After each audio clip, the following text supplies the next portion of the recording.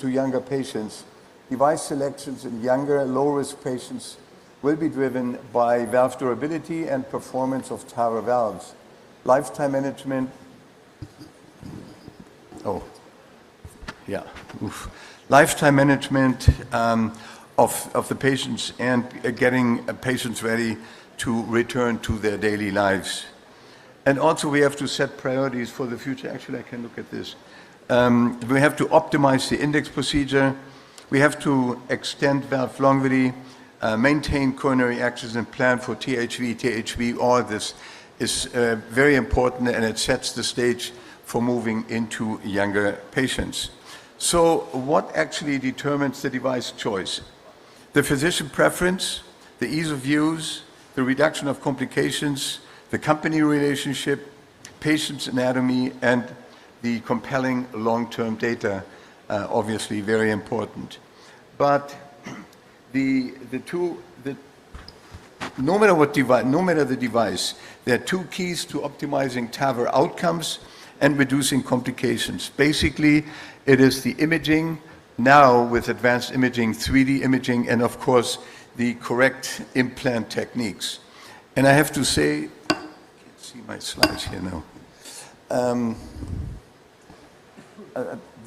Each device has its own nuances for sizing and for implant techniques. You must understand the specifics for the device you are choosing. And that's very important. Goes back to the questions, how many devices you have on your shelf. I do have obviously my opinion, but these opinions differ.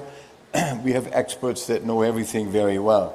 So the challenges, the central themes are summarized here for the TAVR scenario 24-25.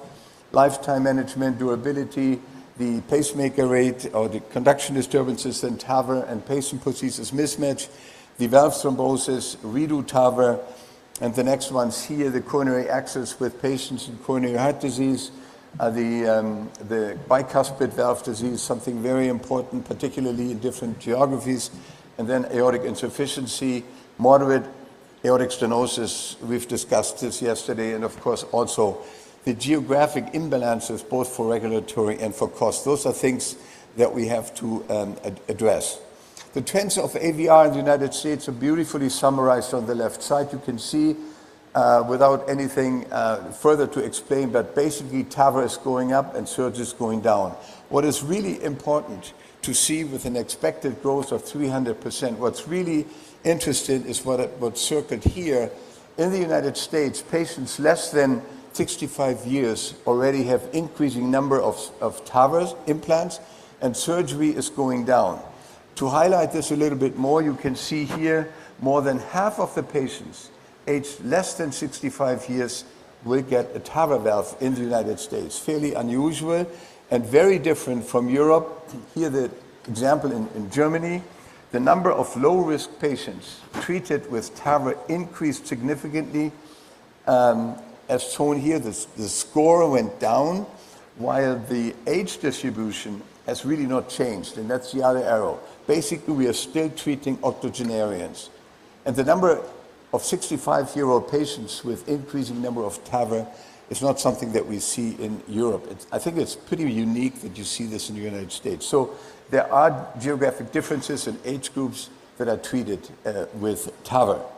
So when we look at the landscape of TAVR, we have many choices, and I would like to point out a few important ones as we move forward. The focus on THV selection for the initial implant obviously is very important. We have to look at the THV patients, we have to look at valve-in-valve patients, thrombosis and other issues.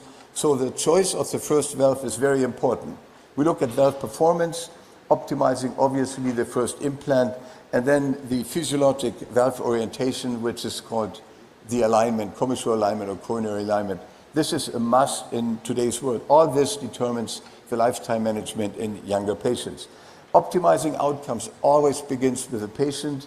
It's pretty basic, but I think it is important that we look at individual patients. We can summarize some of the effects and generalize it, but I think it's important that we look at the individual patients to reduce the number of complications.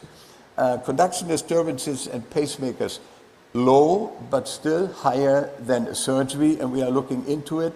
This is an example, the FX Plus, Why? Because the delivery system has been improved, more flexible, more steerable. And then, of course, all these new devices, you basically have markers for depth control, and they have these cuffs in order to prevent PVL.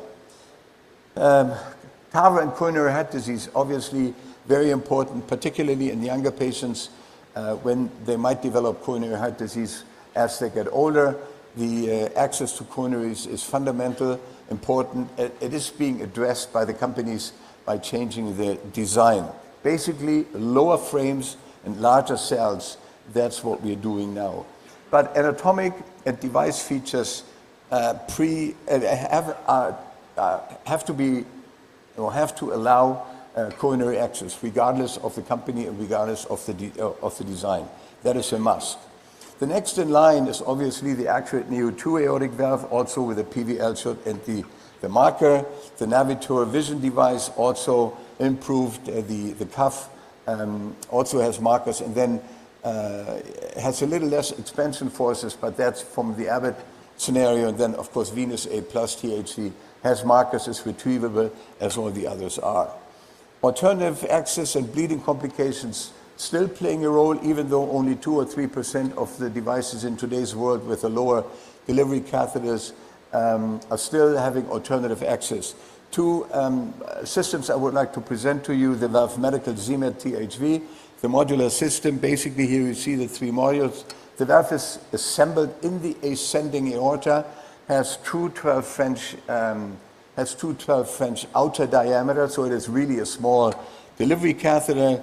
It has a 2-component gel that swells to prevent paravalvular leaks, and then you have the 3D piece, hopefully, and that's what they're claiming, impacting durability. This is the summary: a very ultra-low profile 12 French OD TAVR platform with the features that I just described. Coming up, 9 French equivalent sheath system. The first case has been successfully done in Israel. Here in Brazil, we also have some experience, but there has to be some modifications of the system in order to move forward. Also, something very interesting is the Siga THV, and you can see here, and I will come back to this in another minute. There's a reduction of the hole that you're doing when you introduce the sheath. It will be in the body, it will expand to 12, 14 French, but the hole that you're doing in the patient is 8 French. It reduces 14 to 8 French, this particular valve.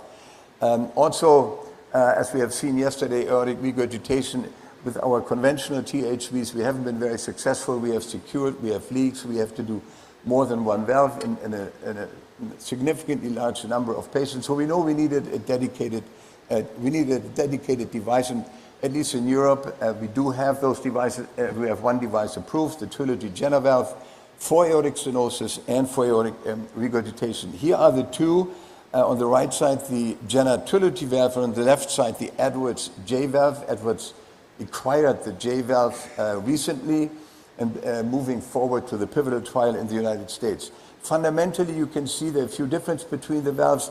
The J valve is a little bit smaller than the, in height, a little bit lower in height than the Trilogy valve. The Trilogy valve, however, has large access, and the Jenner valve has these locators.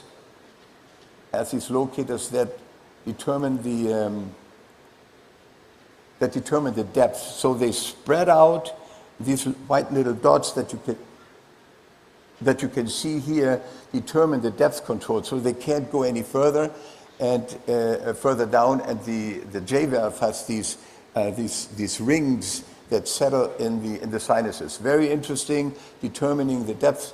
It is in alignment with natural and native coronaries, as well as a native anatomy, and of course you have access through these big holes. As I said before, aligning with native cuffs is done by design. Results are very, very good. This is a German registry. It eliminates really aortic regurgitation. As I told you, aortic stenosis approved. The pacemaker rate for aortic stenosis patients in this cohort is has a low 1-digit number, And for aortic regurgitation, it's still a little bit higher, but as we move on with these valves and get more experience, these numbers are coming down. Now we are in these trials at 12 to 13%. So this is interesting. Of course, the ALIGN-AR study in the United States has been discussed. The 2-year results are out, and here you see the summary. Very, very good elimination, very safe. The left ventricle is remodeling, and the patients are feeling better. All these features are important for us to move forward. This is a spacer concept. I owe this slide to Nicolas. It has been recently discussed again at CRT. It's an interesting concept. We know the spacer concept from previous mitral and tricuspid valves technologies. Here you can see this little cusp. This is a little stick that you can clip onto the native leaflets, and here you can see basically when the leaflets are closing, it's obstructing the backflow. Interesting device. Here you can see the animation. Early stage, obviously, startup company, but it's a different approach, less invasive, and maybe in early stages, this will be an interesting alternative to implanting a valve. Then, moving on to durability. Durability is something we all can't hear the name anymore because it's been talked about, and we really don't know what exactly we can prove durability. And as important people have pointed out, durability can only be proven by durability. 10 years out or 15 years out remains to be seen. Basically, this is what the definition is. It has patient-related factors, procedure-related factors. We know that it's multifactorial, and it all impacts durability. Basically, an ideal THV should replicate a healthy aortic valve going through 40 million cycles per year with an unfaltering function. This is what the definition is.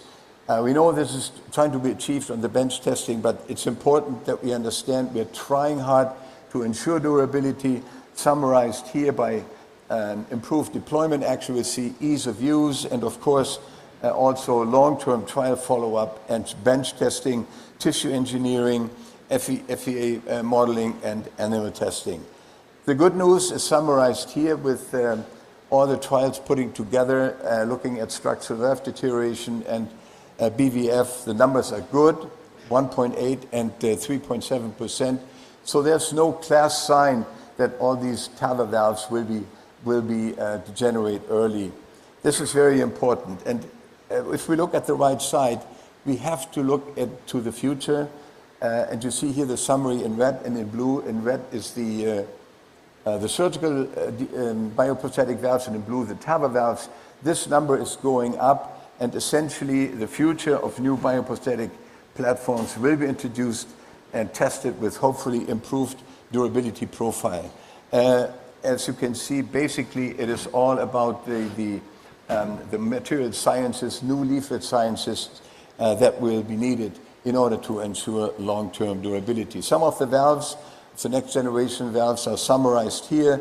The Antares Durava THV, the Resilia from Edwards, and then the Foldex valve that's being used in India surgically. The THV, the TAVR program is on the way, but it's fully robotic with artificial materials.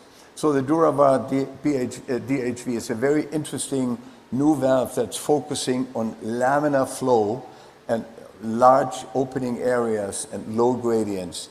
This is an interesting valve, a balloon expandable valve allowing access, has treatment, anti-calcific treatment and anti-fibrotic treatment. So we will probably hear a little bit more about these valves, but Sushil Kudali published those data, interesting early data of the EFS and first in humans, and you can see here the summary, low gradients, consistent low gradients over time, and also the EOAs are large, and then you see the DVI, the Doppler velocity index, maintained over time. The interesting part is seen here, restoring laminar aortic flow, which is really good because advantages or disadvantages of having laminar flow will be tested further. But here the results are really good, and the left ventricular mass with laminar flow is coming down.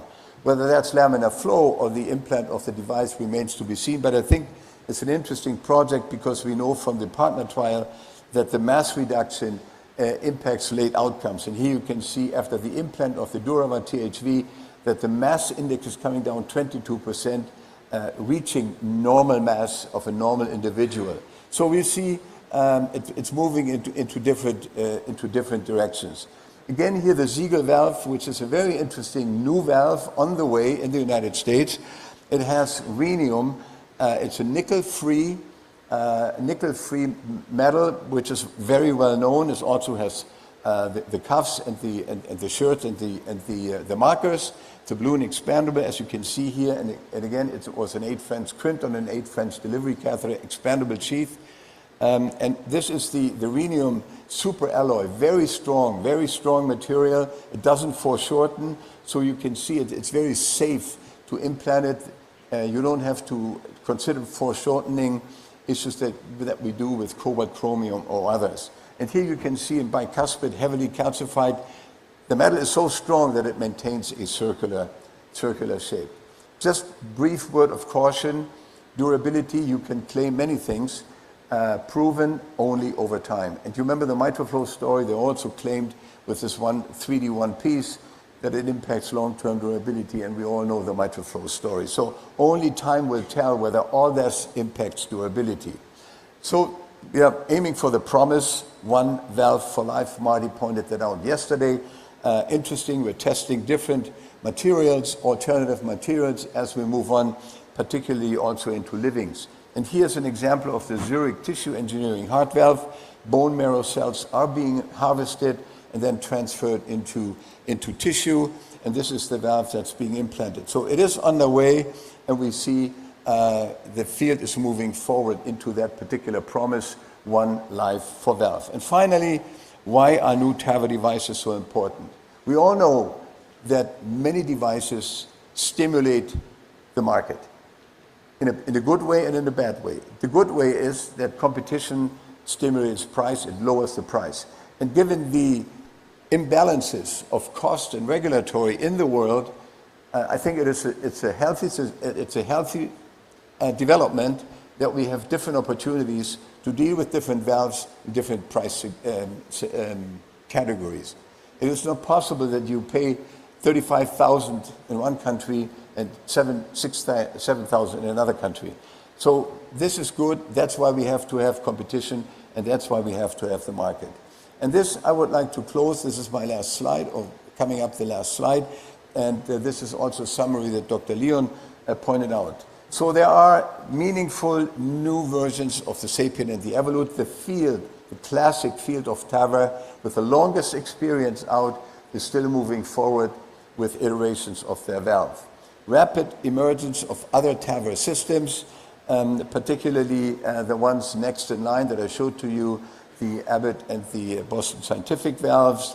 New TAVR system from China and India are entering the clinical marketplace, Venus and MyVal, as you are all well aware of, and stimulating the price discussions.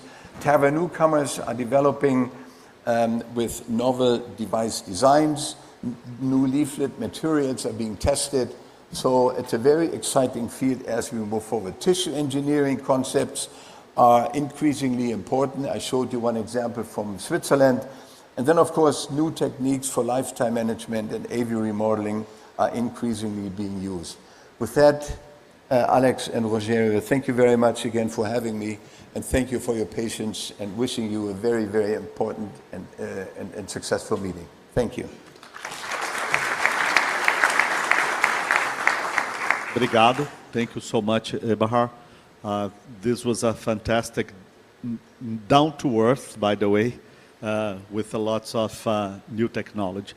I think that if you need to go to the airport, we're going to say, okay, but if you can hang in for a little bit, it would be great, because we're going to have a transmission from Dante Pazanese. It's important to introduce our panel. I have with me here Dr. Adam Greenbaum from USA, Adolfo Ferreiro from Uruguay, Adriano Cacheta from São Paulo, and Pablo Lamelas, and Tanas Jateni from Goiás. Yes. Dimitri. Hello, Dante Pazanese is here us. Rogério, nos ouve? Oi, hello, Ricardo. Oi. Alto e claro. Okay, can you see us as well? Yes, very good. Okay, thank you so much. We are here from room 2 at Dante Pazanese to present and discuss a very interesting case as well. And first of all, just to introduce the team here. So Alberto Cervoni, who is going to be the first operator in this case, he's a young but a superb structural heart disease operator, just represent this new generation that is adding so much, and he's going to be leading the case. And we have a privilege for the first time, I hope new opportunities will come, to have Nicolas Van Milling from Rotterdam. He's going to be our guest operator in this case. Also, in my right, Mateus Oliveira, who is a fellow for the Structural Heart Disease Program at our institution, a third-year fellowship. And also we have the nursing team led by Patricia. We have Tito at the ECHO and Jose, anesthesiologist.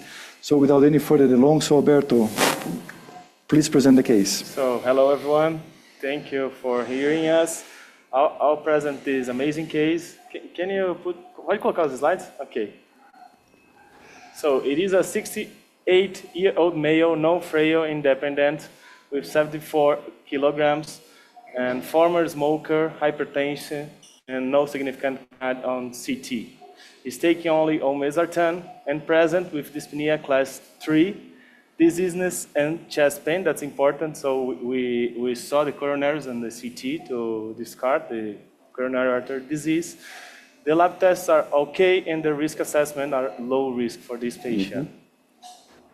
So the EKG shows sinus rhythm.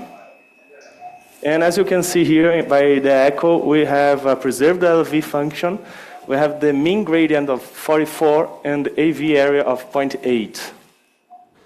So for the CT, we have a severely calcified bicuspid valve with 3,500 of Agatston. And we have a bicuspid type 1 with a calcified half between the left and the right leaflets. So the annulus area is 577. The sinotubular junction are 32 to 33, and the sinus of Valsalva are bigger than 30 in all the ways. So the coronary heights are pretty good, as well, bigger than 12. And as you can see here, we have a horizontal aorta with 66 degrees, and that's the projections for working. And once we have a bicuspid valve, we can measure the intercommissural distance. At this point, we measure at 6 millimeters, and it is 32.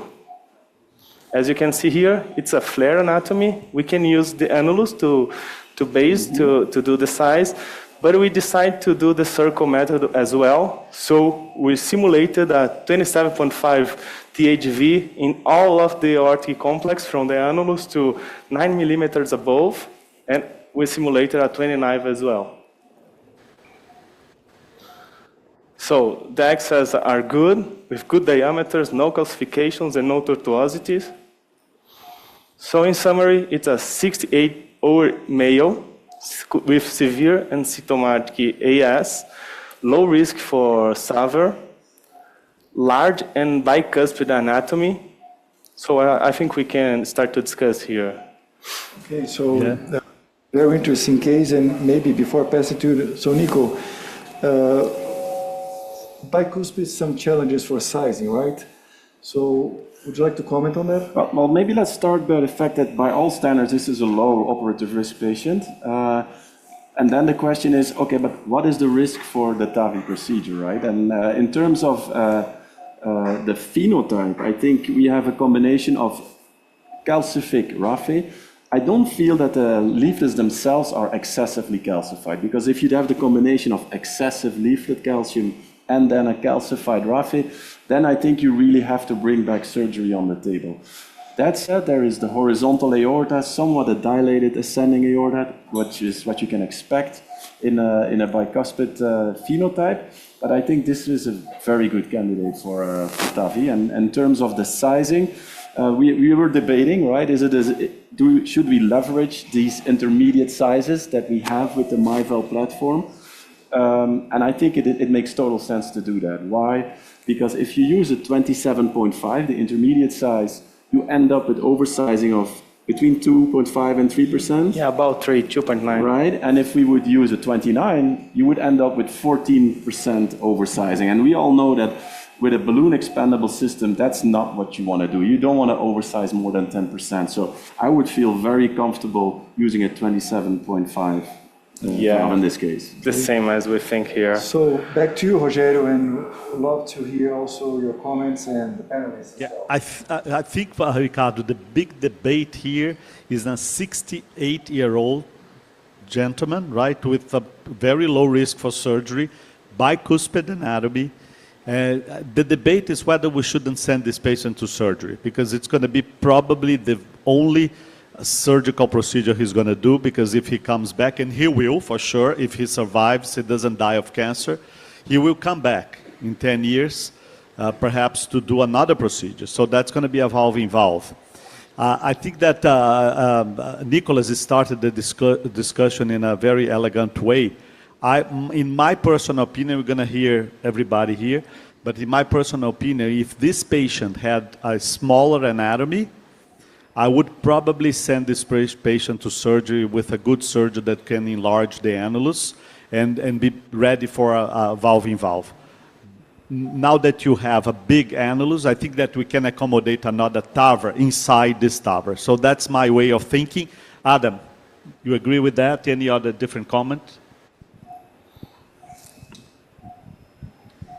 Yeah, I think a lot of the choice, surgery versus transcatheter valve, has also been based on individual anatomy in the CT scan, right? For wide sinuses, and you think you're going to get a big transcatheter valve in, and you can get another transcatheter valve inside that TAV and TAV without risk of coronary obstruction or sinus sequestration, then maybe for a patient who's wants to avoid surgery the first time, maybe they can get TAVI, they can get TAV and TAV, or they can go to surgery the second time and then go back, depending on how young they are. I think we have to individualize it to the patient.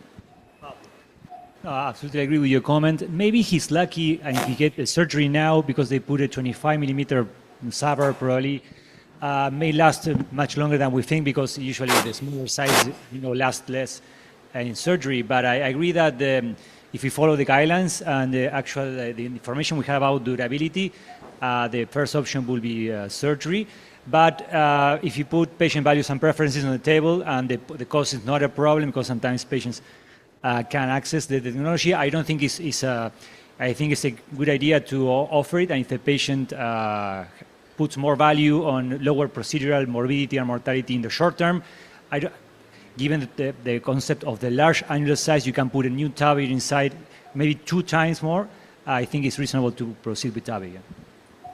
Adriano, thinking in the concept of lifetime journey, consider that anatomy is suitable for both technologies, self-expandable and balloon expandable. Do you have any preference for the first valve in a young, low-risk patient like that, when the anatomy is suitable for both technologies? I think it's a very challenging case. I think it's also provocative, and also highlight how you are expanding the indication for TAVI and bicuspid valve. I think it's a very good point. And secondly, thinking about long-term follow-up, I think we can implant, for instance, a balloon expandable in this case, thinking about coronary access in the future. So I would go with the TAVI as a first option. Of course, patient's preference is very important to take it into account. But again, I think it's a very good case showing us how challenging we are doing for more complex and expanding cases using TAVI. So since we decided that this is going to be a TAVR patient, Adolfo, now let's talk about the choice for the device itself, right? Let's say if this patient lives 68, he might live 20 more years. So 2 additional TAVRs in his life. So TAVI in TAVI, TAVI, TAVI in TAVI, right? So you do go balloon expandable, self-expandable, balloon expandable. What would you be your choice of device? Well, that's a very smart question. It's difficult to answer, but probably I am not going to start with the self-expandable valve. Why? Because the valve is large, so it's going to be in touch with the aorta. So if we somehow we need or we decide that the second procedure is going to be a surgery, then to explant the self-expandable valve is harder than the balloon expandable valve. So my first option would be a balloon expandable. And probably it's going to last 10 years. So he's going to be near 80. So probably the second one is going to be a balloon expandable. Yeah. Tanas, do you think that the horizontal aorta makes you think different when you approach a case like this? I would prefer balloon expandable in a horizontal aorta. Just to highlight, there's a very interesting paper. There's a very interesting paper in this bicuspid young that shows if the patient has calcium in the RAF and in the leaflet, the prognostic with TAVI is not good. This patient only have calcium in the RAF. So what this paper shows is the prognostic, it's favorable for TAVI. Yeah. Before we give the word back to the team at Dante, Adam, I want to hear your choice of device selection. If this patient will undergo three procedures. Yeah, I think given the horizontal route, short, tall, short for 3 wouldn't be bad. So I might differ slightly, short, then go tall inside it, then go short again, assuming that you wanted to go with 3 transcatheter options. What about cerebral protection in a 68-year-old man? What is the calcium score in this patient? 300. 3,000. 3,500. 3,000, sorry. As far as I know, I think Ricardo can make some comments and Nicholas but in my personal point of view, I don't think that there is in any of these studies with Sentinel, for instance, I don't think that bicuspid was an independent predictor of more stroke. So Nicholas, in your institution, do you have a liberal use of protection? Cerebral protection in a patient like that, would you feel strong to use one? Absolutely. So in the PROTECT TAVR, less than 10% of the patients had a bicuspid valve. So we don't have the randomized control data in bicuspid phenotypes. In my center, we for bicuspids will always try to use cerebral embolic protection. Why? Because we have seen in our pathology data set, while we were sending these filters to pathology, we saw that bicuspid aortic stenosis was associated with the largest volume of debris particles in the filters. And I think nobody is disputing that if you use filters, you will capture debris in almost all your patients. So that's why I'm still a believer. I think we struggle with finding the proper study endpoints for the studies related to cerebral embolic protection. And I don't have the answer, but we all are aware that at ACC we will probably have a definite answer in terms of hard clinical endpoints not being the proper endpoint for these technologies. Let's check our audience, what they think. Most of these issues into discussion. Of course, this is undergo a hard team, and everything is measured, and patient also preference is taken into consideration. It's always an interesting discussion to see based on the same data. Guidelines are different. In North America and Europe, also the reality here in our country, in our region. But we feel that this patient, despite a challenging anatomy, could benefit from that.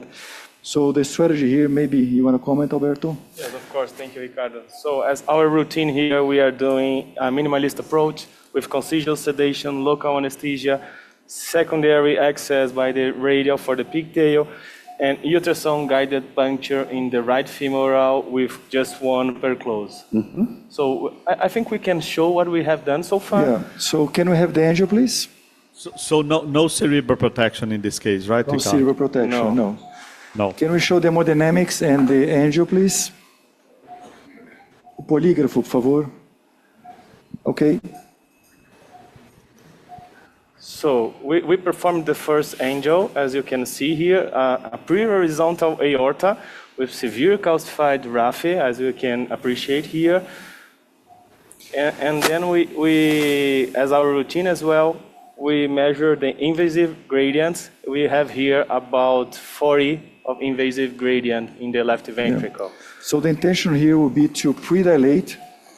We have a pigtail in place and with vents in our wire, and either 23 or 25, right? Yeah. Nicholas, could be good choices here. And maybe you want to comment about the importance of intermediate sizes, especially when you have such a heavily calcification, the nodule of calcium, how to be maybe in a safer side.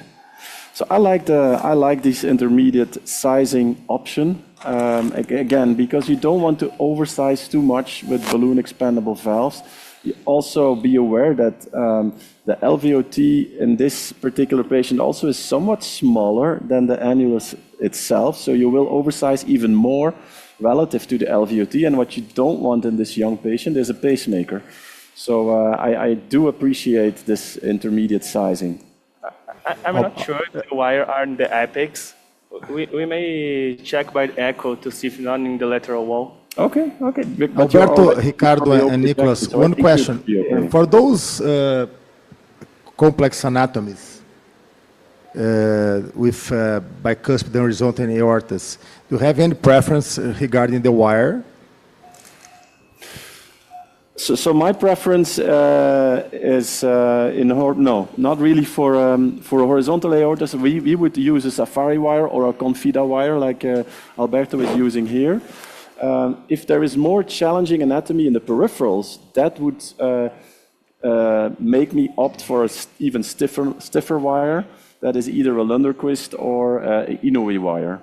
But I would be also very comfortable using this confida wire as Alberto and Ricardo are doing now. Alberto, I'm a little bit nervous with the wire position. You will go back with pigtail to reposition the wire, or you're happy with that? No, we have just checked by echo, and it is on the almost apical wall, but it's not in the lateral wall. Yeah, we are already concerned, Alex, but we check here by and also, Alex, what you probably will see is after the balloon dilatation, you will see that the wire will change its position by default, because it's now being deviated because there's an eccentric opening because of the bicuspid disease. So let's see if that theory holds now, if the guys have done their ballooning. We are doing wire pacing, and Nicholas just taught me to do a different way that I used to do. So can you help me to? So we'll connect the black part in the distal part of the confida wire, and the red one in the skin. Yeah, just in the skin at the incision level. Perfect, just like that. For rapid pacing. Let's discuss about the balloon and the bicuspid.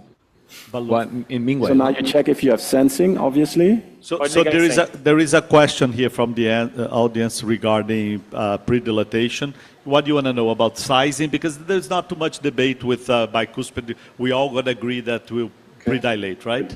So what's your question? Sizing? Yeah. How they select the balloon, and why not to ask if they are doing this routinely or not? Vamos lá, Alberto. Because in my particular activity, I don't predilate all the bicuspid. Oh, no, bicuspid. Yeah, I depends on the aorta. Yes. I would always predilate the bicuspid. 180.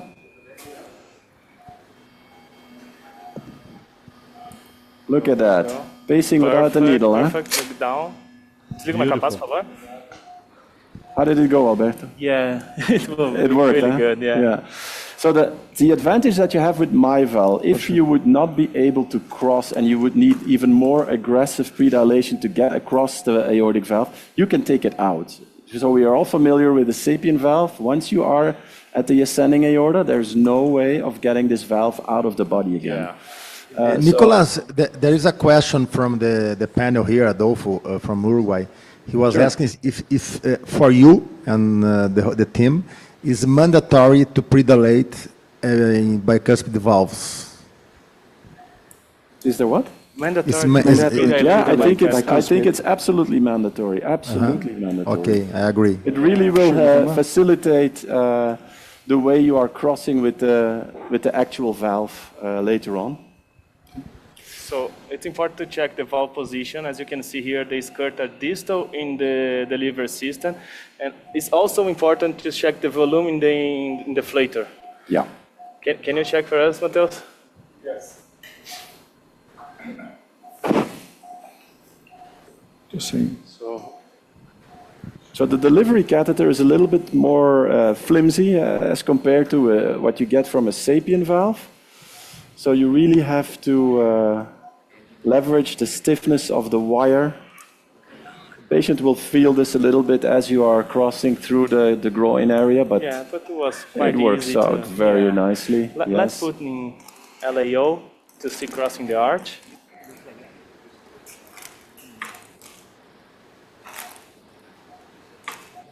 And look at the position of the wire. It's centralized more now. Do you see that? So after the ballooning, so that went very well. The deflection for me. Do you want me? The deflection, yeah. Okay, so let's. Do you use the deflection? I always use flexing. Okay, I yes. do as well. Yeah. So go ahead. Can I go? Yeah.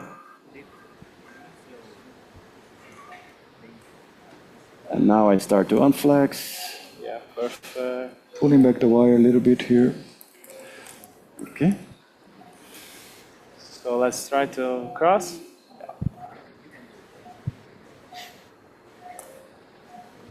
So you did a nice pre-dill, so that happened.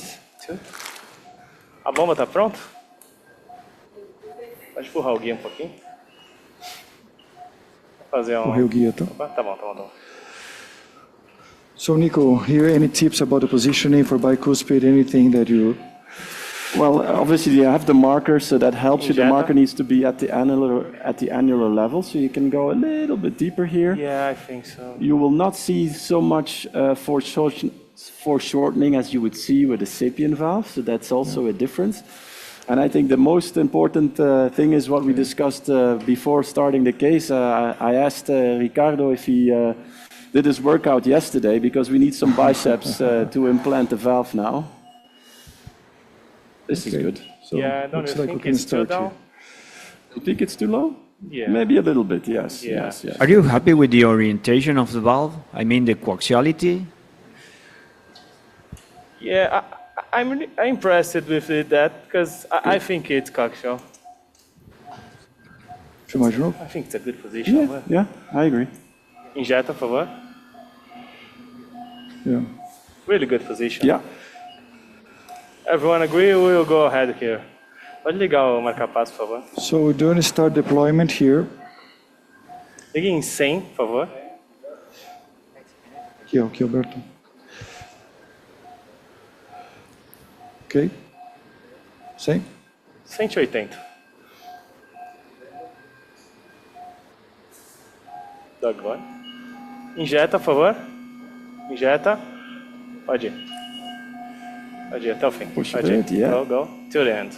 1, 2, 3, 4, 5. Desliga o marca-passo, por favor. Vamos tirar a via de saída aqui. But there's some parallax, so we can we can correct that. Before, but let's correct we can now. correct that when we make a. Can you show the hemodynamics, please? Okay, you have there. Okay. Coming up here, removing the parallax. Yeah, let's just see the echo, what we can find there. Nicolas, it's amazing how and Tim, it's amazing how stable was the valve, and there's no foreshortening. Do you have in Netherlands the OctaPro available? Yes. So since a month, the OctaPro is now the go-to Merrill platform in the Netherlands. But we haven't done a case in the last 4 weeks, so unfortunately I cannot comment on the way it behaves. But obviously it's another device iteration that makes the implantation itself even more comfortable and more straightforward. Yeah, because so I'm wondering if you have available the OctaPro in Brazil, if this procedure should be a little bit in quotes easier than it was, but I think that it was very well done. So, Rogério, we will hear from Tito. Tito, you want to comment about the echo findings? Can you have live echo, please, on screen? So what are the changes of Octapro versus the current version? What is the interaction, the major changes? Do you have a factoid? Yes. We would like to have echo on screen, please. Echo. Why are you collecting the echo images? Rui has a comment here. So just about Octapro, we've studied that like 2 months ago. And it's a completely different animal, I would say, regarding the implantation technique, because the catheter is more stiff, and on the other hand, it's very much more stable regarding the position. So it doesn't move at all. In these cases, I think it's very it would be very interesting in this case, although the flexibility of the catheter now is slightly decreased, and there's no bending. We cannot flex it anymore because we can do that, but it's not the same way as before. Any change with the skirt and with the cells, the size of the cells? It changed. Actually, I'm going to speak about this later on. So, but anyway, it's clearly the biggest difference is the foreshortening. That is half the way this one. So this one is between 20 and 24% foreshortening, and the Octapro is just between 10 and 12%. That aids in precision and accuracy, of course. Mm-hmm. So Nico, that's one thing. Show us the images. Yeah. Chito, you want to comment? Yeah. Actually, as you can see here in the upper image, we don't have any parallax valve, even in the short axis, and we have a mean gradient estimated in 5 millimeters mercury. That's okay. So Nico, that's one thing, especially after Landmark. We also participate in Landmark, site from South America. I know you participate now in a registry for the Landmark for large annulus. There's a lot of discussion about perhaps optimizing the hemodynamics with these intermediate sizes. How do you see that? And in a case like this, acceptable or? Well, I think so far, obviously, this is acceptable. Are we still going to do the invasive hemodynamics? We will. Yeah. Perfect. Okay. Yeah. And I think it makes total sense. If you have more one-to-one sizing, you will have probably less issues with pinwheeling and with under expansion or over expansion. So theoretically, at least, it is a more accurate anatomy-tailored platform selection and sizing. Yeah. Wow. But I must say also the competition comes with alternatives and ways of dealing with this. So yeah, but I think it is more and more as we are moving forward with TAVI. We have to become more and more patient and anatomy tailored, and definitely Merrill is responding to that request. Yeah, that's it. So we'll go to So we're going now with the pigtail here just to check hemodynamics to demonstrate that. But it's very smooth. The procedure, there's no stress, and we are 25 minutes in the case, not rushing at all. Oh, the pigtail across there. Okay, you can pull. So the pigtail has come out already. Sorinho aqui, por favor.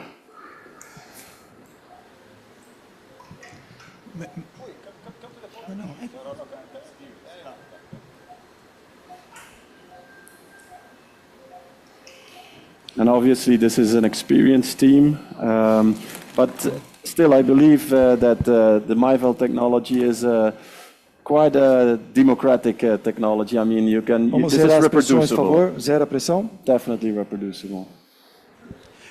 So, Nicholas, just one question regarding this. In this setting, since you have a bicuspid anatomy and the RAF is like, can you hear me? I think. Can you hear me? Yes. Yes. Okay. So since the RAF was about 6 millimeters higher than the actual annulus, usually I tend to position these valves, any valve, slightly higher than usual.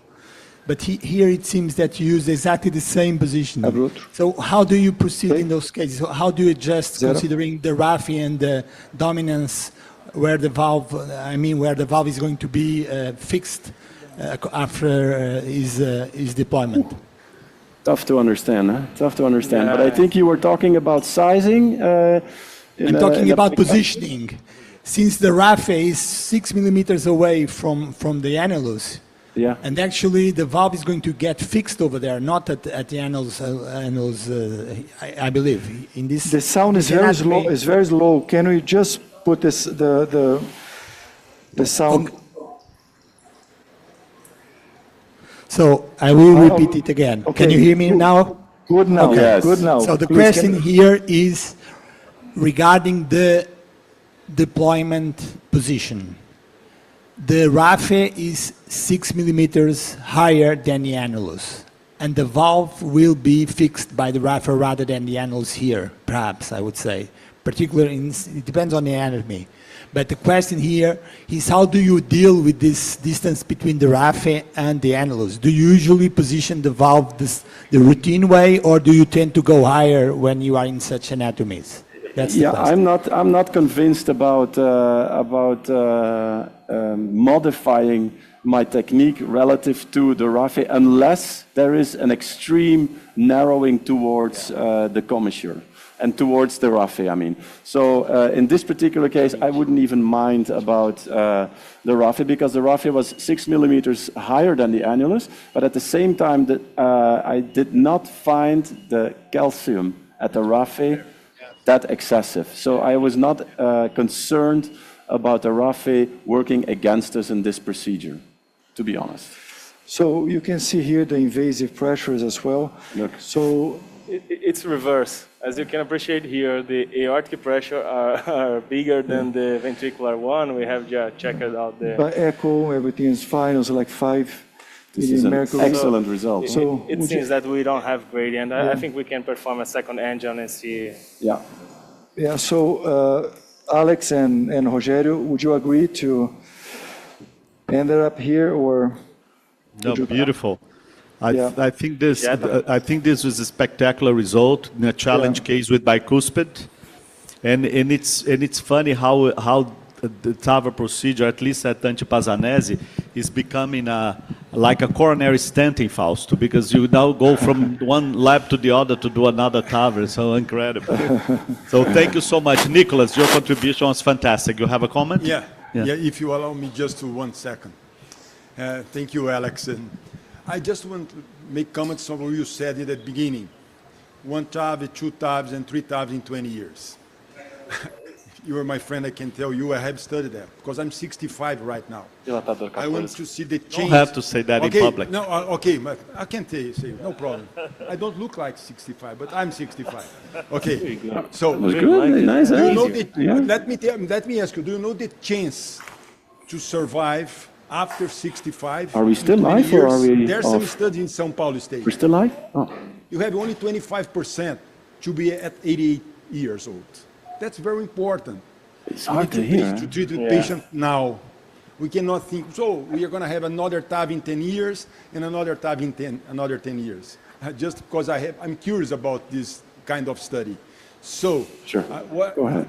When you see a procedure like this, in less than 30 minutes, you have a valve there, no stroke, no acute MI, the patient can be discharged next day with a very minimalist approach. I don't think we have a chance to say, no, go to surgery, because if you go to TAVI, you're going to have a chance to have another TAV and another TAV and another TAV. Because the chance to survive is quite low. It's only 1 in 4 will live up to 88 years old. And that's what I know because of myself. And that's coming to my mind to say that, Alex. No, I think it's a very important discussion. I think it's very important discussion, but I do believe that you have to have a lifetime planning in a younger patient. Because the patient, even if it's 25 or 30%, if he survives these next 20 years, up to 85 years old, we have to have a plan, at least to give him a chance for the second, at least one more procedure, right, in 10 years, that we're going to have, we're going to think about that way before. Because don't ignore the fact that in a few years, TAVI dysfunction is going to be an epidemic. Because we are using TAVR more liberally all over the world. Here we're more conscious because of price constraints. But it's going to be an epidemic disease very soon. Yeah, but I think that in a case like that, there is no doubt that TAVI is going to be the best option because of the size of the annulus. I think I have this concerns when you have a small lady with 65 with a small annulus. So she wants to undergo the surgery, and they look for TAVI. Would you go ahead or not in a young lady with a small annulus size? So I have to answer you because it depends on the life expectancy of each country. For instance, in Portugal, if you live up to 75 years of age, you are expected to live on average plus 17 years.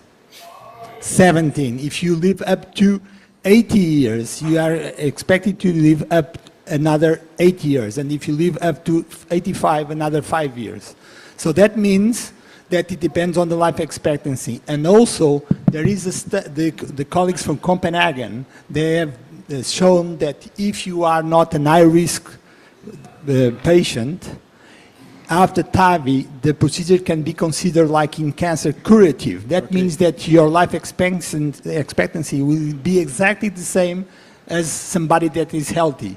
So I think that is in this case, in particular, 68 years of age. Okay. As you mentioned, annulus was an important issue. I would also discuss with the patient surgery. Rui, Still, just a short question but to you. you are my friend, so I can have to tell you that. Just a short question to you. How many of them will be on dementia after 85 years old in Portugal? Sorry? How many with dementia? Dementia? On dementia. Okay. After 85 years old. That's a good question. That's a good question. They used to drink a lot of wine and eat cod, so maybe live longer.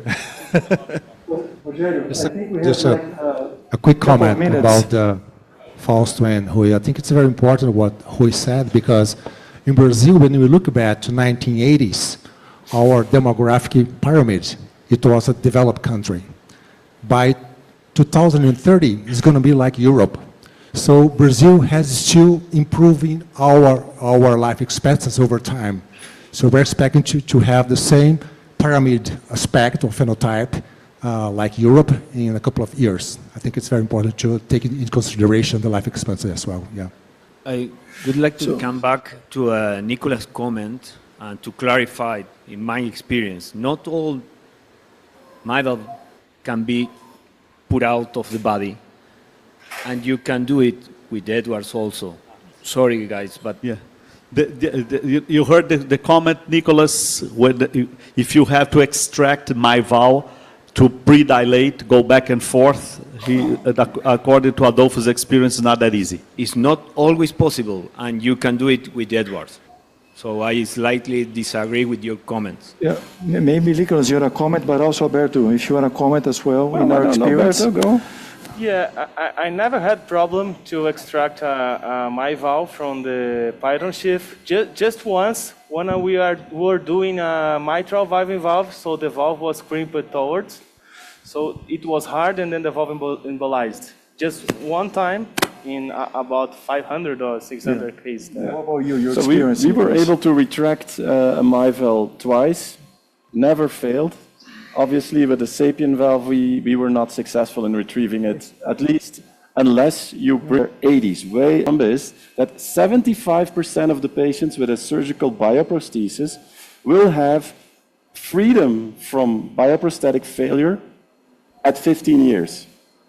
So that means that 1 in 4 will have a degenerated valve, but 3/4 of the patients will not have.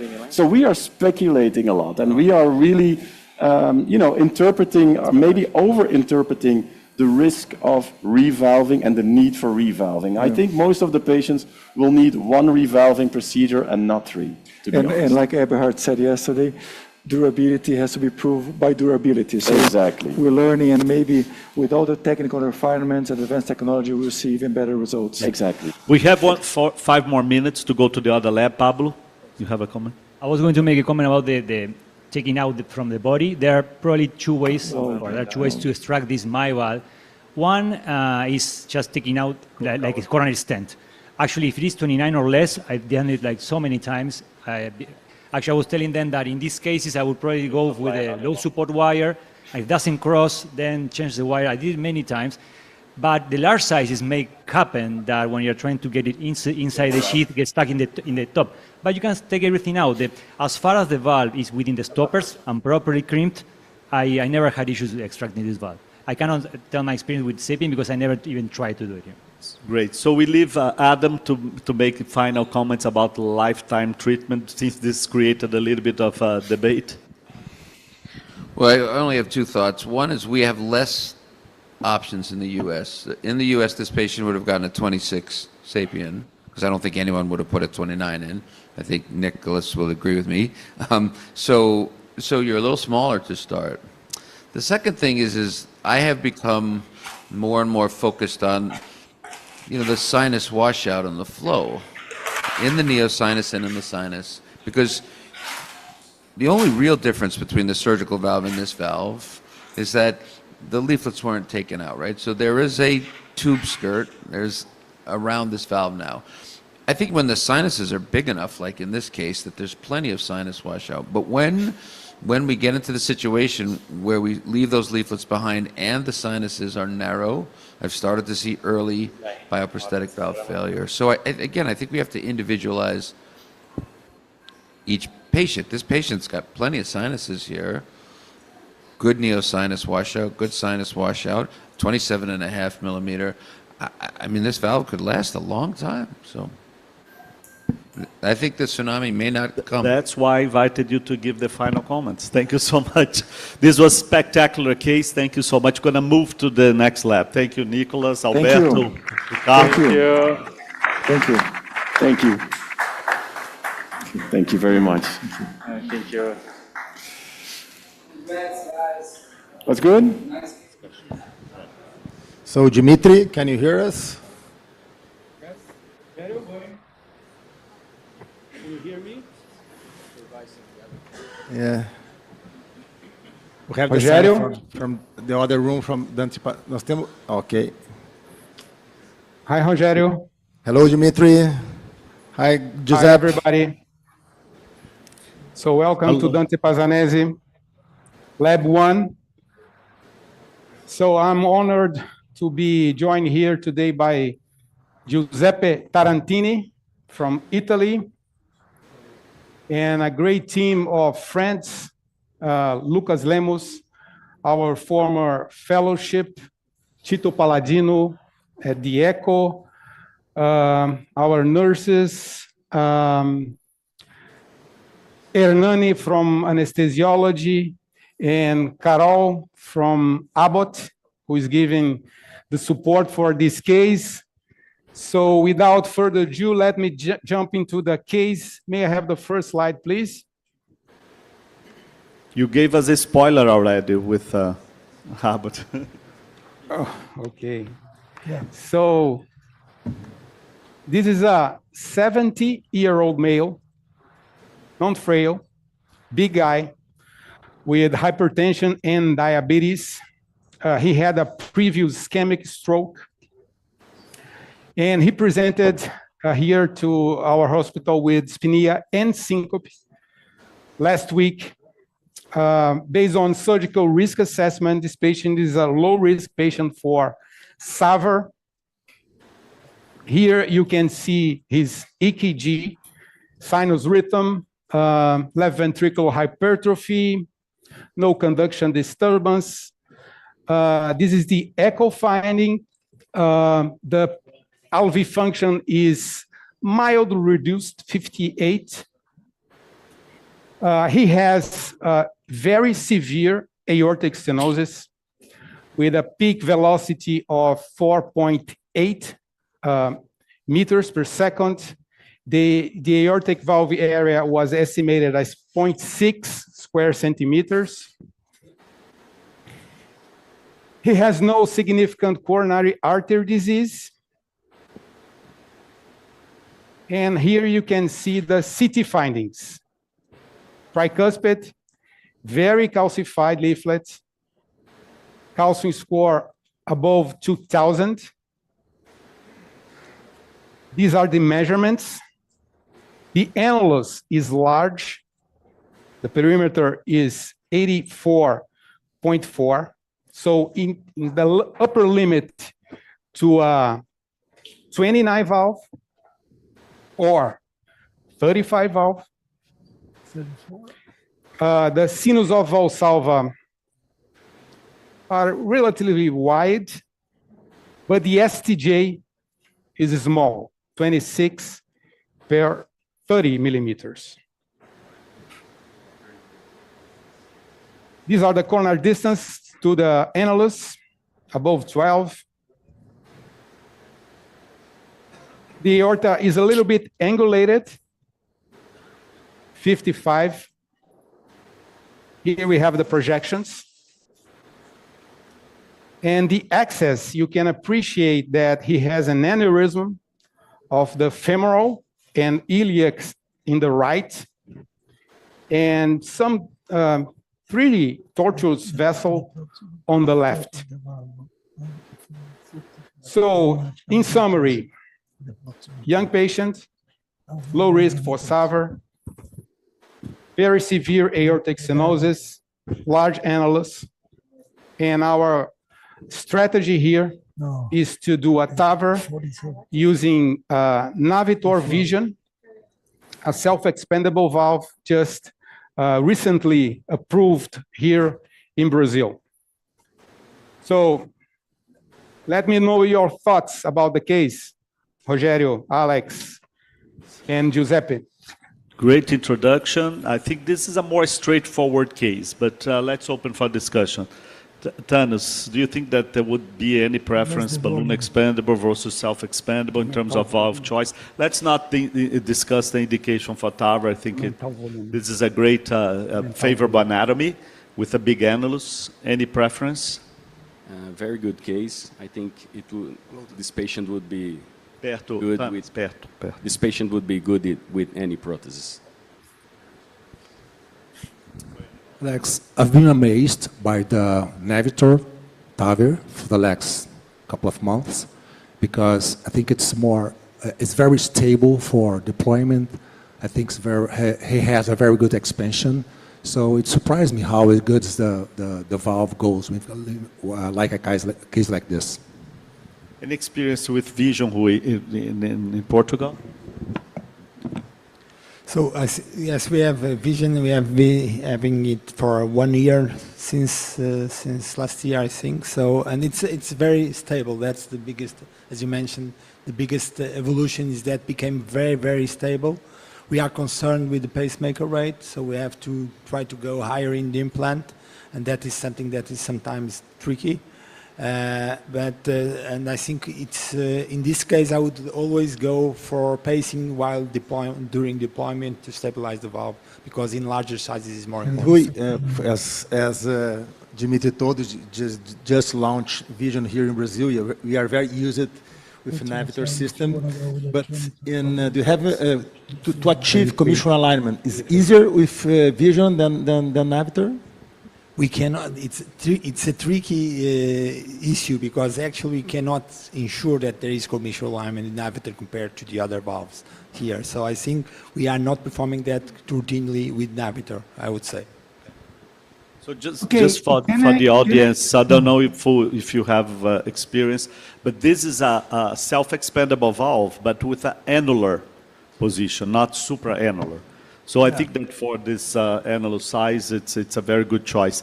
Dimitri, you want to discuss a little bit further regarding your setup? You know, I have an expert here in commissural alignment, in implanting Navitor. So okay, thank you. So thank you. I can step in the discussion. So the point is that with this, let's say something for the audience. It is one of a kind of this type of valve. Actually, let's get started with the delivery. You have to know that for 29 or 35, we have the same delivery. That means 15 French equivalent. This is different from the other valve, like core valve, is 18 French equivalents. So this is something that is important. It's hydrophilic, so it's very good in terms of navigability of the system. Second point, and this is the challenge of this case that we need to decide together.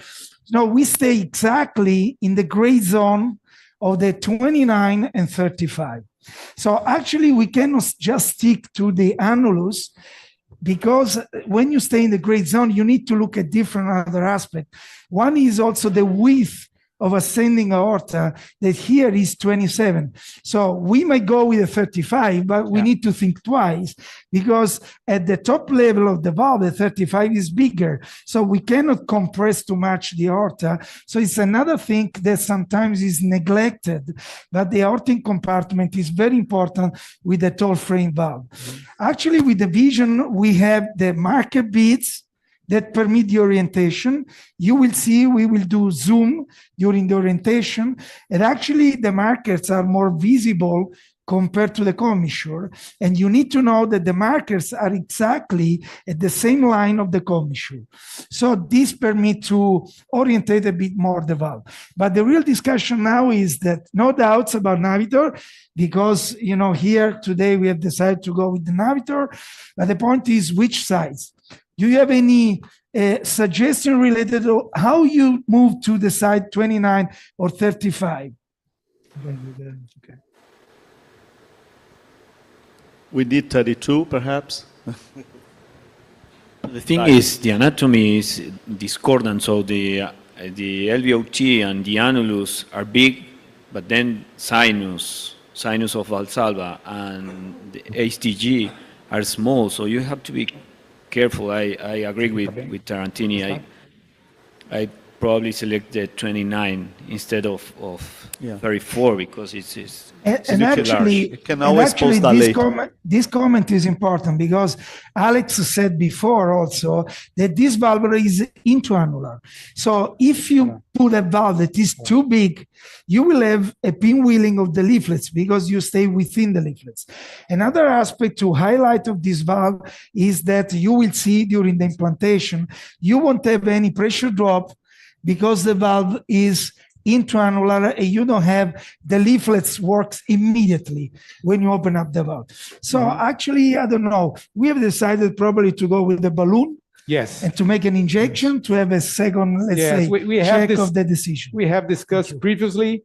So our approach here is to perform a BAV and do an injection and see for how the balloon fits in the anatomy, look for paravalvular leak, and then decided between 29 and 35. 35. Okay? I think this is Sorry, Dimitri, which balloon? Which balloon size? 25? We're going to use a 23 balloon because you're going to see the valve is so calcified. It's even on fluoroscopy, it seems even more calcified than on CT. So we already crossed the valve, and then we're going to place an extrusive wire into the left ventricle and do some dilations here. Dimitri and Giuseppe, the only comment I may have is that I'm a little bit worried with sinus sequestration in this case because the anatomy is not that favorable. So I would go, as it was already discussed, for a smaller size if possible. If the BAV allows it and shows that we can use the smaller balloon, smaller device, it would be, I think, more safe. I think this is a very important comment also for the audience. The takes is that you don't have to see just the annulus. You have to consider all the anatomical compartments where you see the valve. And actually, the ascending aorta is another part to consider, not only for the sinus sequestration, but when you go with a tall frame valve and you have an horizontal aorta, you cannot hit the aorta all the time with an oversized valve. So actually, I think I would like to go with the 29, but we will see the behavior of the balloon, because if the balloon goes to and fro, and actually we have a huge leakage with the balloon, we have to think twice about 29. But I'm pretty much confident 29 might be the final valve, but we'll see.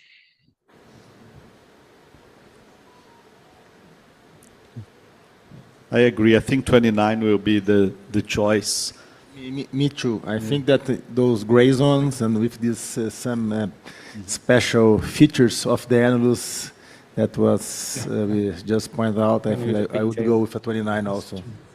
There was a comment from Rui here regarding the position, how that how high you should go, and you would prefer to go close to zero? Did you have this version a little bit more radial force, and the rate of pacemaker is a little bit higher? That's why you said that?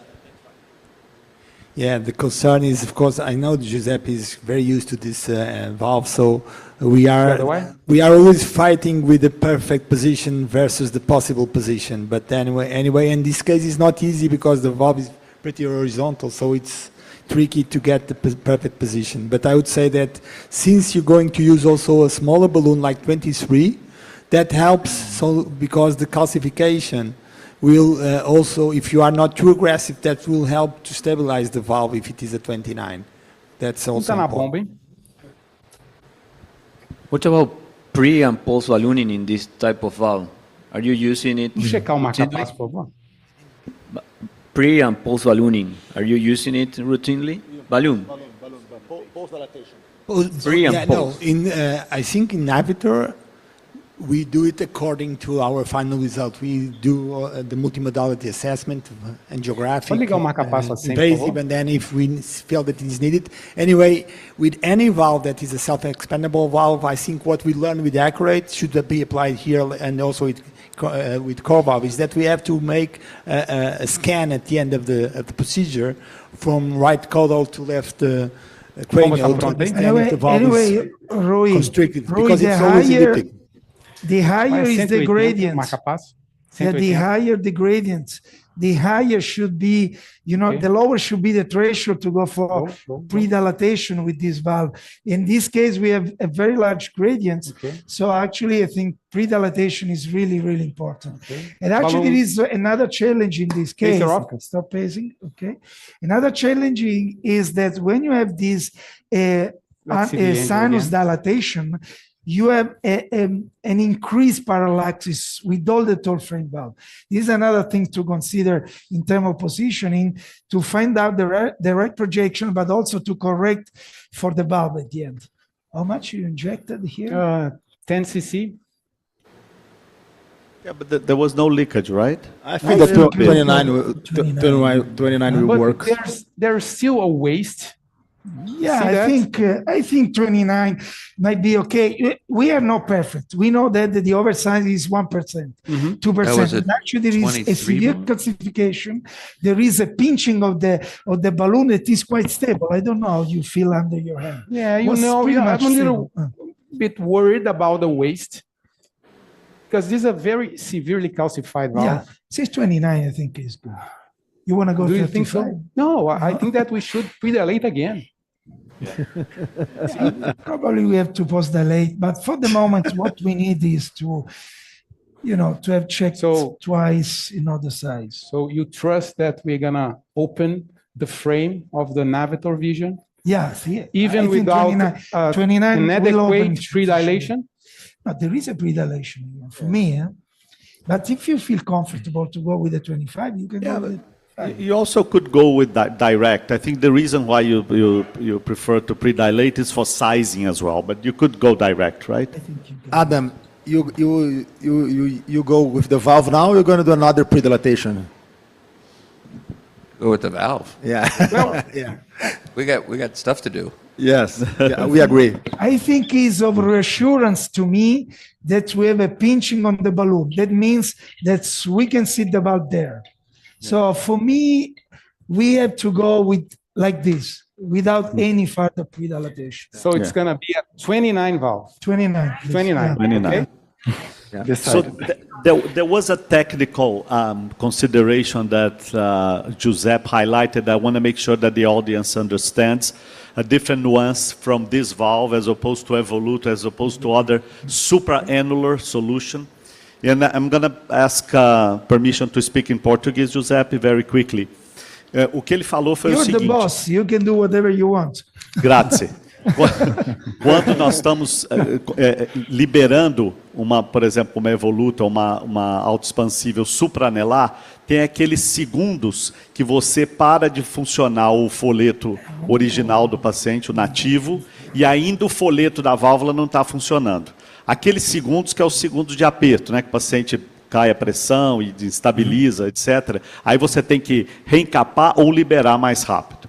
Com essa válvula é um pouco diferente, porque à medida que você vai liberando, ela já vai funcionando, porque ela é anelar. Então, você para o funcionamento do folheto nativo e começa a funcionar o folheto anelar. Só para make sure that everybody understands this technical. E acho que isso é importante em paciente com disfunção, né, doutor Alexandre? Pode fazer diferença nesse caso. And I saw Giuseppe presenting a case with vision in Italy 2 weeks ago, Giuseppe, with a very low ejection fraction. So this is a very nice comment. This is an important aspect, Alex, for the audience, because actually when you have a very low ejection fraction, it's important to not have a pressure drop, to not increase the afterload in this heart with, and you don't need to do many things to stabilize the valve. The valve might be a single operator valve. So this is the concept. Yeah. In terms of sizing, maybe you want to highlight the safer side, right? Yeah, the safer side, because this is not an undersizing. This is probably an appropriate sizing, considering the calcification. We don't want to have a pacemaker.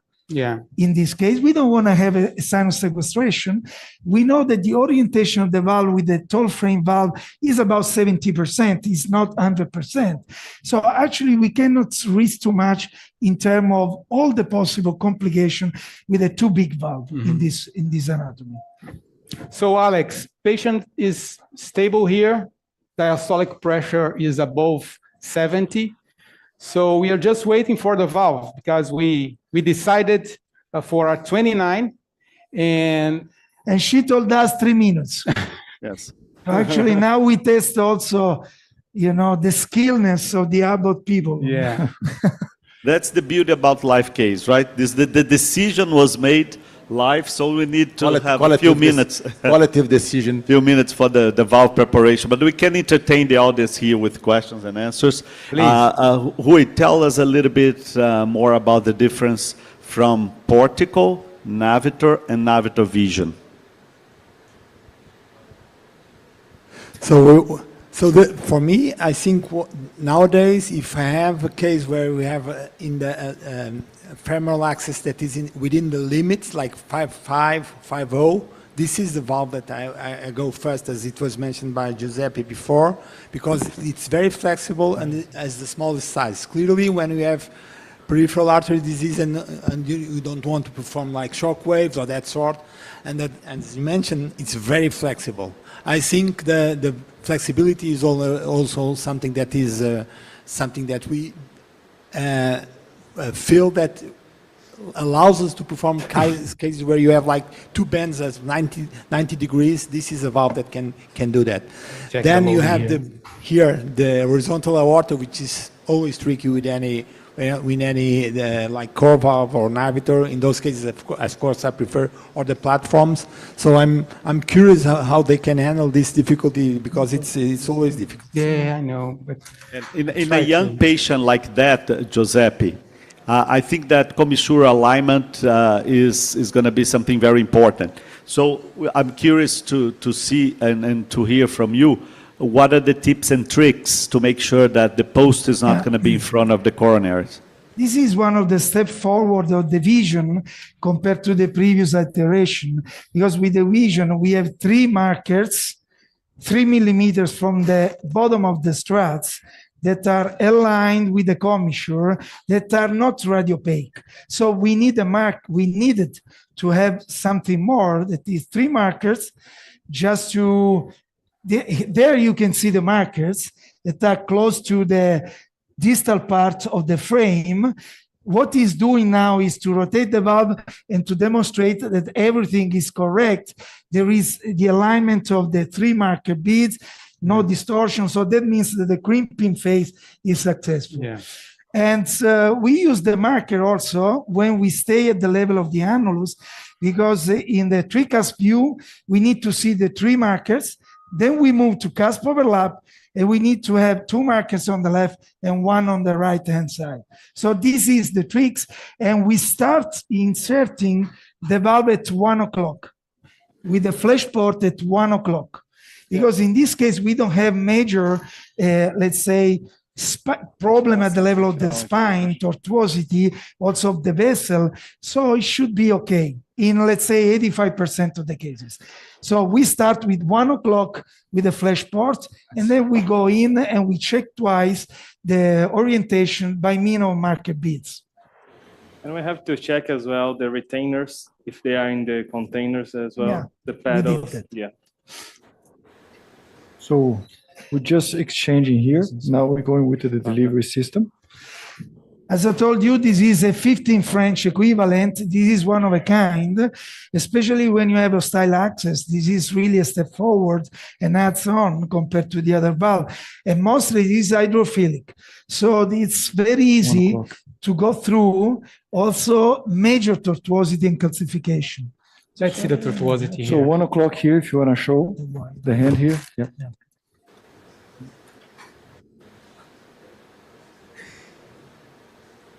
Can I go? Vou olhar aqui embaixo, tá? Okay. So look at the wire. Yeah. Look at the wire. Okay. Fantastic. So what is important while we push, considering this is really easy to push, we need to check always the position of the wire in the ventricle.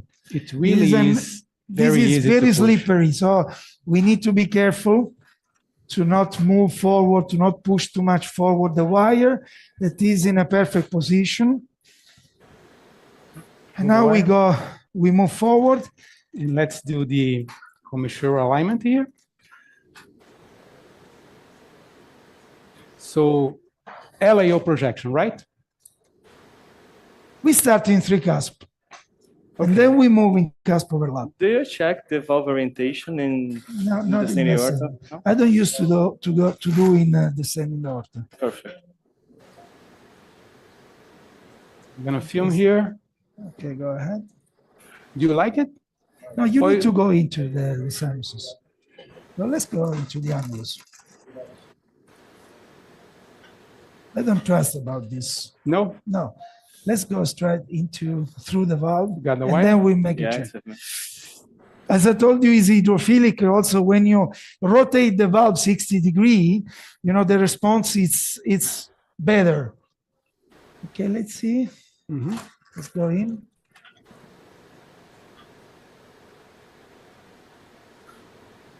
So this is a 3 cusp view. As I told you, it's not easy because there is a parallaxis. Yeah. This is because of the anatomy. When you have a very wide sinuses, it's like that. So we need to make a double control. We go into the, through the valve, and then we make an angio. Right? Let's go there. Into. So let's use the cusp overlap view to implant, No, or you first need of to, all, let's go okay. into. Yeah. Just to So see the Giuseppe, commissural, right? yeah, tell us, even if you don't see perfectly, So but now we we have- see the 3 dots. So in 3 cuspid, how you see the 2 dots on the left and 1 on the right? Tell us what should we expect? Okay, actually what we see is not the 3 dots, is the first dot that is proximal, that doesn't count too much. And actually we have 2 dots on the left and 1 dot on the right. So Yes. we try to go in cusp overlap. Okay. Let's go in cusp overlap, and then we try to adjust this. 13, 17, right? Okay, make a double zoom. Yeah. And Okay, now we have 1 on the left and 2 on the right. Yes. So we need to go clockwise or counterclockwise 60 degree to go push like that, and to change the, look at this. This is a nice rotation to demonstrate Yes. everything is okay now. Yeah. This Yeah. is the right way to go. Keep the valve like that. Okay. And Giuseppe and Dimitri, how deep or how shallow you want to be with this implantation? How deep? We need to go 3 to 4 millimeters below there. Yeah. And actually, to stabilize the valve, what we used to Do an do is to injection go here. 120. Look at the pressure. I think Injector. we need to start doing something. Okay. No. Let's do again. Okay. Injector. Okay. I Okay. think you can start opening here. Okay. Can we have some epinephrine in? So now you are happy with the 2 dots on the left and 1 dot on the right, right? Yeah, That's I'm the way pretty to do pretty it for much happy. commissure alignment. Good. Pretty much happy because, Alex, our goal is not to be perfectly aligned, but to avoid to be perfectly misaligned. So if we have two dots on the right, it's going to be a mess. It's more difficult, even though you have an open cell design of the valve. So starting like that, the likelihood to cannulate the coronary artery is much higher. Let's open it. Okay, let's make a check. Let's check it. Injeta. Go. Okay, it's perfect. Go ahead. Yeah, it's Go ahead. really good. It's good. Marca-passo está Go 120. ahead. 120. Okay. Now the pressure is already Very low. stable, very nice. Okay, go ahead. Let's make an angio. Go ahead. It's diving in a Up little to bit. the right? stop. Up to the stop. Okay, I think Yeah, it's it's okay. low, yeah. We have The a valve is parallaxis already here. functioning, right? Okay, we need to Alex. improve a little bit the pressure, please. Alex, Efedrina para mim, por Pressure is favor. the improving. valve is already functioning, right? Yes, yes, that's what I try to explain. At least, you know, the valve, the Let's make an prosthesis is functioning. So let me The try to leaflets align of the prosthesis is functioning. So now they have time and relax to test and to I see if think they're it's going to... okay. Let's keep pushing the valve. Yeah. Keep pushing the valve. Pull the wire like that. Pushing or pulling? Pull more. Pull more. Tilt up the nose cone. And then keep pushing the valve and open the valve. Yeah, okay, I'll go slow. Só deixar o marca-passo ali. Pressure better now need and to go recover. better, Yeah. Did you Now we achieve can the go point? slowly, Giuseppe, right? Did you achieve the point of no return or yet? Another comment that is important. Actually, now we are in a projection where we have the overlap of the market beats, but actually to see that the valve is aligned, you might have the 3 beats in the same plane, on the same plane. This is very important. Keep pushing there. Okay. Don't relax the system. Keep pushing there. Okay, open it. We're just going really slow. Let's make a final angio before make an angio. You are happy with the depth? I thought Let it me was see. a Now little we're bit... checking it. You know, it's it's it's not 3 bad. millimeter on the left, but It's it's great. not too bad. Keep pushing. No, I think it's fine. I'm pushing. Okay. Go ahead. Go. Keep pushing. Go. Open the valve. You weren't cheating, right? You're happy with the position? Yes. Now it's coming out. No, there is still, you know, one commissure that is attached to the valve. In this case, you don't have to pull. What you have to do, you open the valve. We completely. didn't finish it yet. Yeah, open the valve completely. Okay, go fast forward. You don't need to hesitate. Yeah, thank you. You don't need, trust me. Okay, so the point, the point is here. Now we need to check because we're we gonna need check. really to be Let's see sequential the tabs, right? to detect that everything is detached. So go around. One. I can Let's go see only caudal. one. Area caudal. 2. I think that the third tab is still attached. Is still attached. So when it is like that, you don't have to pull, you have to push the system and rotate a little bit. Rotate one side and the other. Just play with the wire. Okay. Yeah. And now, as you can see, you don't need to, you know, to force. You need to be very gentle. You need to know what you have to do, and then the thing's gonna get well. Okay. Push the wire now. Push the Facing off. wire. As you can see, we don't have conduction disturbances because the implantation was high enough and the valve selection was right in the sense that we didn't went for, you know, oversizing that was really probably inappropriate because as you can see, the top part of the valve is flared and actually 35 is going to be much bigger. And you cannot have this situation at the level of the aorta because you create friction also there. But Dimitri, we don't have hemodynamics. We have just a picture. Now let's take the, you know, take it out the pigtail with the wire. No, take it out everything. No, you need to. You have to recapture this. Okay. Now you can take it out. Não introdutore. Put the 14 French introducer. Okay. Now we go with the 14 French. That's the outer diameter is 18. Actually, when we say 14 French, 15 French compatible, it should be 19, but we don't have 19. So actually we have 14, and the outsider is 18. Now we take it out the pigtail just to make an angel, and we evaluate to post-dilate the valve. We're going to measure the gradient also. Yeah, just the gradient to see the and gradient. everything. And actually, I would go back to the 3 cusp because we need to look at the commissure if they are parallel and everything is okay. I'm going to check the blood pressure. Just a minute. Yeah. Do we have echo images? Yeah, we can check on echo. Tito.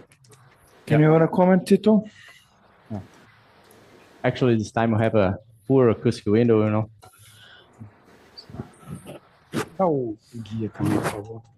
Guia normal. The gradient's about 24, 11 mean gradient. 11? 11, yeah. No, But now it's 11. It's 11, but actually the heart rate is very high now. Yeah, Let's I think see. it's a We have to combination optimize. We have of to Pepe. optimize. I think it's a combination of Yeah, a residual gradient and the Agree. shape of the valve. I would post dilate anyway, and then yes, you know with 29 you are totally safe. Yeah, it's no problem. The point is which balloon to use, because for instance, with the core valve, with a, let's say 34, the waist is 24. So actually there is 1 centimeter of difference, and also this 22 to cc more is okay, is fine. But in this case, considering that the annulus is big, and when we go with a 29, we need to go with a 25 balloon, because otherwise with a 22 balloon, it's very difficult to stabilize, and we go to and fro. This is one of the difference in terms of valve optimization across all the different prostheses. Tomorrow I have a presentation related to this. Yeah. Alex, may I have a question for Tarantini? Tarantini, is Adriano from São Paulo. What's your experience regarding the post-dilation where compare Vision or Navigator versus Medtronic Evolute? Is it less common? Is it equal, the same, or is okay? I would say it's not too much different. So the point is that I used to go with a pre-dilatation that is, with a 23 balloon generally, mainly when you have a very high gradient, because you can have an aortic insufficiency. So what I like to do Can you in show the self-expandable hemodynamics? valve, Hemodynamics? Giuseppe, is to look on RAO projection, just to see Mostra a pressão, how polígrafo. underexpanded that we have. Look at this. This is a very important picture. RAO is the projection where you can highlight the constriction of the valve. And it is clear that there is a huge constriction. So we can go with the 23 probably, the previous balloon, 2 cc more, just to see what happened in terms of final gradient. But at the end, on the bench, if we go on the bench, the balloon should be 25. So this is the general concept. There is a comment here in the panel. Imagine if you'd select a 35. So I think that the 29 was the right shot, and I think that after the post-dilatation with a 25 balloon would be perfect. With a 35 on the bench, also the 25 balloon is slippery.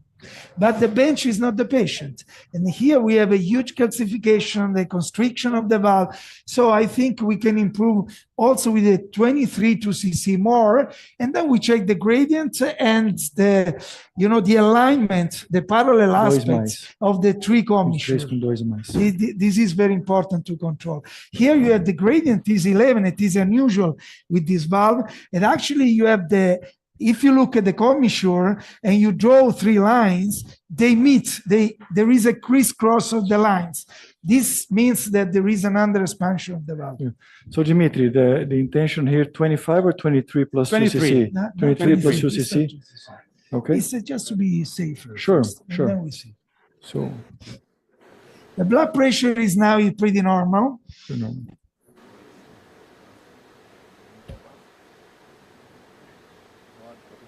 Okay, ready for the balloon? Yeah. And actually, this is the cusp overlap, Alex. You can see that you have two commissure on the left and one on the right. So that means that if you go for selective coronary cannulation, considering the open cell design, you won't have any problem to get through. So the choice will be the 23 with a little bit more 2 volume. cc more, 2 cc more. So Alex, how much time do we have to finish the According case? to my control screen here, 7 minutes precisely. Yeah, you have a lot of time. Thank you. Yeah. 2 cc.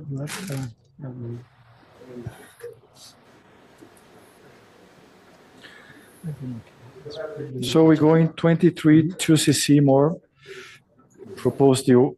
Got the wire? Yep. The wire.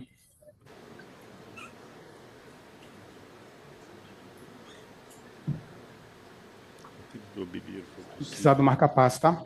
Vai ser gostoso ver. Vai ser gostoso. Connect the wire here. Né? Giuseppe, do you think that is just constriction or is actually an infolding? I cannot see it from here. It's very difficult to answer. The answer will be, with the balloon. Actually, we will see with the balloon. Because if you have an invagination, actually, you can untwist with the balloon. Let's see. Liga o marca-passo 120, Let's see. por favor.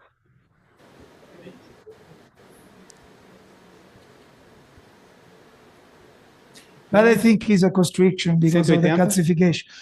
Because if you have an enfolding RUI, the 3 beads, the 3 markers are at a different height. This is something that is important to keep in mind. With the enfolding, you have the 3 beads on a different level. Okay. Yeah, it's a good point, I think. Yeah. Can we check on echo? Yep. Excellent. Clearly now the valve is better expanded.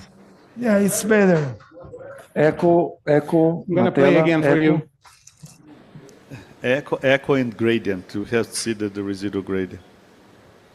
Yeah, we will exchange now for a pigtail. So.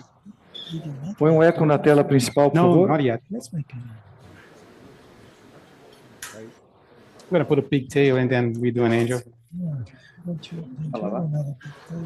Yes. Yeah.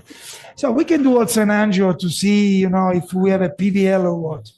You want to comment, Tito? Yeah. I will have 10-4. Mean gradient of 4. Oh, no? you see, from Now 11 it's to 4. 4. 4 is the much gradient. better. Now we need to make an angio. We trust on echo, but we trust also on angio. Thank you very much. Here So go, Giuseppe, in your guys. experience, post-dilatation, and after, what's your experience? Giuseppe, your contribution to this case was 30%. remarkable. 30% about, yes. yeah. Pronto aí com a bomba? There was certainly some recoil after the balloon, but it does look a little bigger, right? You agree? I agree. I think the hemodynamics is good. And also, it's a little bit of the shape of the Tudo valve. bem, tudo bem. Tá pronto aí? Okay. Injeta. I think it's okay. It's good. Probably you cannot visualize if you by echo, what you see by echo, now we trust on echo. Yeah, no, man. No, Yeah. let me do another angel here, Giuseppe, because I'm a little bit worried about the paravalvular leak. No, I don't see any a big. Actually, you have a Pronto aí? poor You see acoustic the window. paravalvular leak? Yeah, we have a poor Zero. acoustic window, you know. Pode injetar. I don't see. No. Yeah, We there can is. post the late with a 25. Yeah, I think you go with 25. It's what I told you. Because Yeah. 23, you can, post dilate the constriction of the calcification. But on the bench, the 22 balloon 23 slip up and down within the prosthesis. Okay. So we know from very early, beginning of the case that at the end, probably 25 is the final balloon. How much is for you the PDL? Will be okay. Dá uma compressa aí, por favor. Compressa.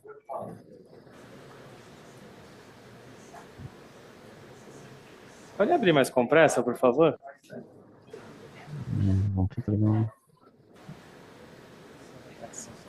Compressa.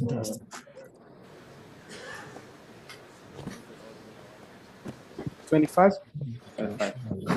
Preparado? Tá. So Giuseppe, I think this is very teaching, educational, since we are now having available this technology in our country, in the region. So highlighting the importance of optimization here. Yeah, optimization. So you mentioned about 30% of your cases you need to post-dilate. And then an additional, you tend to overestimate here for the post-dilatation? Yeah, but actually this is a very unique case because we stay in the gray zone. We have a very wide sinuses. So actually you need a lot of safer size, and calcification. then we have to optimize. You need to optimize. Yes. But Alex, I think that this chapter, that is the valve optimization, is really overlooked, I think, so far. You're absolutely right, and we learned hard way. Accurate for me is a great example that we cannot be relaxed with optimization, because there will be a price to pay. You see the IDE study from the United States. Exactly. There's a lot of analysis now proving that the patients that had the suboptimal result was the one that had events. Let's go. Dá o guia. Pronto aí, Lucas? Pode ligar 100, por favor. Deixa eu diminuir aqui. Ok. 180. Não estou vendo ali.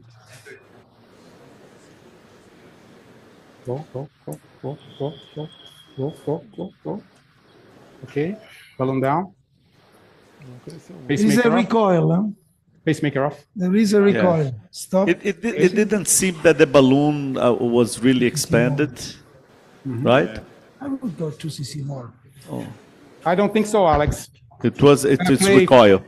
I'm going to play again. Okay, let's go. Sometimes it takes 2 or 3 balloon inflation 180. to overtake, the resistance there. It's pretty much like the mitral. Go ahead. Go. It's better now. Okay. It's better now. Okay. Definitely it's better now. Now you can see that the valve is reshaped. It moved. Now it's different. Yeah, now it's different. As I told you, sometimes you need 2 or 3 inflation. One inflation is not enough sometimes. I'm going to remove the wire. There is much less raised than what we had before. Yeah. I'm convinced about that. That's the additional refinement. Tito, you see paravalvular leak by echo?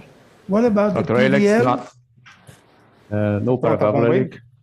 I'm just looking for the gradient here now. Por favor. The gradient and the PVL, please. Yeah. Is working at? The gradient, Okay. 7.1, 2.6. Mean gradient of 2.6. Yeah. Mean gradient is less than 3.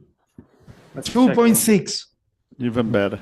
Let's do an angel. Max, I think it's important to highlight that even though this is an interannular prosthesis, the hemodynamic behavior is like a supraannular prosthesis, right? Because the low gradient and the internal area is as a super final area. Exactly. Okay, let's make an angio here. Injeta. Yeah. I think it's better. Definitely now better. we are talking. Okay. This is for you. Congratulations, this was fantastic. 2 beautiful cases, very didactic. We learned a lot, step by step, right? Real life experience. Thank you so much, everybody. Obrigado. Temos um intervalo de... Voltamos às 4h30.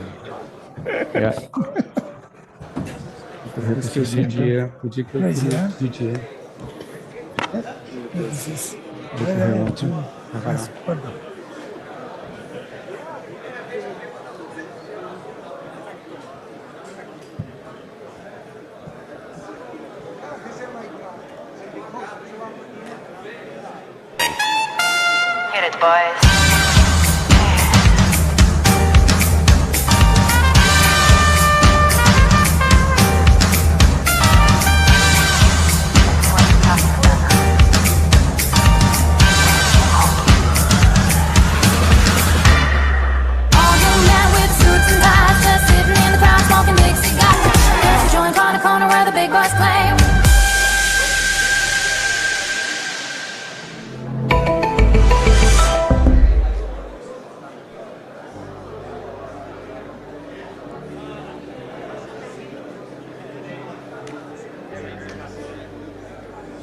Calcification is a leading cause of bioprosthetic tissue valve failure, diminishing tissue integrity over time.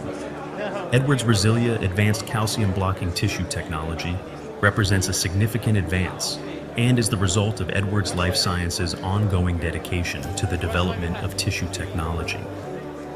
Resilia tissue leverages bovine pericardium, which is primarily collagen, a multi-layered, multi-directional protein that gives the tissue strength and flexibility. Resilia tissue is bovine pericardium transformed. Standard tissue is treated with glutaraldehyde, which creates cross-linked aldehydes that strengthen tissue, but leave behind free aldehydes that attract calcium. Resilia advanced calcium blocking technology virtually eliminates free aldehydes through two proprietary features.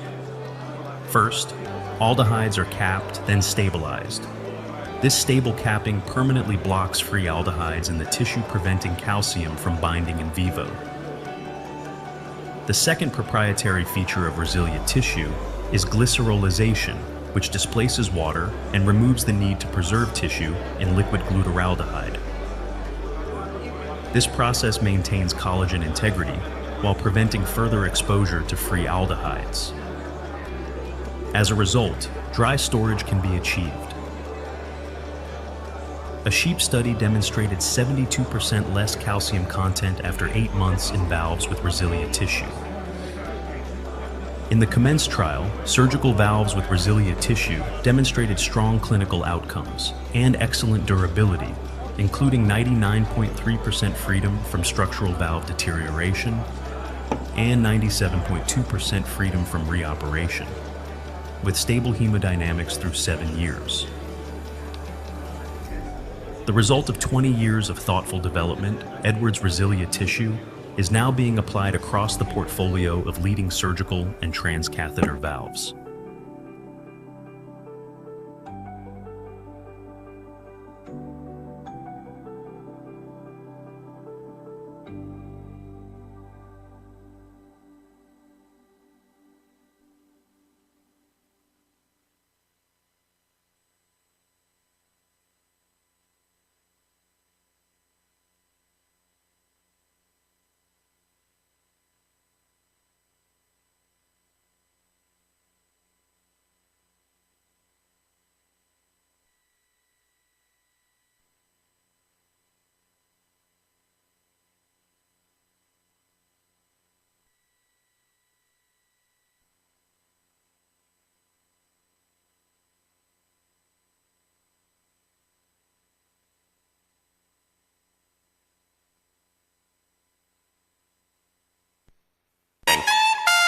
Hit it, boys.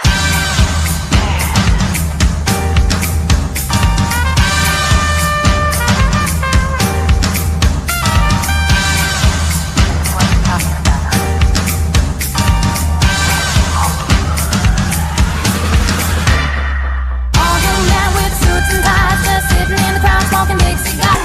There's a joint on the corner where the big boys play.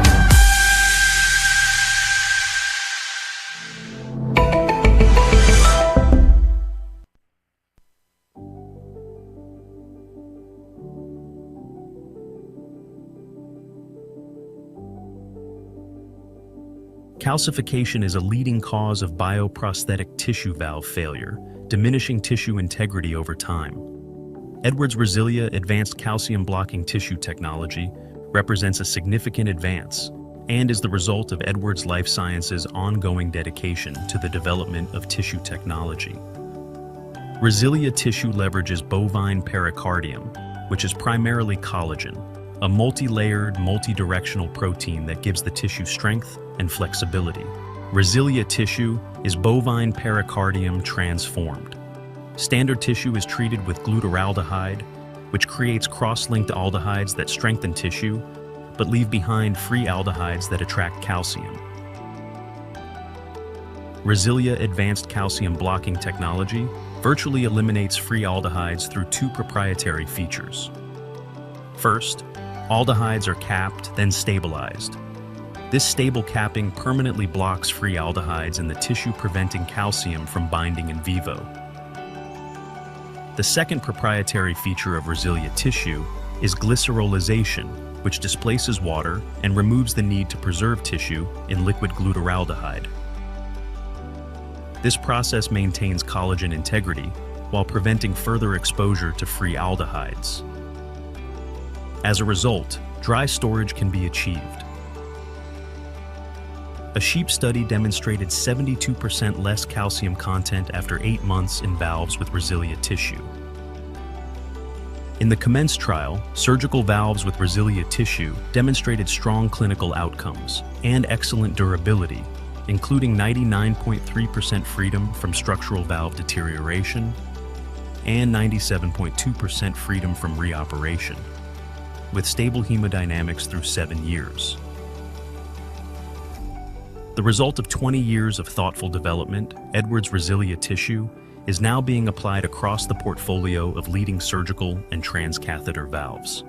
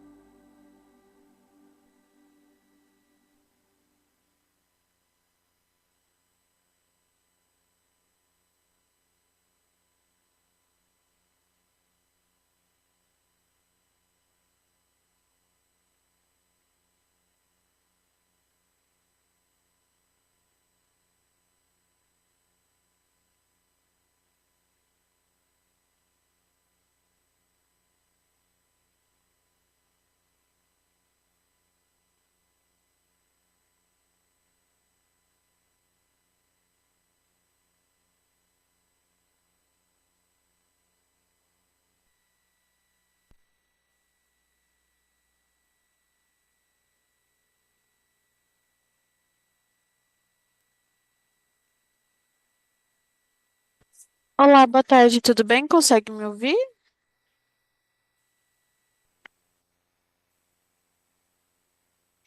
Olá, consegue me ouvir?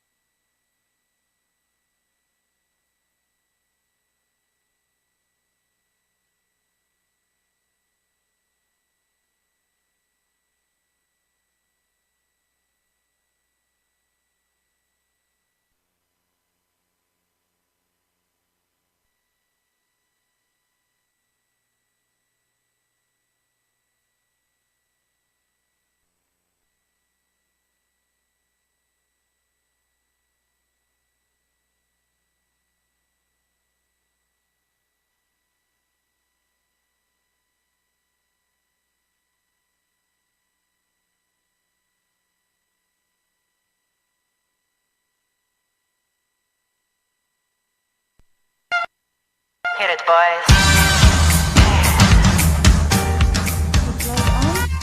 Geluid aan, geluid is niet aan.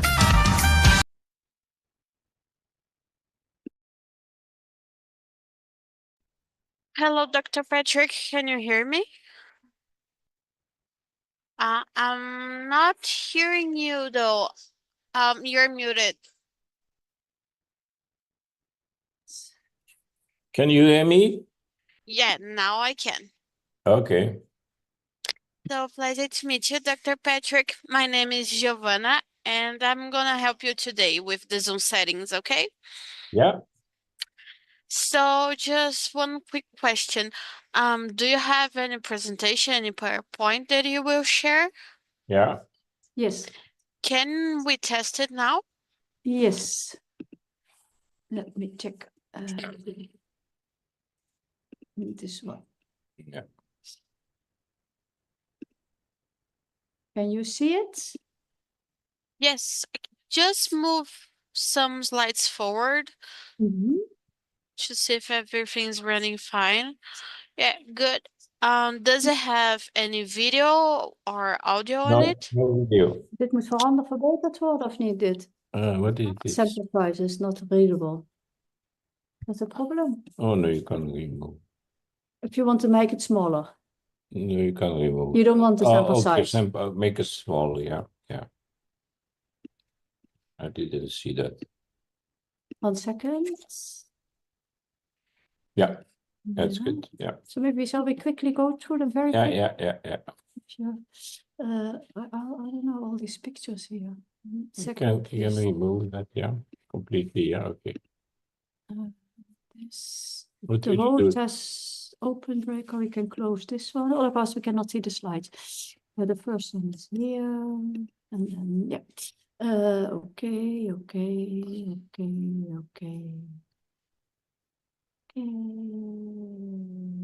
Yes. No movies, huh? Mm.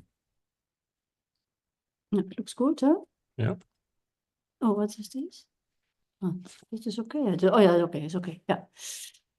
Okay, that's it. Yes. Yeah, everything running fine. So you can stop the sharing now. And just some informations before we go. We are about 22, 24 minutes to start. Yeah. And there is a participant called Live Latin Involves, where you will see everything that is shown to the audience, the podium, and also there they will open their mic so you can hear it too. And I just ask you to stay with your mic muted until they call you, okay? Yeah. That's good. Thank you. You're welcome. And if you need anything, I will be here on the chat. Thank Thank you. you. Thank you. Bye bye. Thank you. Bye bye.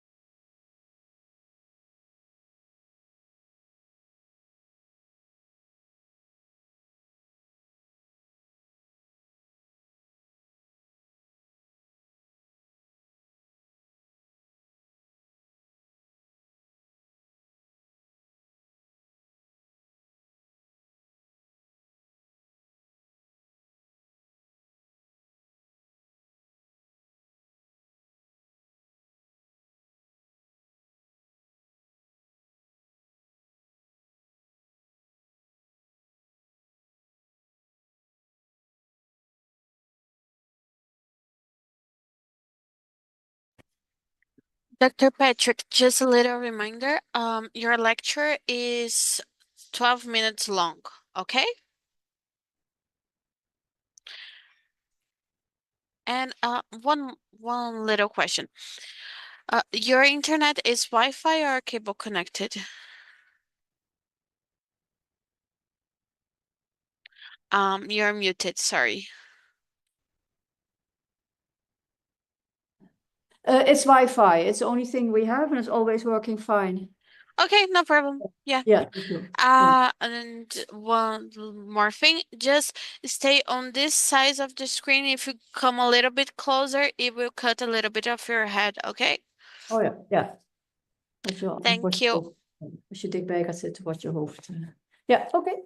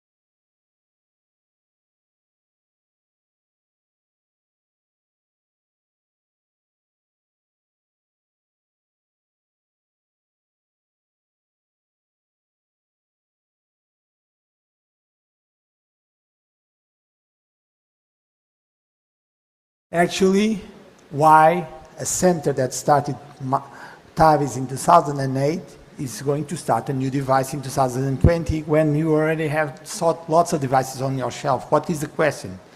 And actually, you have to understand that I still remember the first weeks or the first years when I started TAVI, because I couldn't sleep the day before we had the TAVI, because half of the cases were very difficult. We had like 10% mortality if you performed like just 20 cases per year. And so I never forgot how we evolved since then. So, and why did we evolve? Because we are more trained, of course, but also because the technology and iteration allows us to go further. So that's why, since the beginning, I wanted to have any TAVI in my shelf so that I could take the best out of it. And that's why I started my valve in 2020. Now we have over 2,000 TAVIs in our center. And the question is, what makes you choose a TAVI instead of the other? And of course, we always share, I think, as operators, we share that first, it's important to have easy of use. It's important to be easy, facile. It's important to have,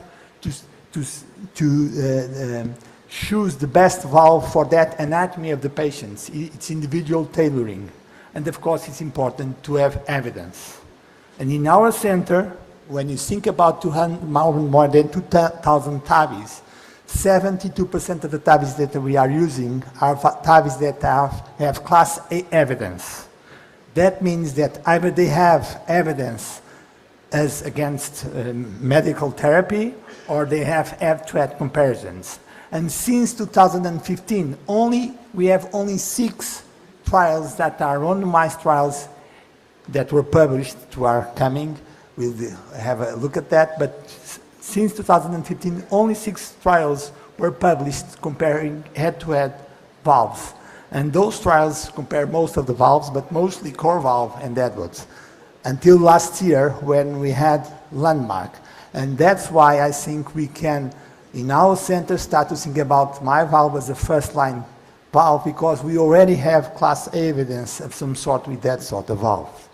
And now last year we had Accurate IDE and we have Compared TAVI. They are not published yet. Philip will let us know a little bit about Compared TAVI for sure, and we have Patrick talking about Landmark. But this is critical for valve users. I cannot use a valve as the first-line therapy in my cath lab if I don't have good evidence for it. So that's the philosophy that we share also with the My Valve series, because there was a research investment so that we can have not just a valve, but a valve that we acknowledge the results. And what are the other important features? First is that time is important. Now we have like more than 20,000 My Valve implanted around the world, and the number are increasing exponentially. And if you think about it, when you start a new center, you cannot have a learning curve that is very long. It needs to be fast. So the learning curve, it's important. If you are taking a new valve, it's important to be fast. And when you use the valve, it's important that it's very precise, very accurate, and simple to use. That's easy of use. And we all of us appreciate that. So that's one of the concepts of this design. And how is that done? Well, they have nickel chromalt 3 layers of the stent, and we have a bovine pericardium that is that is treated with anti-calcification, and we have a polyethylene skirt. That's usual, but what is important is that this allows for a huge range of valves that ends at 32, and that's unique. And the most important feature is that it has a very small foreshortening. It means that the foreshortening for this valve that is used here in Brazil, the first generation, is just 20 to 24%. So it's very predictable regarding the positioning of the valve. And how, apart from that, the open cells that are on the outflow are 53% of the area compared to 40% in closed cells that are beyond the annulus. That means that you have a good access to the coronaries. And crimping is a crucial part because we don't have a marker like in other valves. When just after crimping, you can see the second dense band that will allow us to position the valve. And as you probably, most of you already know, this is a schematic example. When you have the aorta, the valve will be deployed at the level of the second band. It's not a marker in balloon, it's the valve itself that after being crimped presents this band. And you will place the valve exactly here, 30% will be below the annulus and 70% above. But with a small foreshortening, it's going to be quite precise, and that's the philosophy, the design of this valve. Nowadays, we have moved in Portugal, I think in Denmark, in Germany, in Netherlands, and in Italy to the MyValve OctaPro, which is a little bit different, but mostly because they have two features. One is that the foreshortening is even smaller. It's not 20 to 24%, it's 10 to 12%. It's more precise. The catheter is a little bit stiffer. It's very stable during deployment, and you have the possibility to do a correct alignment of the commissures. If you look at the CT, you will do a CT analysis, and you orient the valve when it's crimped so that the commissures are aligned with the open cells, or the coronaries are aligned with the open cells. This was our first case in a regular patient with a calcium score of 1800, 78 years of age, a MyValve OctaPro this year, like last month, I think. So I cannot see the images here. We did an implantation. You can see on the upper corner that the valve is very, very stable. During the delivery, I will let it run again. So it doesn't move at all. I don't even have to push or pull the valve. I don't know if you have the same feeling, but this is a very stable valve. And the results are excellent. And we could even access the coronaries and perform an invasive assessment with the functional assessment. Just to share you a different case, why is this important? Why is this stability important? This is a case of an 85-year-old male that had bioprosthetic valve dysfunction, a structural valve deterioration with severe aortic regurgitation. He had an Edwards 26 implanted in 2015, and now he had regurg. We decided to move with a TAVI in TAVI, and you can see that we're going to have problems there. So when we were trying to implant the TAVI, despite we didn't push the valve, it always jumped into the LV, and in the end, we were lucky because we could retrieve the valve into the ascending aorta, and we do the second valve as we would like to, and we left a third valve, the initial valve in the descending aorta. But the bottom line is that I felt, when I had this case, I felt that I needed a more stable catheter, and perhaps this valve can help in this sort of cases. So almost to conclude, the philosophy first is to have open access to the coronaries. The philosophy is also to have a low rate of pacemaker because the valve is very precise, you can implant it quite higher, and not to have PVL. To conclude, the philosophy that we are facing with this sort of technology is not different from the ones that we have as operators. The philosophy is to have a simple and precise implant. The philosophy is also to have commissural alignment so that we can have access to the coronaries. And if we achieve this, I think we are in a better position to achieve a lifelong therapy. Thanks a lot. Obrigado a todos.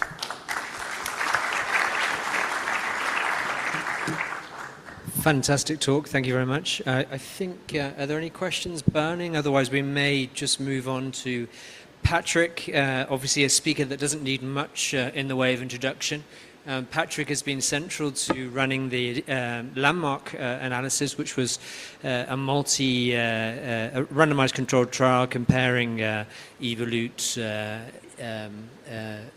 Edwards and MyValve. Results were published in The Lancet last year, 30 days. Patrick, are you online? Yeah, I'm online, yeah. Lovely to see you. We're ready to receive your talk. Thank you. Okay, can you see my slides, Philippe? We can, yeah.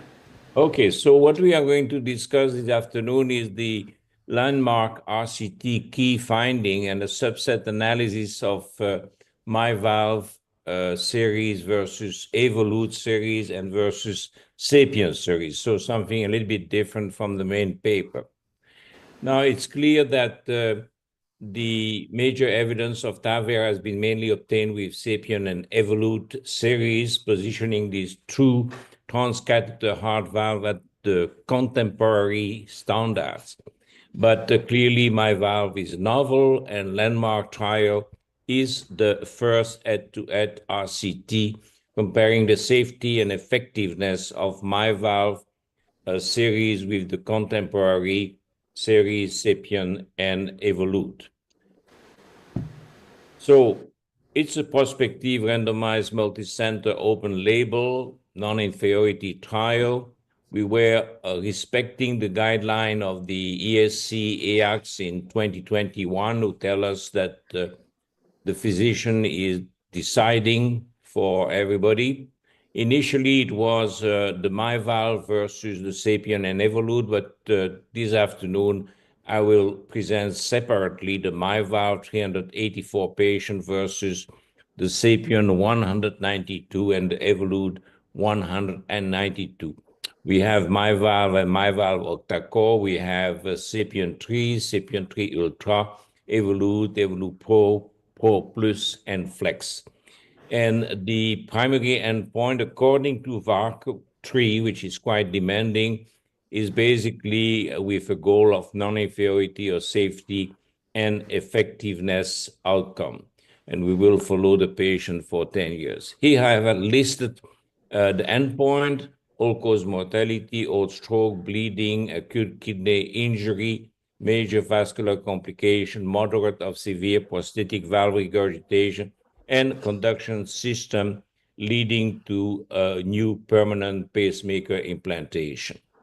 Now, what is important is that we were assuming a 26.1% for each group of event. Thus, the non-inferiority with 40% of even rate was 10.4, and the one side alpha was 5%. Now, in the Lancet, the scheme was 2-to-1, 2 MyValve for 1 Evolute and 1 Sapien, with a power of 93%. Now, the scheme that I'm going to present is 2 MyValve for 1 Evolute, 1 Sapien. The statistical power went down, of course, to 80%, and you see again the sample side. Now, we use 336 MyValve, 32 octa-core. As you know, there are 9 intermediate size, but the 30.5 and the 32 were not randomized, but going into a nested registry. There are 4 Sapien 3 and Ultra nominal size, 20, 23, 26, 29. And then in Evolute R, Pro, Pro Plus, and Flex, you have also 4 nominal size, but I have to tell you that nobody used the 23, only the 26, the 29, and the 34 were used. So in the MyValve, you have a small jump of 3 millimeter.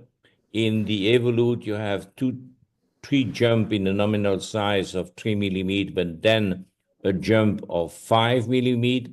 But the novelty is the 9 nominal size with small step of 1.5 millimeter, and clearly a lot of overlap between these different size. Here we see the MyValve versus Evolute, the probability distribution, and the forest plot. And as you could see, the MyValve is 5.3% less in terms of event. The actual number is 24.7 and 30%. If you look at the upper one side, 95% confidence interval of this difference, you are clearly below the non-inferiority margin, and with, of course, very impressive p-value for non-inferiority. In the forest plot, basically, there is nothing significant. As you could see, there is no difference in acute kidney injury. All the differences are not significant, but I put in green, which is slightly numerically in favor of my valve, and I put in red what is numerically slightly in favor of Evolute. Now, if you look at the my valve versus Sapien this time, the difference is really minimal, 0.6%. The actual numbers are 24.7% and 24.1%, still reaching the p-value for non-inferiority, because you see here the upper one side, 95% confidence interval, which is clearly below the level of non-inferiority. And again, if we look at the forest plot, there is no significant difference whatsoever for all parameters. The stroke is identical. I put in red what is slightly numerically in favor of Sapien, and in green what is slightly numerically superior in favor of my valve. Now, this is important. We have on the vertical axis the pre-procedural aortic annulus, on the horizontal axis, and on the vertical axis, the EOA. This is for the my valve. You see the 8 nominal size. Now, in red, we have the my valve. And as you could see, for the 20 millimeter nominal size, there is no difference between the my valve and the Sapien. But for the 23, the 26, and the 29 in my valve and Sapien, systematically, we have a significant p-value, and the effective orifice area is lower for the Sapien than for the my valve in green. Now, if we go now to the Evolute, you see that there is no significant difference between the 24 and the 29 here. That's the nominal size and their effective orifice area. There is no difference, no significant difference between the 26 and the 29, but there is a difference between the 23 and the 26, which is significant. Now, what we can do is that to analyze systematically the point which is here in this square, and as you could see, this is value of aortic annulus area below 430, and we can literally do a smart analysis in the landmark trial. Now, below this 430 millimeter square, you can see a lot of blue point for the Evolute, and they show significant superiority, larger effective orifice area than the my valve. And you see also that the my valve this time in green has a significant large effective orifice area than the Sapien. But if you look at the individual data point for the moderate severe PVR, we see in the Evolute 7 patients, 1, 2, 3, 4, 5, 7, 11.9% of moderate and severe PVR, when only 1 patient in the my valve, so 1.7% for 11.9%. That's a difference which is significant with a p-value of 0.007. Evolute 11.9% of moderate and severe, my valve 1%. If we compare now my valve and Sapien, only 1 patient in my valve, 0 patient in the Sapien. So when you compare the my valve nominal size 20, 21.5, 23, 24.5, there is apparently a disadvantage to oversize all the small annulus area less than 4.30 millimeters square with a 26 and a 29 nominal size Evolute.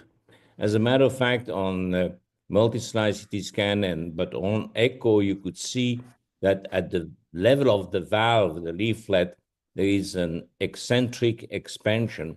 And an eccentric expansion create a pinwheeling effect and also some paravalvular, and that explains these 11.9% of evolute with PVR. I'm finishing on the suggestion of Axel Link. He said, why we don't take the nominal size in diameter divide by the aortic annulus diameter. So you take an example of an octacore with 21.5, and then you look at the native aortic annulus, the area, which gives you an area-derived diameter of 21.1. If you prefer the perimeter-derived diameter is also 21.4. So the fitting index is either 1.02 or 1, 21.5 divided by 21.4. Now that fitting index is interesting because here I put an histogram of the fitting index for MyValve and Sapien. In green, you have the MyValve. In red here on the side, you have the Sapien. In brown, you have the overlap of the fitting index. To make your life a little bit easier, I express the same result in density curve of fitting index for MyValve and Sapien. And you can see between the X and Y axis, they have the same fitting as, except that the frequency is less for the MyValve. And here you have an area of overfitting, undersize of oversized Sapien for the orifice annulus. Does that have implication clinically? The numbers are still too small today, but when the MyValve and Sapien are equally fitting the aortic annulus, that's the region of equally fitting, there is no difference in pacemaker implantation, 15 versus 24.1. When the Sapien fitting index is outside the fitting boundaries in these two regions, there was a numerical difference in PPI, 15.2 and 21.1. Yesterday, we learned that the combination of compare TAVI and landmark is accepted at the PCR for combined presentation, and we will learn more. I can repeat a little bit what I have said, but I would like to go to the final conclusion, which is the one-year follow-up will be available at EuroPCR 2025. It will provide information on the clinical impact of these early moderate regurgitation more frequently observed in small annulus area treated with a self-expanding, a large one, 26-29, instead of the balloon expandable. So that's the information that we are going to release at the time of the Congress. Thank you very much for your intervention. It's always for me a huge pleasure to see the pictures of Alain Cribier. We were together chatting at Rouen in May 2022. And during the celebration of the 20 years of TAVI, we decided to write a book which was finished in February 2024. It's really his last writing, and it's very popular. It's Marty Leon, John Webb, Yoshio Numa, Raj Makar, Eberhard Group, Hélène Elcheninov, and Alain were the author of the second version of transcatheter aortic valve implantation, current and future development. That's not self-advertisement, but I must say that I love that pictures. Thank you very much.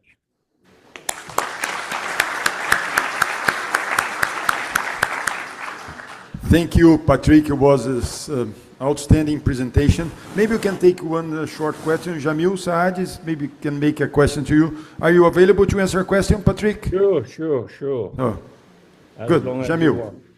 Your friend Jamil from Belo Horizonte, do you remember him? Yeah. Hello, Patrick. Good to hear you again.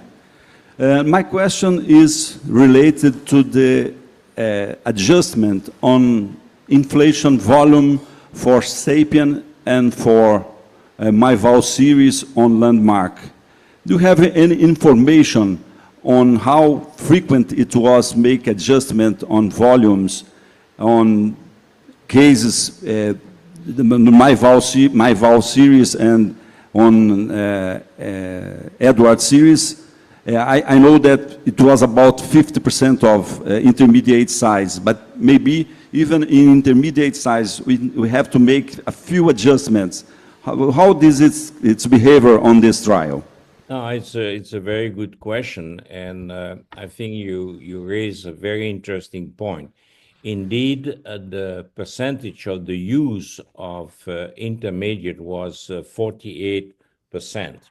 And that's interesting because there were 4 or 5 studies before that. We did one with 1,100 patients and multi-slide CT scan.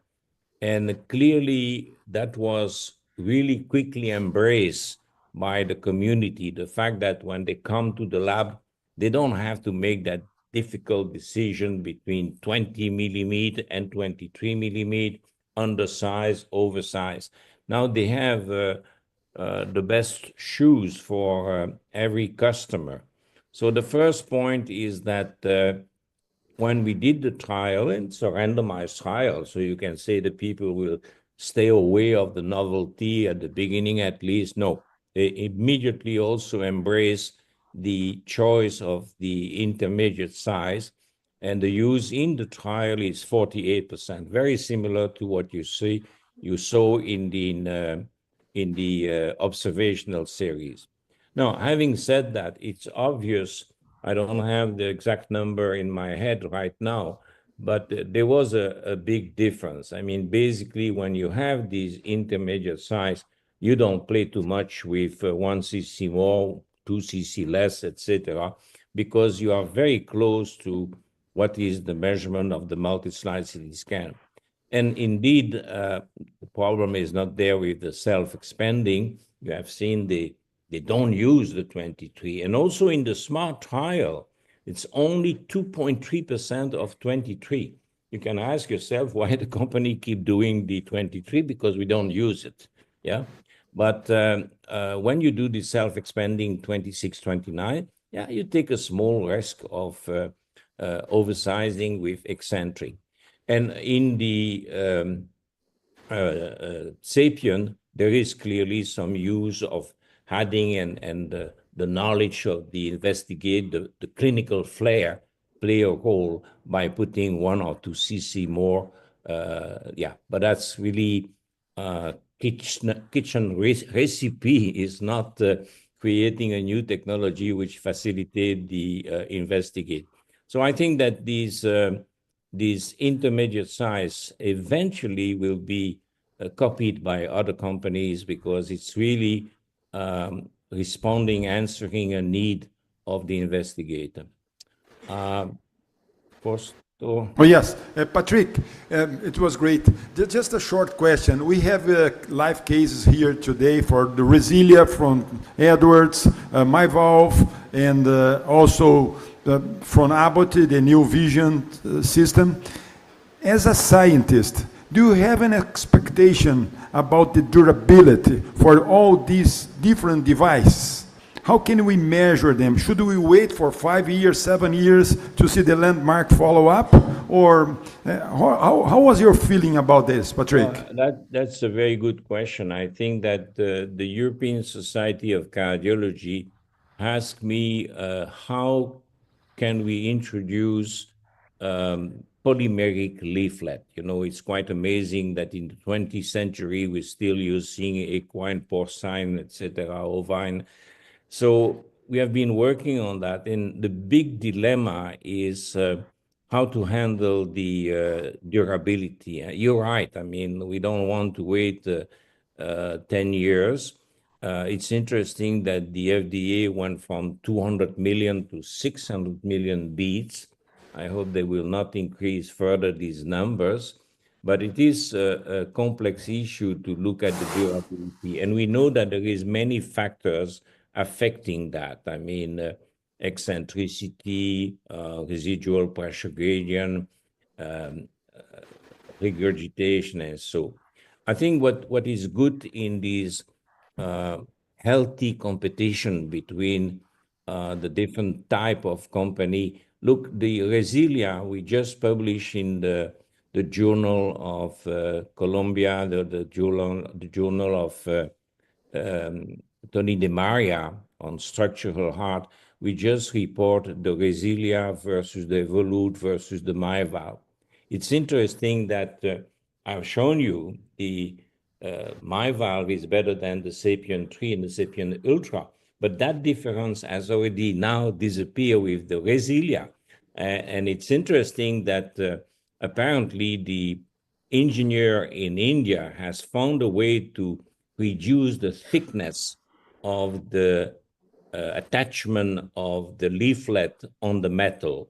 And that's something that is also done now by Edwards.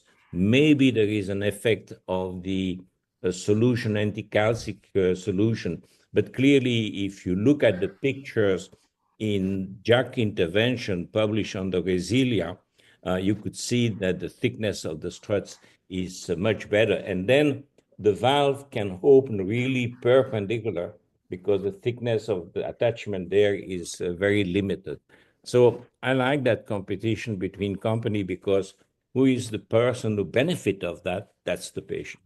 Okay, great, Patrick. So thank you very much. I think we would stand here in front of you maybe all night. But I know you are in Ireland. Maybe it's 8 o'clock or 8 p.m. right now there.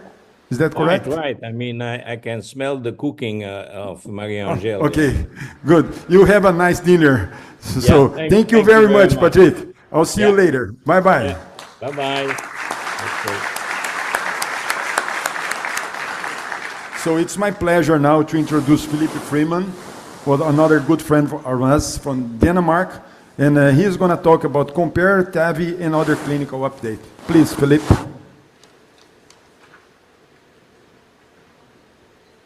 Okay. Yes, work in Denmark, originally from the UK. Thank you very much for the invitation. It's a great pleasure to be here. I've got 12 minutes, so I'm going to talk just about Compare TAVI. I think that's probably what we want to see. How do I go forward? Here we go. Yeah, so TAVI Compare, recently presented at London Valves last year, and I can report that the next issue of the Lancet will have the full published version. I'm going to give you some data, but not a great deal of data beyond London Valves, and that's because we're a little bit limited by the wishes of the Lancet. There we go. So Compare TAVI group, it's head-to-head against the best in practice, all-comer trial, which is going to be important in your interpretation of the trial. Classical endpoints, VARC3 criteria, 1 year to 10-year follow-up. We're going to talk about 1 year follow-up, obviously.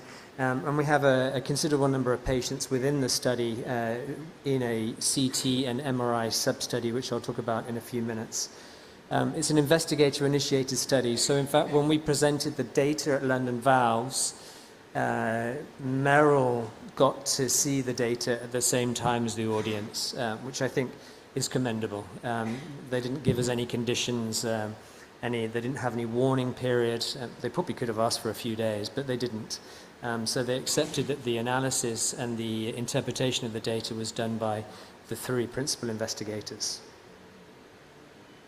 It's a randomized trial between Sapien 3, which would be the 29, and Sapien 3 Ultra, which is the 23 and the 26. Is that correct? Yeah, that's right. And a combination of the MyValve first generation, which you use in Brazil and South America, and then latterly about 50% of the patients with a second generation octa-core, one-on-one randomization. Inclusion criteria, eligible for transfemoral balloon expandable valve. 2 of the 3 centers, mine included, were basically a 100% balloon expandable valve centers. Luckily, the Scandinavians tend to have quite large annuli. The center experience had to be more than 75 TAVIs per year, and the operator experience had to be more than 15 of each of the TAVI valves. And there's an important detail in that. The exclusion criteria are quite simple. There were none beyond, obviously, the patient had to consent to the study, but in terms of anatomical clinical situations, it was truly an all-comer trial. Composite primary endpoint is classical endpoints that we believe are important as TAVI operators, so that's all-cause death, stroke, moderate to severe aortic regurgitation, and moderate to severe THV deterioration. And if non-inferiority was proven, we had secondary endpoints, which were the individuals of the primary, TAVI-related complications, successfully implanted, planned TAVI, and new pacemaker within 1 year. And then we had a series of exploratory hypothesis-generating endpoints for interest only. The power calculation, alpha of 0.5, beta of 0.8, quite a stringent non-inferiority margin. We had 2 non-inferiority margins. For a lower event rate, it was 4.1, but our event rate meant that we used the 5.3% inferiority margin with an event rate of 13%. It meant that we needed 1,002 patients, which meant that we were aiming for 1,062 patients, assuming there'd be a 5% dropout. Actually, we stopped the trial early because of the electronic system in Scandinavia means that the dropout was basically 0, which allowed us to stop just short of 1,062. I'd like to just draw your attention to the non-inferiority margin, 5.3%. That's about as stringent as you can get without randomizing a huge number of patients. So 5.3 in comparison to many other non-inferiority trials which stretch out to 10, 11, 12%. And obviously is important to really interpret the data. Participating centers were Aalborg, my center, Aarhus, and Odense. All have a huge SAPIEN experience of more than 500 cases, a catchment population of about 3 million, and a total TAVI volume of around 750 to 800 per year. Now, we had great SAPIEN experience of 500. We didn't have great MyVal experience. And as we may come up in questions later, I think probably that was important in one of the secondary endpoints. Here's our inclusion rate. It was an all-comer trial. So actually at the peak inclusion, we were randomizing around about 60 to 70 patients per month. You see the 3 centers there, or the total on the top line. You see a horizontal line of 12 months. That's a little period where the patent lawyers were deciding, fighting each other out and charging large bills to both companies. But basically, after the flat line, we switched over to Octocor, which allowed us to get on with the trial. Valve morphology, obviously a kind of classical Northern European, the majority of tricuspid, 5-6% of valve and 3 or 4% of, 3-4% of valve and about 6% of bicuspids. Timing of procedure, the vast majority elective, but where we could get consent, we also did acute and subacute patients. And like I said, inclusion was terminated after 1,031 patients with basically we had a 0% dropout, so we stopped a little bit earlier. Consort diagram for how we randomized. This is also important. Hoping you can see this better than I can see it. So during this randomization period, we looked at how many TAVIs we performed, randomized or not, and that was 1,335 in the 3 centers. One of the centers had a passion for self-expanding and took out 49 patients. We then had a potentially randomizable population of 1,286. And then, of course, we couldn't randomize everybody for different reasons. Not informed, that means probably the fellow forgot, or a variety of different reasons. Valve unavailable, which was an issue once in a while. Cognitive impairment, which meant we couldn't really ethically randomize the patient. The biggest group was the patient declined to be randomized, 117 patients. Other undefinable reasons, about 9. That meant we had included 1,031 out of the original population. That's 77% of our TAVI patients that are randomized, and out of the potentially randomizable, 80%. Now, I challenge you to find another randomized controlled trial that has such a high level of randomization of your population. And I think it's really important because this truly is an all-comers trial. While we look at fairly selected populations in other trials and then expanded into our normal working practices, this trial represents our normal working practices with which kind of patient included.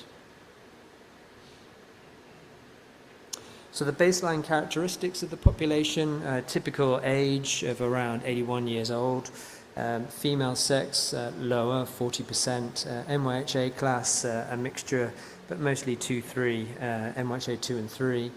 Euro score of 2.6, 2.5, and an STS PROM looking really like a more moderate to low risk population, although STS PROM of more than 8 was featured in about 5.6 in the Sapien arm and 7.4 in the MyVal series. The primary endpoints. We found for the composite per protocol endpoint, the Sapien had a 12.8%, and the MyVal THV series 14%, which meant that it was well within its fairly stringent non-inferiority margins.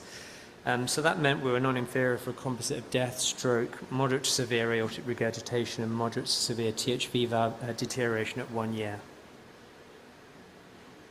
Here's a quick outline of our non-inferiority margin at minus 0.9%. You can see how easily that fell within our defined margins. And now we'll look at some of the individual endpoints. So out of interest, stroke, very similar between the two groups. There were no significant differences except a small signal of moderate or severe aortic regurgitation. Actually, 90% of them were moderate, and there was slightly more in the MyVal THV series, which we don't totally understand, but I have a small hypothesis of my own at the end, which we can talk about. The secondary endpoints, TAVI-related complications, very low in both groups, 3.3 in Sapien, 2.7 in MyVal. TAVI-related successful implantation, again, very high, almost identical, 96.4, 96.6. New pacemaker implantation, this was the surprising signal, 12% in the Sapien series, which is actually a little high, and 20.9% in the MyVal series. And again, we have some discoveries which will be published and we can talk about here. But I think for me, the major pacemaker implantation rate came with the octacore series, which is a slightly bigger valve because of the external skirt. And we actually reduced our oversizing down to 5%. And the other thing is we didn't actually recognize there was a higher pacemaker rate because we were truly blinded from the data. We realized there was an issue when we published the MRI sub-study where we saw the signal for the first time. And I think after that's towards the end of the trial. After that, we adjusted how we implanted for a higher implant and didn't implant it like a Sapien valve, and also downsized. In my center, we saw a pacemaker rate come below sub-10. So compared TAVI, largest one-on-one comparison of any two transcatheter heart valves to date. It's the first true all-comers randomized trial so that the results can be generalized to daily practice. MyVal is non-inferior to Sapien, but how can we improve it further? And I suppose that really relates to the pacemaker implantation. And as I said, it's going to be published in the Lancet in the next issue. Thank you very much.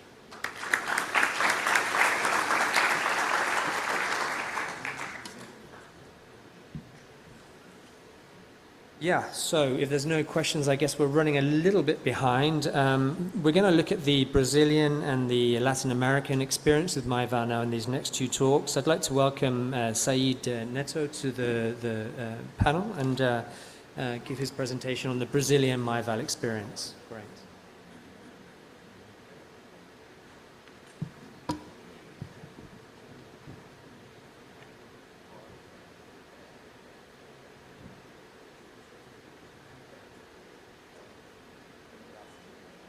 So good afternoon. Firstly, I would like to thank the organizing committee for the invitation. It's a pleasure to have this opportunity to speak about MyVal experience in Brazil. And it's an honor to share space with great professors here of interventional cardiology.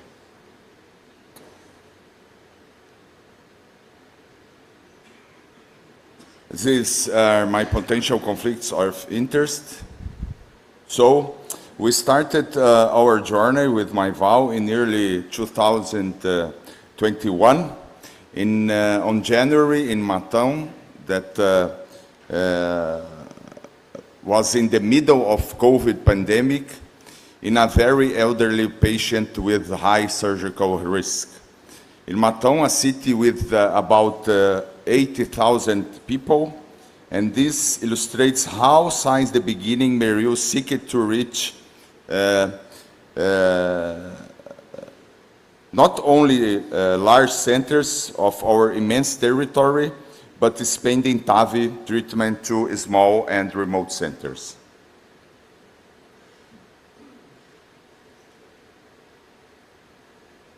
As you can see here, in this our first implant, we found a system without many steps for valve release and implantation.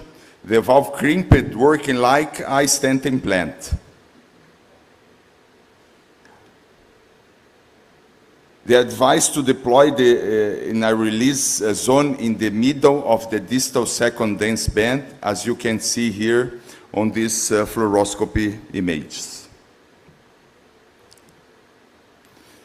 An implant higher than the other balloon expandable valve, but same insufflation steps, a dog bone, contrast injection, pull out the pigtail, retrieve the pigtail, final insufflation holding for 30 seconds. And then we had a beautiful deployment with nice result, 18% facing aorta, 20% face left ventricle. Patient was discharged in 48 hours.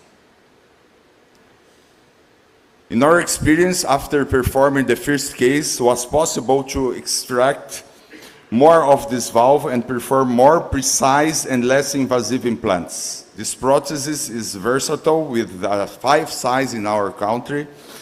We can individualize the choice of size, improving hemodynamic and durability outcomes. It's possible to implant a shallower valve, releasing it at the level of the light band. And in addition, it's possible to perform the pace by the guide on the ventricle, reducing the morbid mortality of the pacemaker electrode.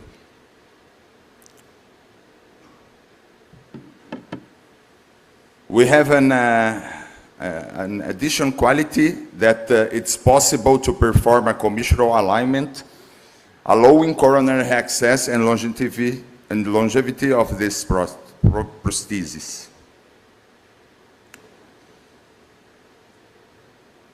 Intermediate size seems to offer better hemodynamic results, individualizing the valves for each patient, and this size contributed to almost half of the cases performed in Europe in the beginning, as shown by Dr. Patrick Sorais in this study.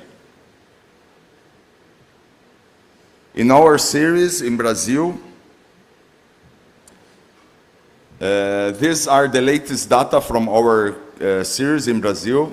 There have been 3,088 implants since 2020. Similar to Europe, we had about 50% of patients treated with intermediate size in valves and almost 10% with large size in valves.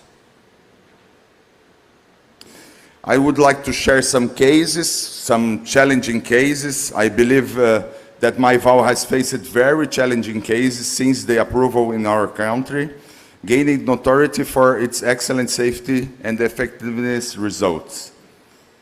We have many examples of this, as we'll see in this case. A young man, 61 years old, with moderate regurgitation and severe stenosis, with a low ejection fraction, 19%, with high surgical risk.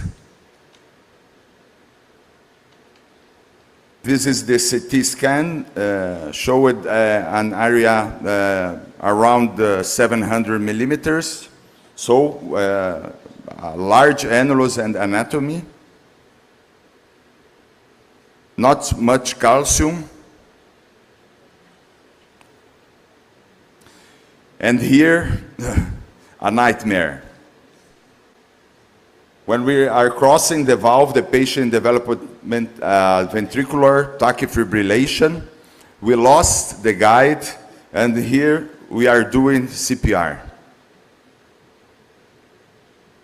So it's a good thing that this device can be removed from the patient, making it possible to recross the valve and implant the prosthesis, which, despite the nightmare initial dramatic situation, we obtained an excellent final result.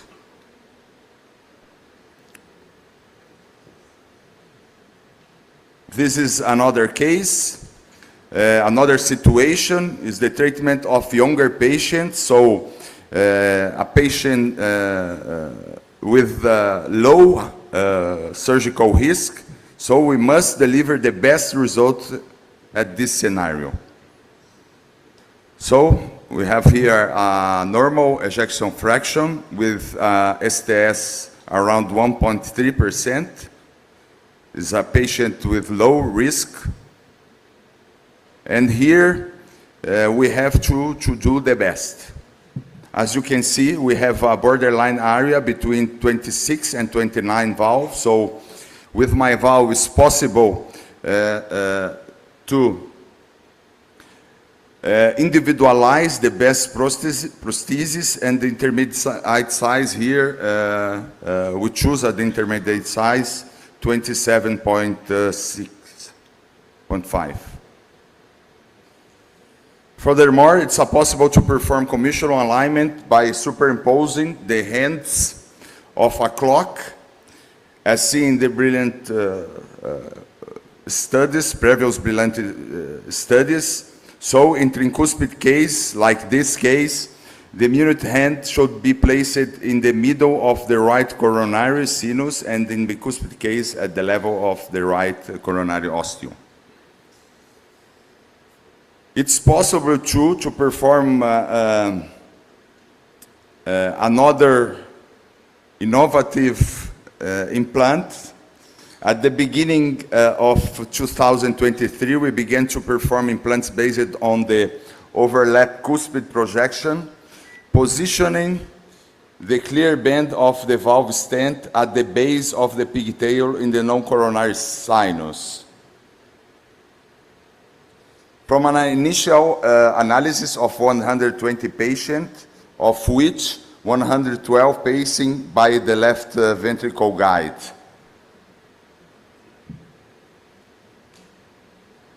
So in this analysis, we found full success, no embolization, no leak or mild only, 2.6 post-dilatation. The size medium was 24, gradiated medium 3.9, and only 6 cases was the rate of pacemaker in 30 days. So it's a good result for our real world. So we did this case with minimalist technique. Here is how to perform the commissural alignment by crimping the valve post in the direction of the minute hand on the clock. In addition, it's necessary to keep the system directed upwards with the Merrill brand facing up. Here the positioning and release in cuspid overlap, and sex factor final result. Low final gradients, no ECG change to compare to baseline, and we perform a coronary reaccess without difficulties. I will finish, Dr. Fausto, but I need to talk about this. Another scenario, from our experience, is patient with aortic regurgitation. In Latin America, we still do not have a specific device for the treatment of aortic regurgitation, and not the device on label not treat all the patient in our practice. If you see here, we have a Gena valve on label, a valve, does not treat patient with large perimeters, above 90 millimeters. I am seeing here Dr. Daher, who has a large experience in the treatment of poor aortic regurgitation, perhaps the largest experience in Latin America. Vou concluir, terminando aqui. This is a study from Inácio Amato, the PURE study that showed us a good result with treatment with the MyValve. And thus, just to finish, Dr. Fausto, a case from our series, a patient very frail, refused for surgery, with low ejection fraction, with large systolic and diastolic volumes, that we treat in a live case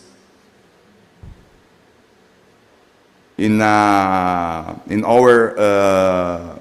Congress. So we are learning about how should be the valve release, but it's important to do a very slow deployment with this low dog bone and multiple contrast injection to allow reposition and in most cases pulling the valve. In balloon expandable prosthesis, embolization is ventricular because the valve is pulled into the ventricle, so it's necessary to be careful that the squirt remains fixed at the height of the annulus. This is the result, nice, very nice result. The patient discharged after 48 hours, no AKG change, and after 8 months, this is the echo showing left ventricular volume reduction, improvement of ventricular function, low gradients, and no more pulmonary hypertension. In conclusion, in our Brazilian experience, MyValve has demonstrated safety and effectiveness in the treatment of valve disease, mainly in the challenging scenarios. Data on the use of intermediate size matches European data and demonstrates with recent studies the benefits in relation to the longevity of prostheses. New techniques and implant scenarios have provided advances in the treatment of younger patients and regurgitative disease of the aortic valve. And finally, it's very important for the expansion of this treatment, the simplicity of the releasing system with few steps and stent-like implant. Thank you. I would like to thank Meriu for all support and all my colleagues in the TAVI proctoring journey that I learned more than I thought. Thank you.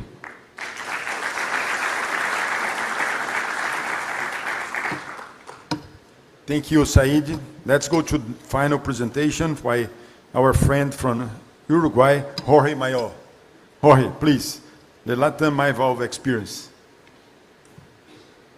Thank you, Fausto. It's a great honor for me to be here presenting the Latam MyValve experience. Yes, this is my conflict related to the talk. We must recognize that the calcified aortic valve disease is linked to the process of aging of our population. This is a phenomenon that occurs worldwide, but particularly is occurring in Latin America. So we can see that the prevalence of aortic valve disease is quite similar between Europe and Latin America. So we should be treating our patients the same that Europe does. But in 2017, the uptake of TAVI was quite bigger or greater in Europe because they were developing the TAVI program, and Latin America was quite ahead, quite behind them. But there is a quite dispersion of intake of the TAVI programs in the different countries of Europe, but we can see that the average of usage of TAVI is 137 procedures per million people to the whole continent. But there is a dispersion related to the economy of each country, in which you can see that France or Germany are close to 300, and other countries like Turkey are below 20. It is estimated that in 2023 in Latin America, we performed around 10,000 procedures of TAVI. Half of them were performed here in Brazil, and it was followed by Argentina, Mexico, Colombia, and the rest of the country that we see in this slide. But there is a better way of looking at things, and it is to look how many procedures were performed per million people per country. And we also see a wide spread of number of procedures performed along the way of Latin America. But we may know that we have 28 TAVI per million yearly in our continent. So we are far for the 137 that Europe has, and further more with USA that had 350 TAVI per million. The reason why Uruguay is at the top of the list of the Latin American countries is because we have a special dedicated universal reassurance system for the high cost and high-tech medicine for 100% of our population. And for this year, we also have better news because the government has decided that we may treat 157 patients per million people, much closer to the European one. What happens with my valve, particularly in our continent? It is estimated that around 70,000 my valve had been implanted worldwide. And in Latin America, we are close to 5,000. Brazil have implanted half of this, and of course, followed by the rest of the countries of the list. It may be surprising that Mexico and Peru, for example, that are quite big countries, have quite low figures. But the reason is that they had just begun their process of registered the device a couple of months ago. Also, smaller countries like El Salvador, Honduras, or Nicaragua has a quite nice figure. And the reason, I believe, is that they have begun with my valve as the first device to use in their beginning of the learning curve. Let me show you just two countries' experiences. One is Argentina. They show their first 532 procedures performed in the recent Latam valves in Europe. Most of these devices were implanted in native aortic valve, but they also use my valve in aortic valve, in pulmonary and mitral and in tricuspid position. These are the baseline characteristics. You may pay your attention that they have a quite a high figure of coronary disease in this population, and these were the results. They perform with local anesthesia most of the procedures, but only 55% percutaneously, with predilatation in 60%. With regard to the results, they had a quite low mortality with 2.6, a new pacemaker of 7%. So they use intermediate sizes in 44% of the procedures. So they conclude that the use of my valve was efficient and was safe. The intermediate and XL sizes devices allow them to treat complex situations. The good hemodynamic result obtained was with a low rate of complications. Let me show you the experience of my hospital in Montevideo, Uruguay, Centro Cardiológico Americano. First tell you that our first my valve was implanted in January 2022. At that moment, it was a slow uptake of this device that coexisted with Sapien and with the group of Evolut. And in May 2024, the government, the fund that I told you, decided that my valve replaced Sapien. So this is our experience since then. 414 implants with this device. We compared with the rest of the device. So this is a real-world selection. This was selected based on clinical situation, EKG, and anatomical issue of the patients. So in which patient do we decide to use my valve? There were more men than women. There were patients with more coronary disease, with more prior CABG, with more peripheral artery disease, and with more conduction disturbances. They also have patients with my valve had larger annulus area and also a larger annular aortic perimeter.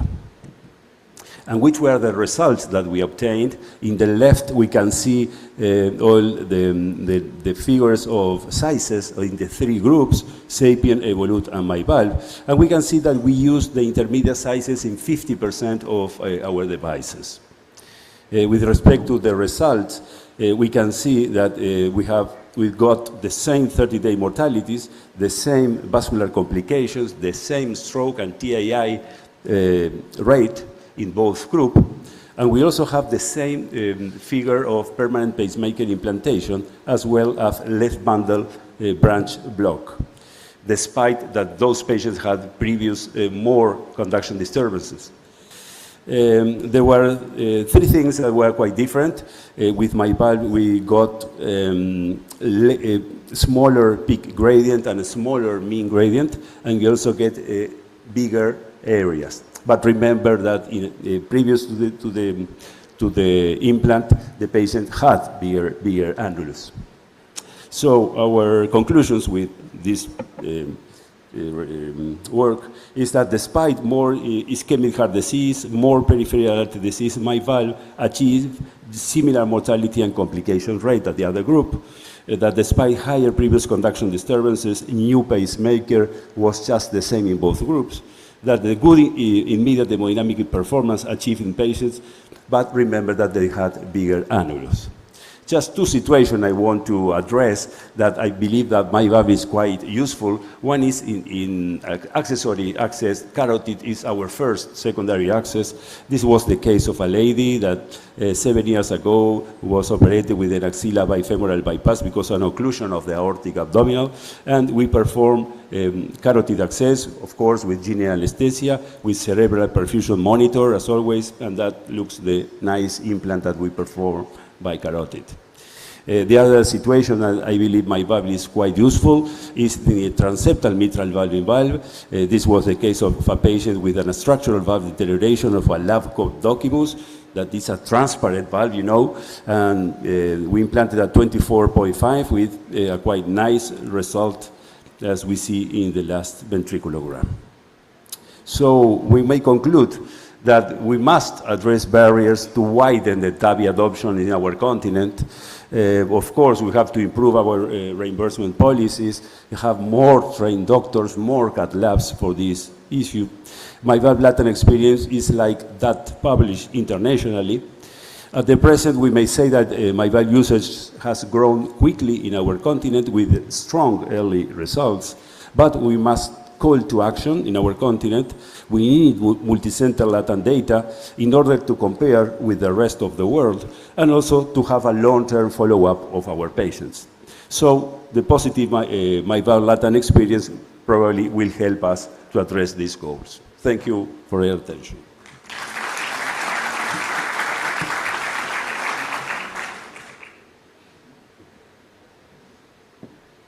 So thank you, Jorge. It's a very nice overview about what we have done in Latin America, in TAVI. So the time goes over. I think we need to move on for the next session. So I'd like to thank you all, the panelists and all the presenters, and also the Merrill Life System for this wonderful symposium. And thank you all.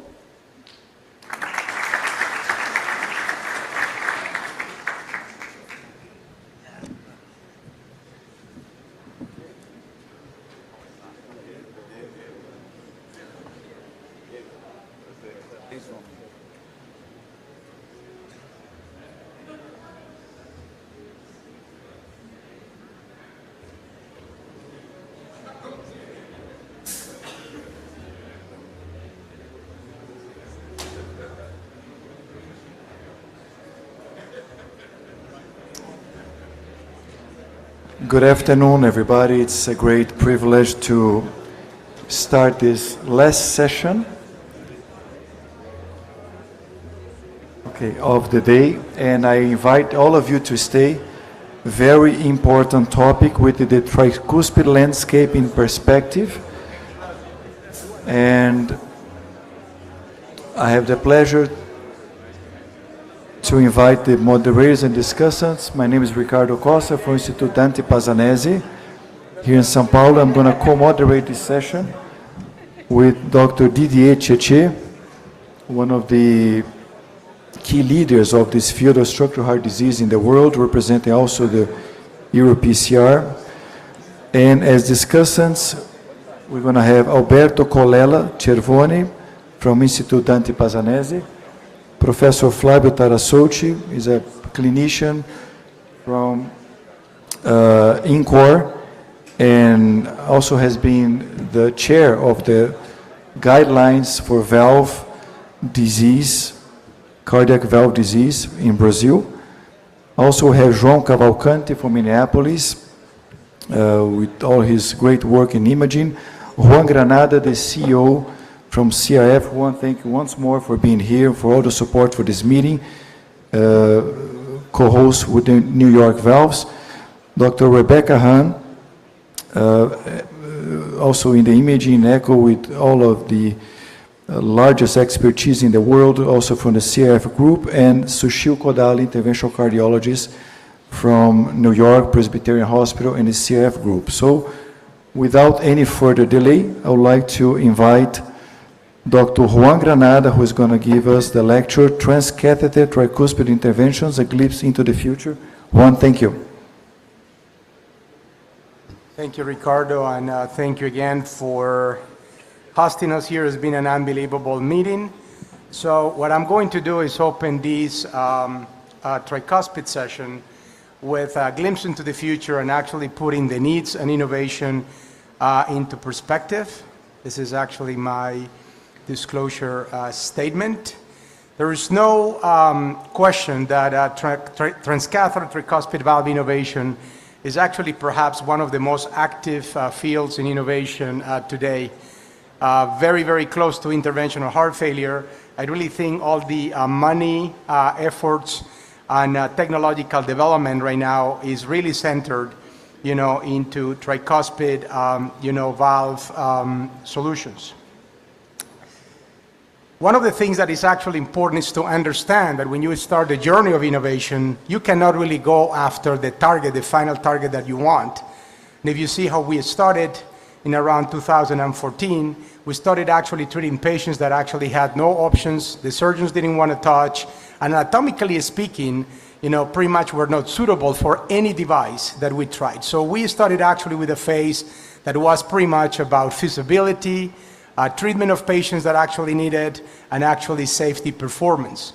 Then we moved into the next phase, which is the phase of actually proven effectiveness, and this is when things get actually quite complicated in the clinical trial landscape, because now people say, well, it's not enough to be good, to be able to deploy or deliver a device. Now we want to see clinical outcomes. Unfortunately, we have right now randomized controlled data that essentially sets the stage for future clinical studies. But now we have to go into the next phase of tricuspid innovation, and is, can we really make a clinical impact? Can we really show an impact in clinical outcomes? And can really essentially show, efficacy and safety in a large patient population? And this is when, you start talking about going earlier, going into actually better patient subsets, et cetera, et cetera, et cetera. I really am not a fan of actually having discussions about repair or replacement, because not all patients are created equal, and I really think we need to reconcile technology development with clinical needs, and actually being able to reflect that into clinical trials. We need to really start actually thinking, who is going to benefit of whatever we do? I mean, is actually the patient? Are we talking about survival benefit? Are we talking about improvement in functional status? Or actually even personal preferences? Or are we talking about the anatomy? Because sometimes we actually divide the suitability based off a great candidate for repair, a good candidate for replacement, but there are other factors that actually do not really match. You have actually a great a candidate for replacement in a patient that is got a big contraindication for anticoagulation, so it's perhaps not the real, a good patient for this type of technology. And there is the lifetime management issue. We're talking about, especially in younger patients, devices that need to stay there for a long time, that essentially we need to assess the functional capacity, bleeding risk, and competing comorbid conditions. So as I said actually yesterday, for me, when we put all this together about patient suitability, we should really avoid having these vertical charts of you go to the right, go to the left, and start actually being more comprehensive about all these factors to really understand what is the right anatomy, the right patient, and the right strategy in the long term. This is the way that I see TTVI in 2025 and the implications for innovation. I think when it comes to technique adoption, I mean, at least in my mind, I really think it favors TTVR, because I really think with all the devices, it's actually easier to reproduce and it's easier to standardize compared to T-tier. When it comes down to procedural success, you know, I think TR resolution, no question, actually favors TTVR, but procedural safety, no question, that actually favors T-tier. The interesting thing is 2 randomized controlled trials actually didn't show any significant difference in death or heart failure rehospitalization, and both actually showed improvement in functional status, so I would call it really that a tie. So that's, for me, this is where we are right now in the current landscape. One of the things we cannot really forget, and this is important to emphasize, is as it happened on the mitral side, residual TR after T-tier is associated with a worse prognosis. So actually suboptimal results on the right actually should not really be accepted as a good, you know, clinical endpoint.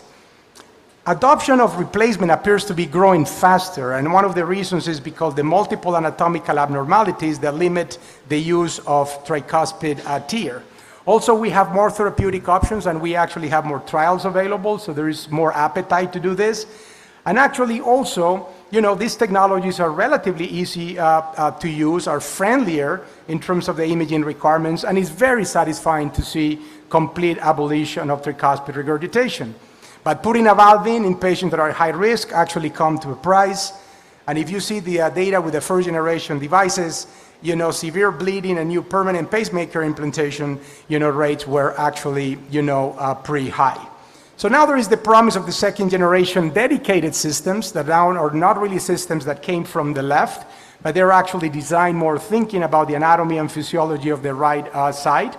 And next generation systems actually have shown to improve peri-procedural outcomes.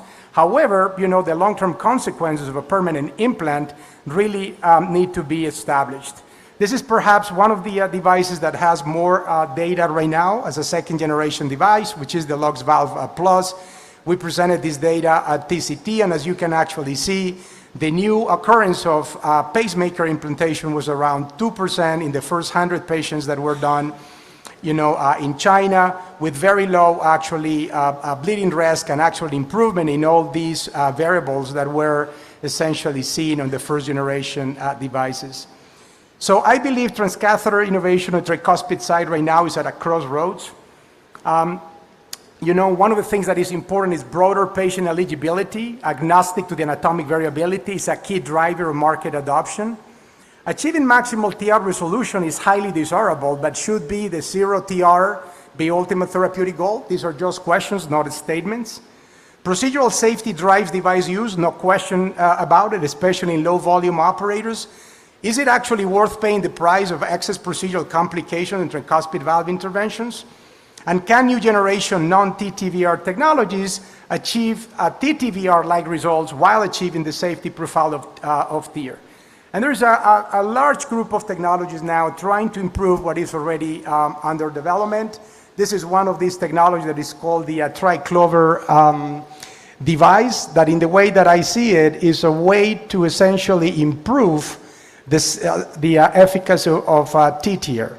And you can actually see here the way that it's done is a very sophisticated device that essentially perforates the leaflets and then in a way put pledgets and essentially does an approximation that is more elegant, more predictable, and physiologically actually much better. It's a technology that right now is in preclinical stages, and as you guys know, these animations look beautiful. It's actually very different when you just go and do this in the clinical arena. But it's very interesting just to see the evolution of this technology. This is actually another technology that some of you know well that is called the K-clip. It's a technology from China that is essentially trying to do annuloplasty by grabbing tissue and approximating tissue. And as you can actually see here, you target the area that you want, you put the clip, and essentially you pretty much produce bicuspidization and reduce of the annular surface with actually very interesting clinical results. This is a clinical example that was presented in New York Valves. It's interesting to see the reduction on the annular size, and the clinical data essentially shows a significant improvement or reduction of actually TR in these patients, in actually 100 patients. Another actually field that continues to move forward is what is called spacers, that is essentially trying to fill the gap. And these spacers have the potential to treat more complex anatomies. For example, patients with large gaps, in patients in which replacement may be less desirable, like a right ventricular dysfunction. And there is another category that is what is called heterotopic actually valves, which right now we have multiple different configurations and actually designs. What is actually interesting is some data now suggest that by decompressing the right ventricle, you could potentially induce remodel of the right ventricle and induce a decrease on tricuspid regurgitation indirectly, which is actually kind of a interesting hypothesis. Finally, this is actually one of the companies that I'm involved with, that is called actually the Versa device. That is an annuloplasty ring, as you can actually see here, with a leaflet enhancement technology that has got a catheter that is very sophisticated and is easy to actually place. And the whole idea is to put the device in the annulus, stabilize the annulus, and use the central device to essentially enhance the coaptation surface and decrease tricuspid regurgitation. And we have already done the first in-human study, in Paris with Dr. Nijari and Thomas Moudin, with very good initial clinical results. Just to conclude, tricuspid valve intervention may require a multi-tool approach, which is actually different than the mitral because the multiple anatomical configurations, and it's not really unlikely to think that the combination of some of these devices could potentially be the solution in cases that are not really replacement, candidates. So just to conclude this talk, these are my key take-home messages. I really think this game is actually far from being over. I think maximized reduction of TR is key, but this is just, again, a question. Is the 0 TR goal really needed for all patients? Maybe a significant decrease is actually beneficial on the right side. Optimized procedural safety is a must, but we should not really do it at expenses of device performance. I think we need to avoid drinking the Kool-Aid too quickly, as the clinical outcomes of randomized controlled trials are not definitive, and new generation devices is studied to actually show great promise. And one thing, and the last thing that is important, is fixing the anatomy may not just be enough, and further research regarding patient phenotypes and hemodynamic impact of the implant are really, really needed. Thank you again for the invitation. Thank you for getting us invited. And you know that actually you can count with us anytime that is really needed. And congratulations again for this amazing meeting this year.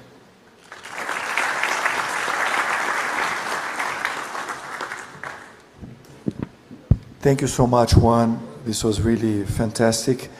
And this session, we're going to have also 2 edited cases. Just to take advantage of this very distinct group of panelists, we're going to have some discussion in between the case as well from this talk to the first edited case, as also Juan and Becky will have to leave soon, so we'll take advantage of their presence. So, Didier, your comments, please. So that was a very impressive presentation as usual. So let me ask you one thing, Juan. We have now available the replacement technologies, and there are some anatomical limitations. But on the other hand, we see that the immediate results are outstanding, with a full eradication of the tricuspid regurgitation, some complications like pacemakers. But do you believe that this is going to be the way in the future, with expanding the available sizes, potentially another access like the jugular? Or do we really need these new technologies as you have just demonstrated? Look, it's, one of the things is at some point we all want to go earlier in the disease stage, as actually I said, right? And the thing is, when we start going earlier, we need to make sure that durability and sustainability of the result is not a problem. One thing, and the surgeons can tell you this, they struggle with valve replacement in the right for a long time for different reasons. But one of the things that actually really need to be proven after we just go over this pacemaker thing and everything is that we can sustain the hemodynamic result. No question about it, that if you put something on the right that takes care of TR, and the hemodynamic result and leaflet durability actually stays over time, absolutely is going to be a winner. But, you know. Yeah. So, Flavio, you are our clinician here. We're talking a lot about new technology devices and very futuristic approaches. But let's, coming back a little bit, what are the challenges of dealing with these patients with very severe advanced TR? Tricuspid valve regurgitation is a severe problems, okay, challenges, okay? And I would like to remind that it's important for decades, the tricuspid valve regurgitation were under diagnosis and under treated. Okay, under diagnosis, why? Because some symptoms, no specific, for instance, congestive, systemic congestive, venous congestive, edema, ascites, renal dysfunction, renal kidney, overlap other heart failure, okay? And because this is the clinical, untreat these patients. It's a very, very challenged problems, okay? And the other problems is the imaging limitation to the clinical, because you need some different 3D esophageal echocardiographic you need to diagnose this tricuspid valve regurgitation. You need MRI, okay? It may be required required to treat these patients. Other challenge is the quantification of the severity. A lot of change, moderate, severe, torrencial, maciço. This happen and it's difficult because the advanced right ventricle. It's a very, very challenge to treat this kind of valve disease. Okay. So Becky, just taking from that, imaging, of course, plays a big role here. So from the echo perspective, we have seen such a challenging anatomy with so different customization per patient, if you will. What can you say about screening the right patients, you know, and helping following the right time for treatment? Yeah, no, I think we're still learning about the timing of intervention. I think imaging has helped so far with determining anatomy and the anatomic complexity and the role that the anatomic complexity plays in the ability for the devices to be effective. I think that imaging has allowed us to really understand right heart pathophysiology, and perhaps that's going to be the key as far as timing and whether or not we can determine what parameter will determine when it's too late and when it's too early. I think we still are searching for those parameters. I mean, we like RVPA coupling. We like maybe myocardial work. There's a bunch of new parameters, but I don't know that we know yet. But I do think that imaging will play a role in determining the timing of intervention. So we do understand that imaging is central in the assessment and the treatment of these tricuspid regurgitation patients. And one of the idea of this session is innovation. So maybe Sushil, the next innovation could be the ICE, with new catheters, more optimal, more efficient. How do you position ICE in the future? How do you envisage the use of ICE for TR? Yeah, I mean, I think it depends on what device, what we're talking about. But imaging is only going to continue to advance, and use of AI is going to play a big role. Use of robotic control of catheters and TE probes. Although Becky says that can't be because we can't get rid of her, but or they're going to get rid of us too. But I think those are going to play a role for us to better understand. I just want to make one comment that for here as a group, I think we have to stop saying that tricuspid intervention doesn't improve survival, because we have done 2 trials that haven't shown it. But we haven't shown that there isn't a population where it does, because I guarantee there is, because we've all seen those patients. And if we enrolled patients like partner cohort B, we would see survival benefit. The patients with ascites and torrential TR that would be dead in 6 months that are out 3-4 years now that we've seen. I think it's sort of unfortunate that these trials didn't show it, because we'll never have another randomized trial against medical therapy. But we have to figure out as a group, and we have to stop saying I just ask everyone to stop saying that tricuspid intervention doesn't improve survival. Yeah, no, we haven't answered the question yet, but we have to stop saying that. No, listen, it's fair. It's fair. I think the right statement is to say randomized controlled studies done until now haven't really shown that. In severe exactly, and I really think that there is a that's a fair statement that actually we hope, and as a matter of fact, we're doing a big population-based study showing the natural history of tricuspid regurgitation patients, and they really do die in a very high proportion. So I am hopeful that actually we can prove that.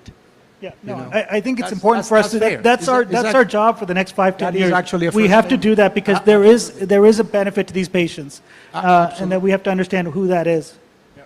Okay, so that was an excellent discussion, and we have still a lot to learn about patient selection, about the imaging, and anticipate in the future new technologies. But for the time being, we have what we have, and we have repair options, and we have a recorded case about a tri-clip that we're going to see, and then we're going to discuss afterwards. So please put the first recorded case on. Thank you. So let us invite Fabio to help us to run this case. This case was partially presented, I think, on Wednesday, and Becky saw and won a little bit. So now it's going to be fully presented. So I think it's important that Fabio runs the show for us to stop if we need to discuss. Really, the problem is that we don't have many tri-clip cases in our country because it was just approved for use. So we had to use one case in 2 sessions. That's the reason why. So nice way to say that is that our experience is less than 2 patients. Yeah. That's nice. Yeah. So please show us the video.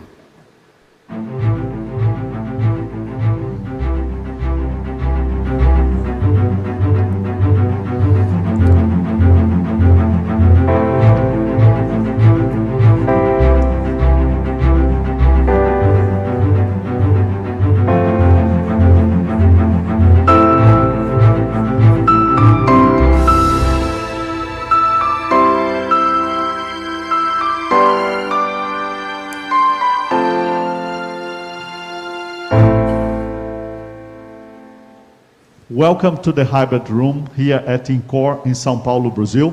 The first operator is Fabio Brito. He's the head of structural heart intervention here in our institution. But today we are very privileged and honored to have distinguished guests from beautiful Arizona in the United States, very experienced interventionalist, Rush Naik, who's going to help us through this procedure, together with a multitask physician who is an anesthesiologist and imager, Travis Warner, who's going to be reading the echo with Renata Cassar. Without further ado, let me invite Bruno to introduce this case.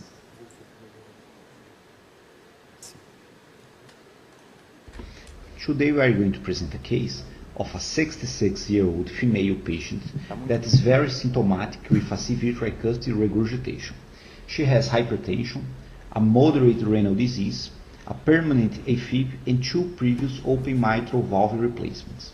She was on chronic oral anticoagulation with VKA, and she has a high morbidity and mortality score assessed by the STS score. Her tri-score was really high, with a predicted in-hospital mortality of 22%. And her TE before the procedure showed a really huge tricuspid regurgitation. So as you saw, this is a 66-year-old patient with 2 previous mitral interventions and a very important, I would say, torrential tricuspid regurgitation. So I think that to start with, perhaps we should start discussing the echo images. So Travis and Renata, can you please go ahead and tell us what you found in terms of imaging? Absolutely. So first of all, I just want to say thank you for allowing Dr. Naik and myself to be involved. This is an excellent opportunity to bring our experience to another center, and we love it. This is what we live for. So first thing, we're going to look at, based on the case history, I want to take you to her mitral valve. We can already appreciate, though, that the shadowing that this bioprosthetic valve is going to cause for us. So that's something we have to take into account throughout the duration of the case, especially in our evaluation. Here's the valve on 3D. This valve is a few years old. It's in very good functioning states. You can already see thickening of the leaflets, though, from the bioprosthetic tissue. Here's color. Gradient across this valve is nominal. So now we'll get to the crux of the procedure and why we're really here. This is an example of her tricuspid regurgitation. The evaluation of the valve shows that here in our RV inflow outflow view that we have the ability to see leaflets in spite of the mitral curtain that the bioprosthetic valve produces, and also we actually are able to appreciate leaflets here. So we're going to do a live shot and we'll take you through the whole valve. So here's our posterior leaflet. As we move towards the center of the valve, my cursor is going from posterior to the anterior portion of the valve. Here in the biplane view, the screen right is going to be our septal leaflets here. And then our lateral or antiseptal leaflet opposing. Can you share with the audience why do you think that this patient is a good candidate, and eventually what would be the formal contraindication for us not to go ahead with the TriClip? Yeah, a couple things. Clinically, this fits the triluminate patient. So, you know, she's failing diuresis, failing medical therapy. Despite that, has torrential tricuspid regurgitation. Anatomically, she's a good triluminate patient because the coaptation gap is acceptable. We have an area where we can decrease the TR by more than 2 grades, which you can see that's a predictive thing that we think we can do. So based on clinical and anatomy, I think this is a great case. Things that would prevent us from not doing a clip is probably a coaptation gap of more than 1 centimeter, where we think we cannot decrease the TR grade by 2. Imaging, right. And imaging, yeah. If imaging is not good, then you can't do anything. Yeah. So, so in terms of strategy, what's going to be the first step in your target?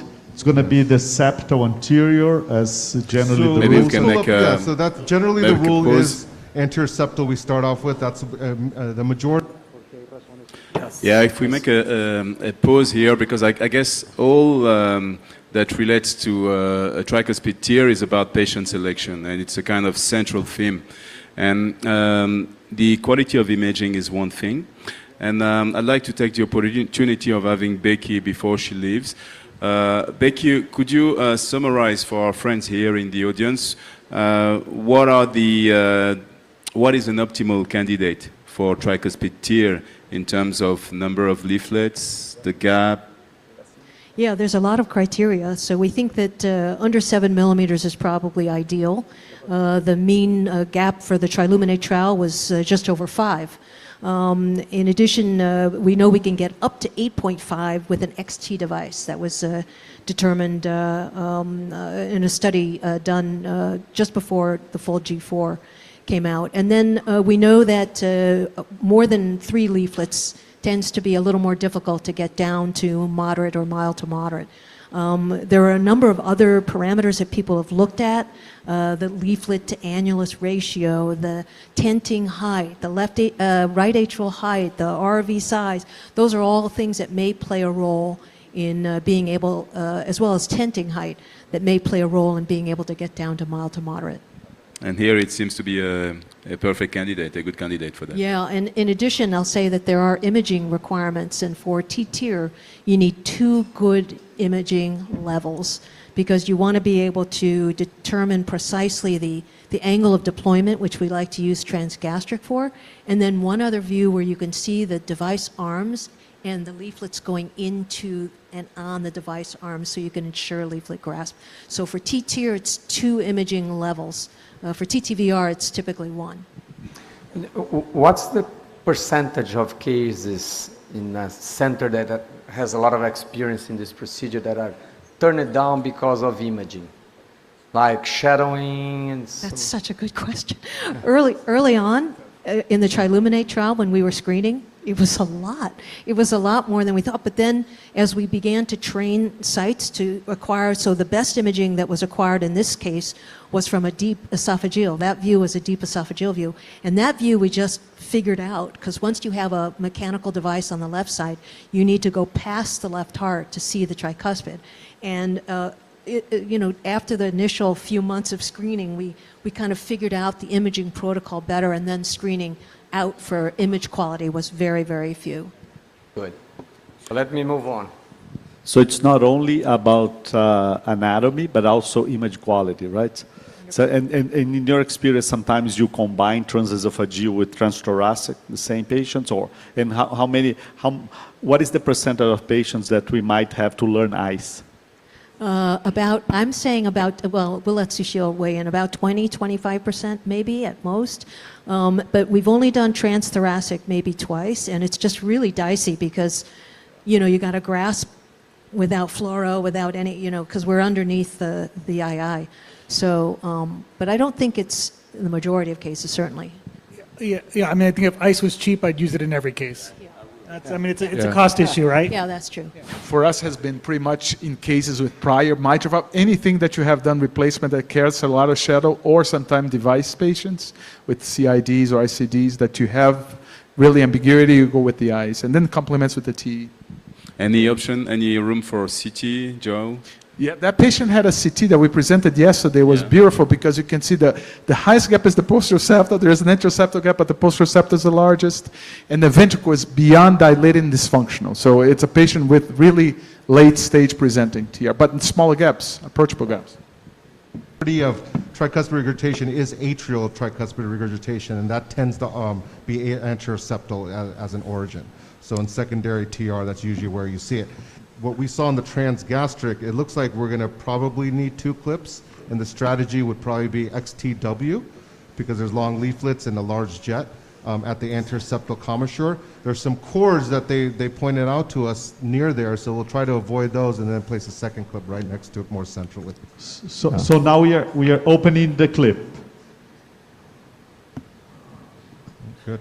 And then clock the guide a little bit, so you're in the, see how, look at the right image while you clock. Good, okay? Good. Yes. I actually like this angle because the way the angle of the leaflets are, this is going to be a good grasp. Yeah. Crossing the valve. Yeah, go ahead. And just stay right underneath it. So yeah, I think we got both inside. You definitely have septal, so I would come a little bit up, just. And close the grippers, right? Very stable, very stable.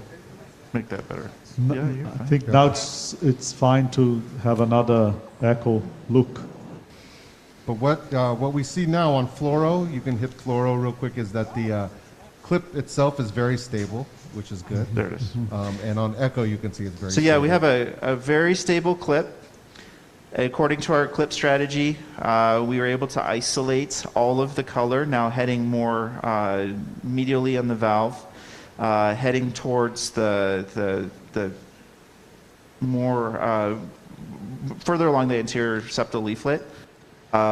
There it's isolated with our biplane view. But most importantly, that first clip is very, very stable. One question that's come up, can you go to gastric? One question that's come up is if there's enough room to place the XTW next to this first clip before interacting with the canyon. That's the septal 1 and 2 gap, and we're going to put another clip. This first next to it here. Right there. View. Excellent view. view. Do you think we have space? So right here in this view, it looks like we have, right? So we'll just put it right in the same exact orientation, and we can right above that clip. See, like that. Very close. Yep. That's 9 millimeters, 8 millimeters. Yeah. And I think an XTW is okay here because that jet, I think the piece is still broad in that, even though it's we localized the TR now, but it's still broad there. So I would pick an XTW here. That we're not fearful of the gradient. So let me understand the strategy here.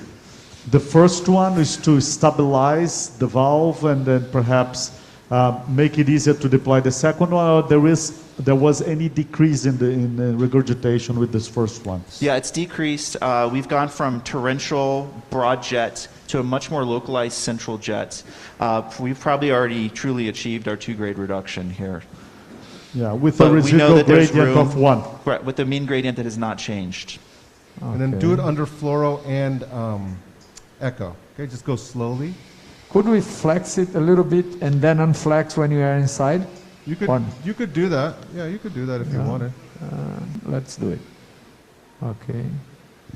All right, good. Stop. Yeah, just stop there. You're good. Okay. I would open the clip arms here, and then let's go to transgaster. It's quite interesting Okay, because here, if we have a close look at the it's okay. the fluoro, usually what we try to do with the fluoro of the first clip is to try to match the orientation of the first clip, the clocking. So it could already be of help because the aim was to place exactly the second clip in the same orientation.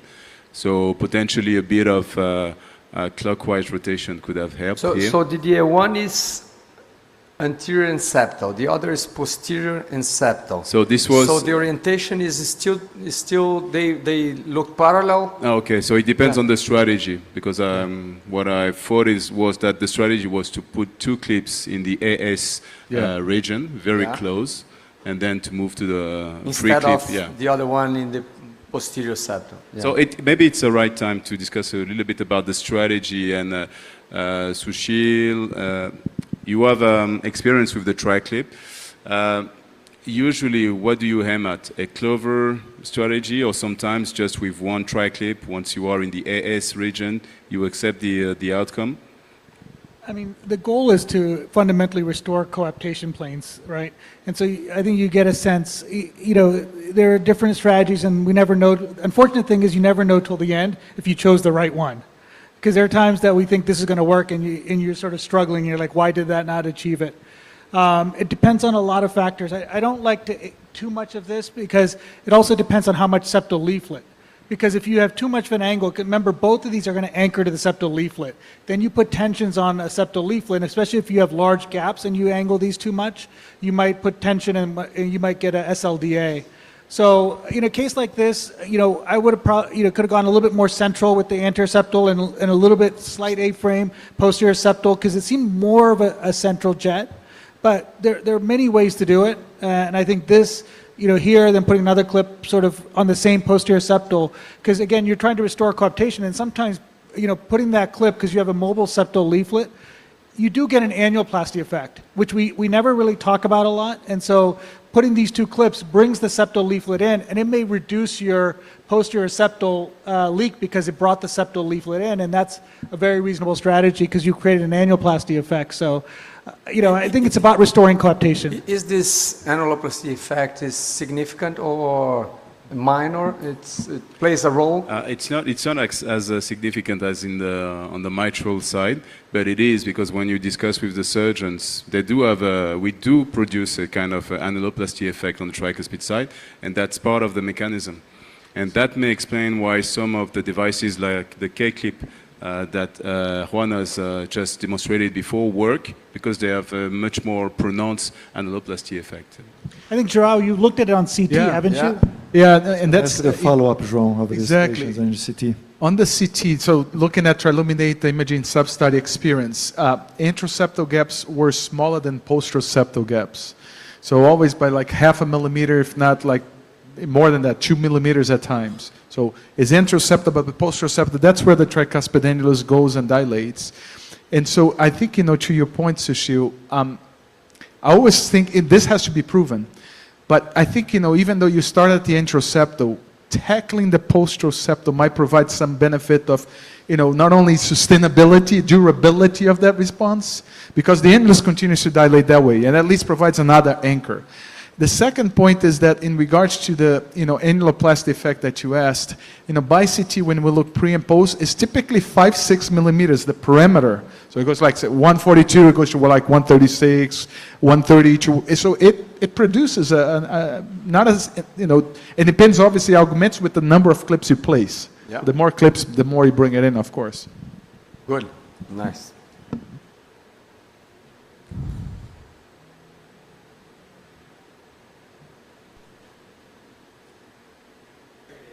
We close. Now, close.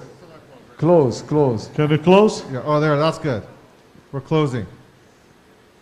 It's the enthusiasm of closing the first three clip. Plus motion. It's hard for me to tell on transgastric. I mean, look at this. This is trace. Yes. That's trace. You went from 5 to trace. Before you release, can you make some comments regarding gradient, MR reduction, if you capture both leaflets? So yeah, so before we release, we always check in with imaging to make sure that leaflet insertion is good. We saw that both in the 2D and that 3D image that they caught was beautiful to show so that leaflet insertion is there. Then we checked for gradient, and the gradient was still 1. And then we check for resolution of TR, which we see here. So we feel very comfortable to release. Great. Good. Look at that. Excellent. That is like stable. Yeah. Beautiful. Look at this. I mean, this is like amazing reduction. Yeah. Trace. Congratulations to all of you guys, to Yeah, the team. thank and you. No, this is great. future result. patients in Brazil. This is good. Yeah. Thank you so much. I can't thank you enough This for is no. This you coming guys and did joining great. us. Excellent job. Okay. We don't see that. One of the most impressive things, how calcified that atrium was on fluoro from rheumatic disease. That was scary in some That ways. was really, yeah. So, thank you. I also want to congratulate you on the courage it takes to record the first tri-clip that you ever did and show it. That takes a lot of courage. So impressive. So result. maybe let me ask Alberto one thing. In terms of next generation of interventional cardiologists or surgeons learning that technique, have you seen the outcome for this patient and the way they delivered the very first case in Brazil? Do you expect it to be easy to embrace? Do you expect the learning curve to be quite short for someone who begins? Thank you for the question. We have just started our tricuspid intervention program, and what I have learned so far, this tricuspid is another animal. It's completely different. It's too hard to do the intervention. So I think the learning curve will be really high for centers who doesn't have the certain volume. So for us, it's been quite difficult, especially for echo, because we really need the echo. We have extremely experienced echo guiding, but not always the image are good. Like I was talking with Ricardo, we have a dropout of patients about more than 50% for searching for triclip patients. Yeah. So Flavio, one question. Do you think that a more premature approach of these patients might be beneficial? With solutions like that? In this, my opinion, in some patients, it's to severe tricuspid valve regurgitation, need to balance the risk of the surgery and the risk of the potential to do the transcatheter treatment. Frequently, I balance outweigh the potential risk surgery and the potential benefits, okay? And I check the advanced cardiac life and the advanced right ventricular dysfunction, pulmonary hypertension, okay, cachexia. You need to balance this treatment to put the patients in the transcatheter or the surgical, okay? So I think now we can move to the second case of this session, which intuitively we should also tackle the valve, but there are some other interesting solutions, and we have a case that shows the heterotopic solution for severe TR. So if you could have the case, please. This case was recorded at Dante Pazanese. And we can have discussion at the end. Hello everybody, it's a great pleasure for us to be here participating in this very important session, discussing the tricuspid landscape that so many advancements in this field recently, and we here at the room 1 at Dante Pazzanesi to present what we think is a very interesting case with a new technology that's being tested not only in our region but also in new studies in Europe, United States, and I think it's going to be a very good opportunity to discuss the applicability. So we're working here with a team of excellency. So as primary operator in this case will be Dimitri Siqueira, who needs no introduction. He's the chief of the structural interventional at Dante Pazzanesi. And Lucas Lemos, by my right, just finished his fellowship as a third year of hemodynamics, focused on structural heart disease procedures as well. And besides that, we have the nursing team with Maxwell, Ivani, and Daniele, the anesthesiologist, Jose, and the echocardiographer, led by Andrea Vilela, who is also the head of the echo at our institution, with Natalia, plus the team from PNF, who is assisting us in this procedure. So Dimitri, without any further delay, if you want to present the case. Yes, thank you, Ricardo. So welcome everybody. Thanks for having us. May I have the first slide, please? So we have a very interesting case that we want to share with you. This is a 76-year-old lady. She is a small lady, 54 kilos. And she presented to our hospital with symptoms of heart failure, with dyspnea, class 3, and signs of a right ventricular dysfunction with liver congestion, ascites, and edema. She has atrial fibrillation, and her current medication includes furosemide at a dose of 160 milligrams per day, and spironolactone at a dose of 25 milligrams a day. So in terms of blood tests, she has no anemia, the liver function is preserved, and she has mild elevated NT-proBNP 800. Here you can see her EKG with AFib, and these are the echo findings. You can appreciate here that she has a torrential secondary tricuspid regurgitation. Both right atrial and right ventricle are dilated, as you can see here, and she has a preserved RV function. Here we can appreciate the anatomical characteristics of the tricuspid valve. Her valve has 4 leaflets. We classified the tricuspid valve as type 3A with a bifurcated anterior leaflet. She has annulus dilation secondary to atrial fibrillation. And you can appreciate that this patient has a central gap of 14 millimeters.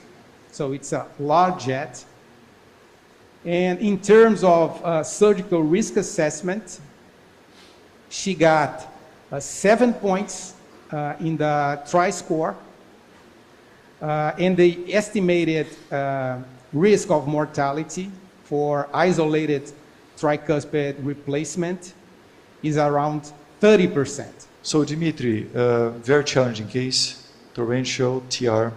This patient is already, let's say, the optimal as possible with a pharmacological treatment, still have episodes of decompensation. And one thing that comes to the attention, we see a lot of discussion about that. We intuitively we always would like to treat the valve itself, right? The anatomical site of where the problem is happening. How do you see that based on this anatomy that has been presented? These parameters, it's very dilated annulus as well, 4 leaflets. What are the challenges here? I think that we have a lot of possibilities nowadays to treat tricuspid regurgitation. So in terms of anatomical feasibility for tear in this patient, we see that this patient has a non-trileaflet morphology. And she has also a large gap, larger than 80.5 millimeters. And also, she has multiple jets. So this is going to be a difficult case, a challenge case for TR. So this precludes TriClip? I don't think that it precludes. It's not a contraindication. But if you have other possibilities, mainly less invasive, it's wise, it's smart to think about other... You want to comment, Sushil, about the alternatives here? Yeah, I mean, I think, you know, I wouldn't do edge-to-edge here. I mean, the gaps are enormous. You're going to be struggling all the time. You're at risk for SLDA. I mean, you're not going to accomplish what you want to. So I think the options, so I have no experience with heterotopic valves, but either, you know, we would consider TTVR in a scenario like this. Did you? Yeah, if it was available and assuming that there is an anatomical suitability for the available TTVR devices, this would be my first choice. And I have to say that these heterotopic solutions for the time being are more or less reserved to the extremely advanced patients.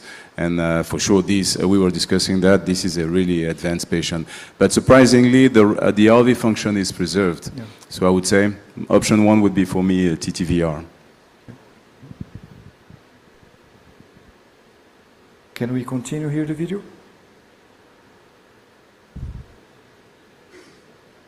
Therapeutic options. Yeah. This patient was also evaluated by CT, and here we can appreciate the annulus size of the tricuspid valve.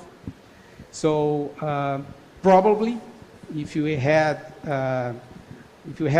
possibilities to treat these patients with a valve, with a tricuspid valve replacement, it will be a possibility, but unfortunately, we don't have these valves already available in Brazil. So in terms of indication, I think that tricaval heterotopic implant could be a good option in this patient. Okay. So here is the trick valve system. As it was mentioned, this is a transcatheter bicaval valve system. This is composed by two valves, one for the superior venous cava and one for the inferior venous cava. And what do we expect here?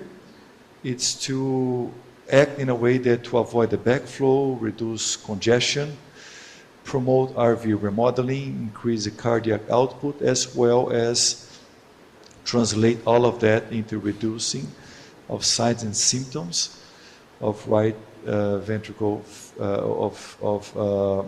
cardiac failure, reducing the use of medications such as diuretics, as well as hospitalizations. So this patient underwent CT, 25 millimeters valve will be suitable for this anatomy.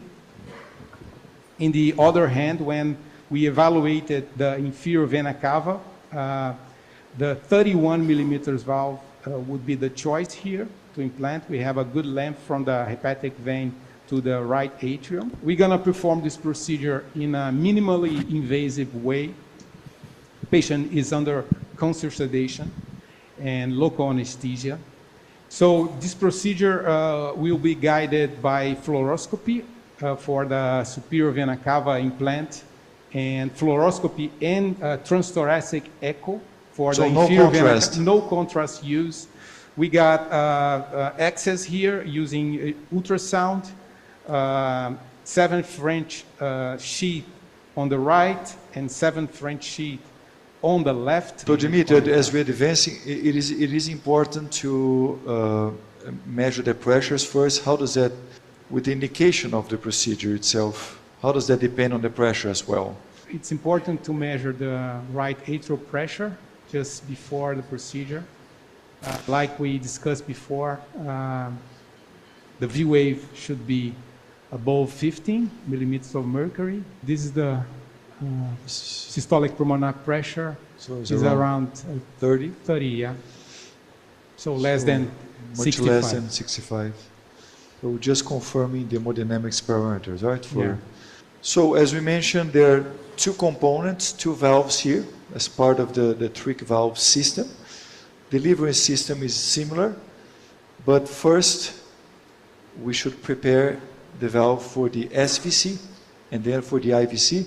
So Guilherme, you want to comment here about the preparation of the device and the components here of the delivery system? We have the valve preloaded into the delivery system. Then the preparation, it's just flush the valve. We will just use saline to flush, to remove all the air inside the system. And after this, we will have the device ready for implantation. So it's something very that, simple preparation as it comes. It's already loaded here in the delivery system, just flushing and then it's ready to go. And this could translate in a less risk of infection. Sure. So we can see here in this illustration the length, the sizes. So basically, as we discussed, the upper crown of the SVC processes is a low radial force just to stabilize and to align with the SVC. The mid part, the mid crown, has this high radial force that actually fixates and seals, and it should be just above the pulmonary artery to avoid embolization risk, and that's why we have the pigtail in that particular positioning. And it offers also an anchoring and sealing zone that we call the belly of the stent of the device. So the next step here is to place a stiff wire into the jugular vein using the right grind. Okay. Sometimes it's a little bit tricky to enter the internal jugular vein. We're gonna try here with a multipurpose catheter. Yeah, we're there. Okay. And then we're gonna exchange this regular wire for a extra stiff wire.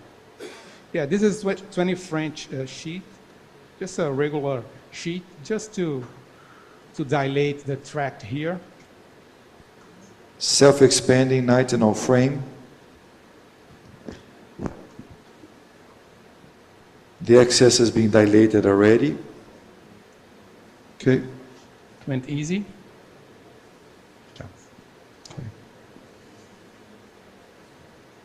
So this is a 27 French delivery So system. Dimitri has been advanced, I think, was smoothly. And now important to say. So now we have two landmarks, right? Again, a guide wire, a coronary guide wire into the innominate, and the mid portion of the valve should be below this coronary Yes. wire, and the belly should be above the pigtail.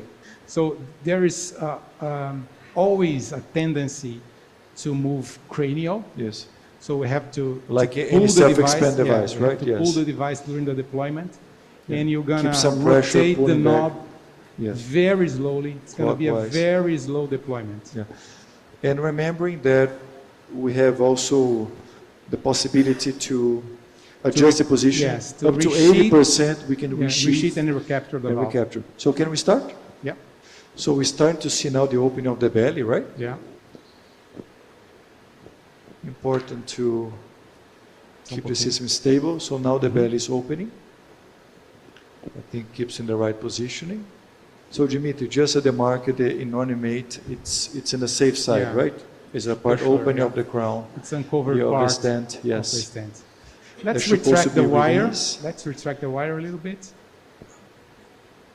Very slow deployment. One hook per time. Okay? Okay. One hook.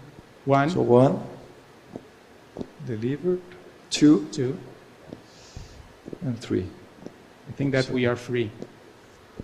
Okay, we got one here. Yeah, the other one on the other side.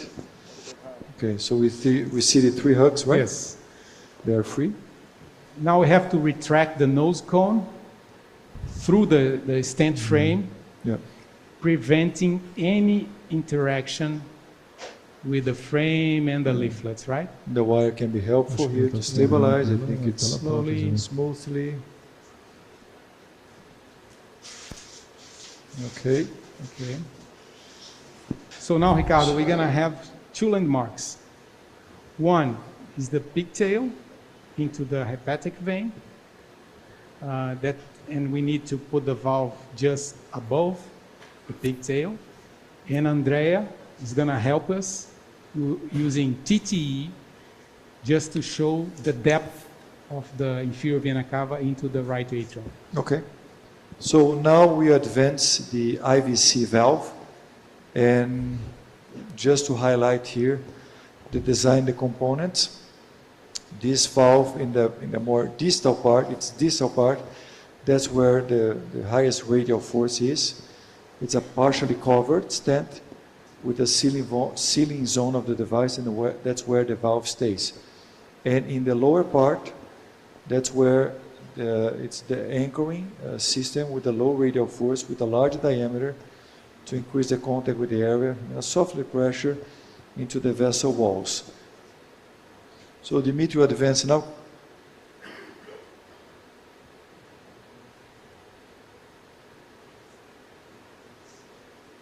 So Ricardo, I think that we can see on fluoroscopy that we have a radiolucent gap into the nitinol frame.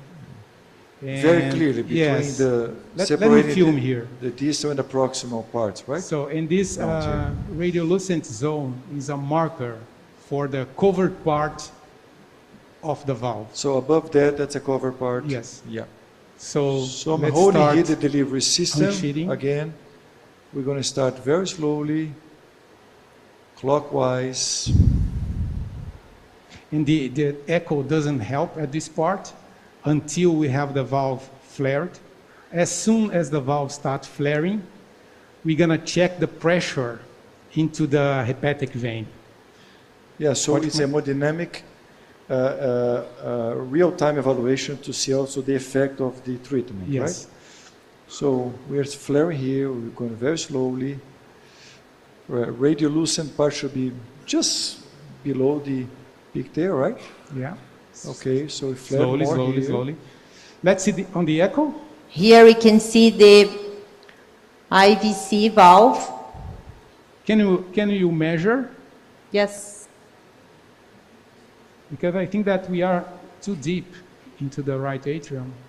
And sometimes it's wise to resheath and then to reposition the valve, just to get rid of the tension of the system. How much we get inside the right atrium? 13. Yes, inside. Resheathing now? Two inside, so I'm going counterclockwise here. The system allows us to do that very easily.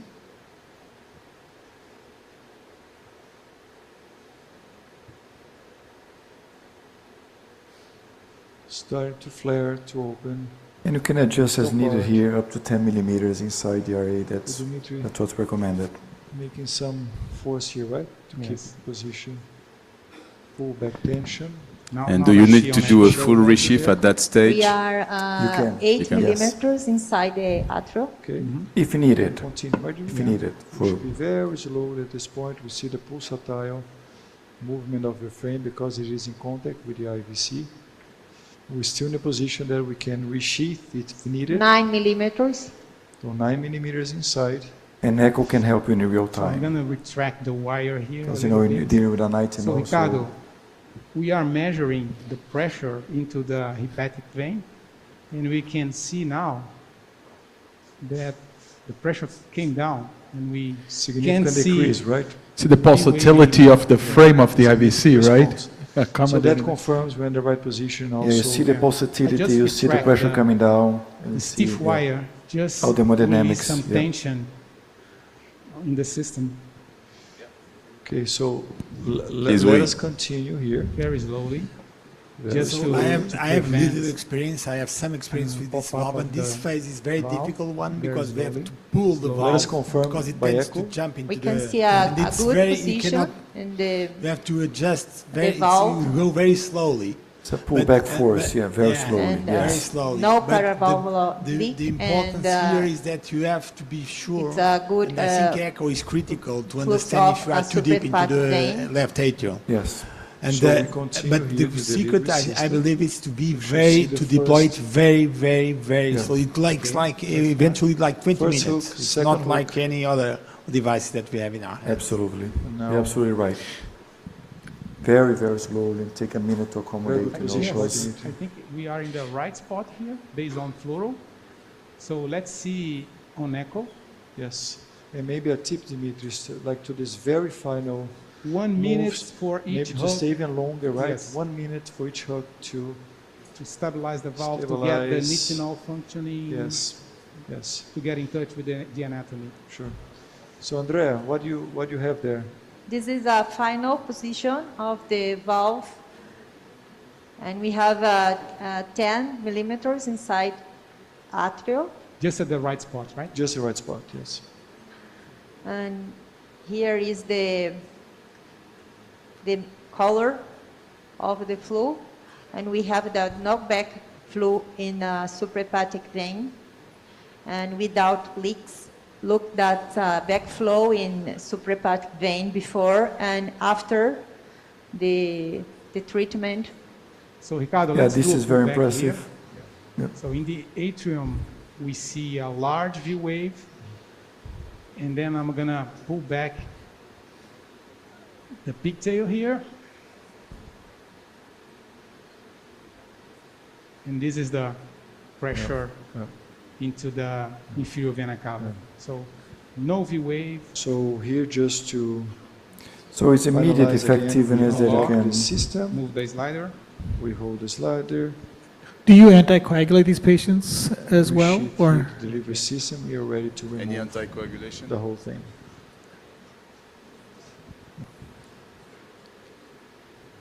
Yeah, we're just going to address this here. Yeah.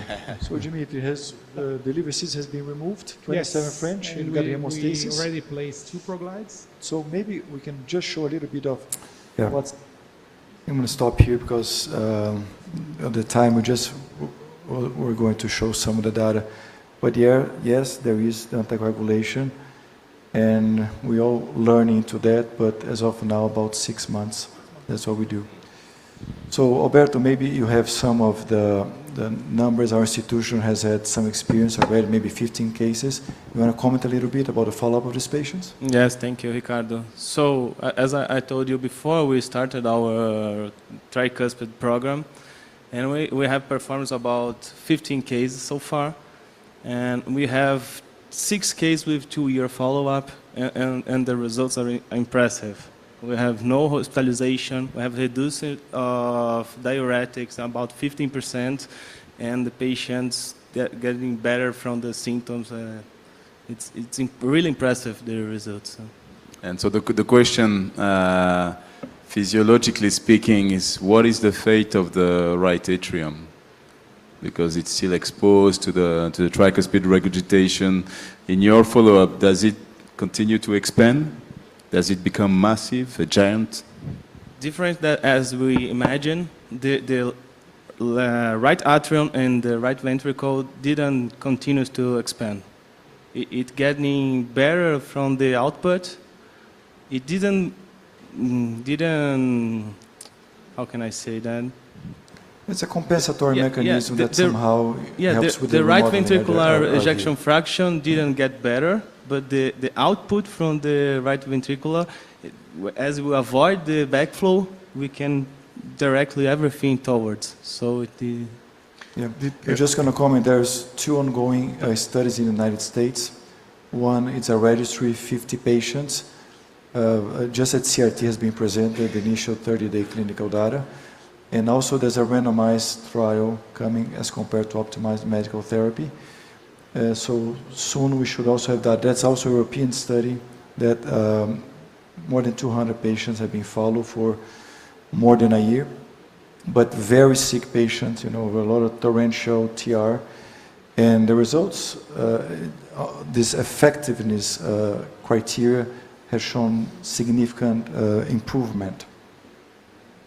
João, you want to comment? Yeah, no, we are doing the evaluation for the TRICAV one, the EFS that started in the United States. And as Rui mentioned, the deployment of that IVC valve has to be done very, very carefully. And there's always a sweet spot. Some patients don't have a large landing zone, and you have to have that nice landing zone.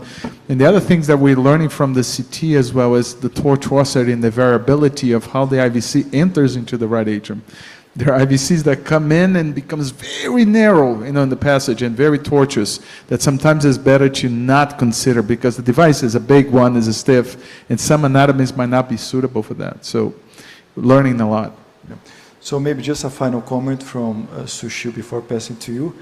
Sushil, do you see this as a sole treatment or could it be a combined treatment to also other solutions like TEER?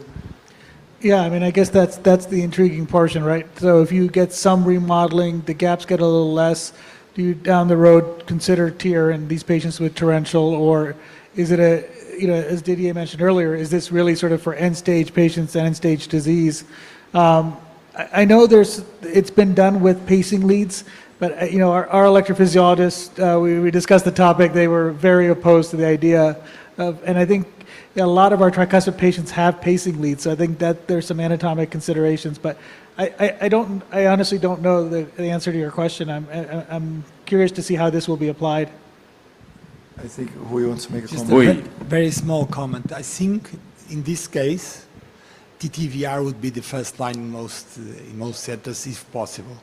Then if you cannot do it, then we can accept this. This was an excellent case. But in my mind, I would try to hospitalize the patient, admit the patient for 3 days, do IV diuretics, perform the TEER in the tricuspid, and then if it was not feasible or if I could not, and the results were not acceptable, then we could still have this option.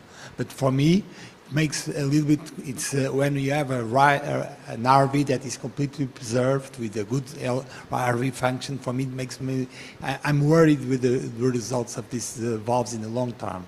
So I don't know the data. I hope that they will confirm that it's a good option, but you don't have strong data to support this. For me, this is kind of a palliative treatment, and therefore I don't select patients that still have other viable options. That's my Okay, and we should have more data soon. Yeah. So Didier, you want to final comments and wrap up the session? Yeah. So it's very easy to conclude that session because it was a very intense discussion, a glimpse into the future, but we already have technologies that are going to help us treat our tricuspid regurgitation patients. So we discussed about the patient selection. That is crucial to try to address and tailor the therapy to the patient. We discussed the importance of imaging, the quality of the imaging for the diagnosis of the patients, for the assessment of the tricuspid regurgitation, and for the guidance during the procedure.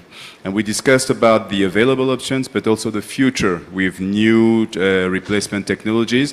And at last, for these end-stage patients, we still have that heterotopic solution. So the future is bright, and I'm truly happy that these technologies are coming and available in Latam. So I guess that meeting after meeting, we're going to learn more about these issues, selection, and the available technologies. So thank you for sharing your expertise.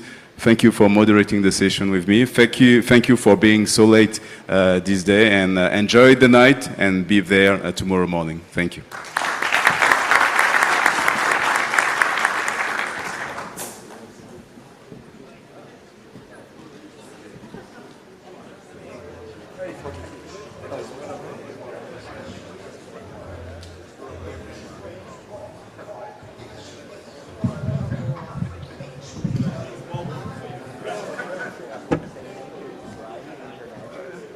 I just want to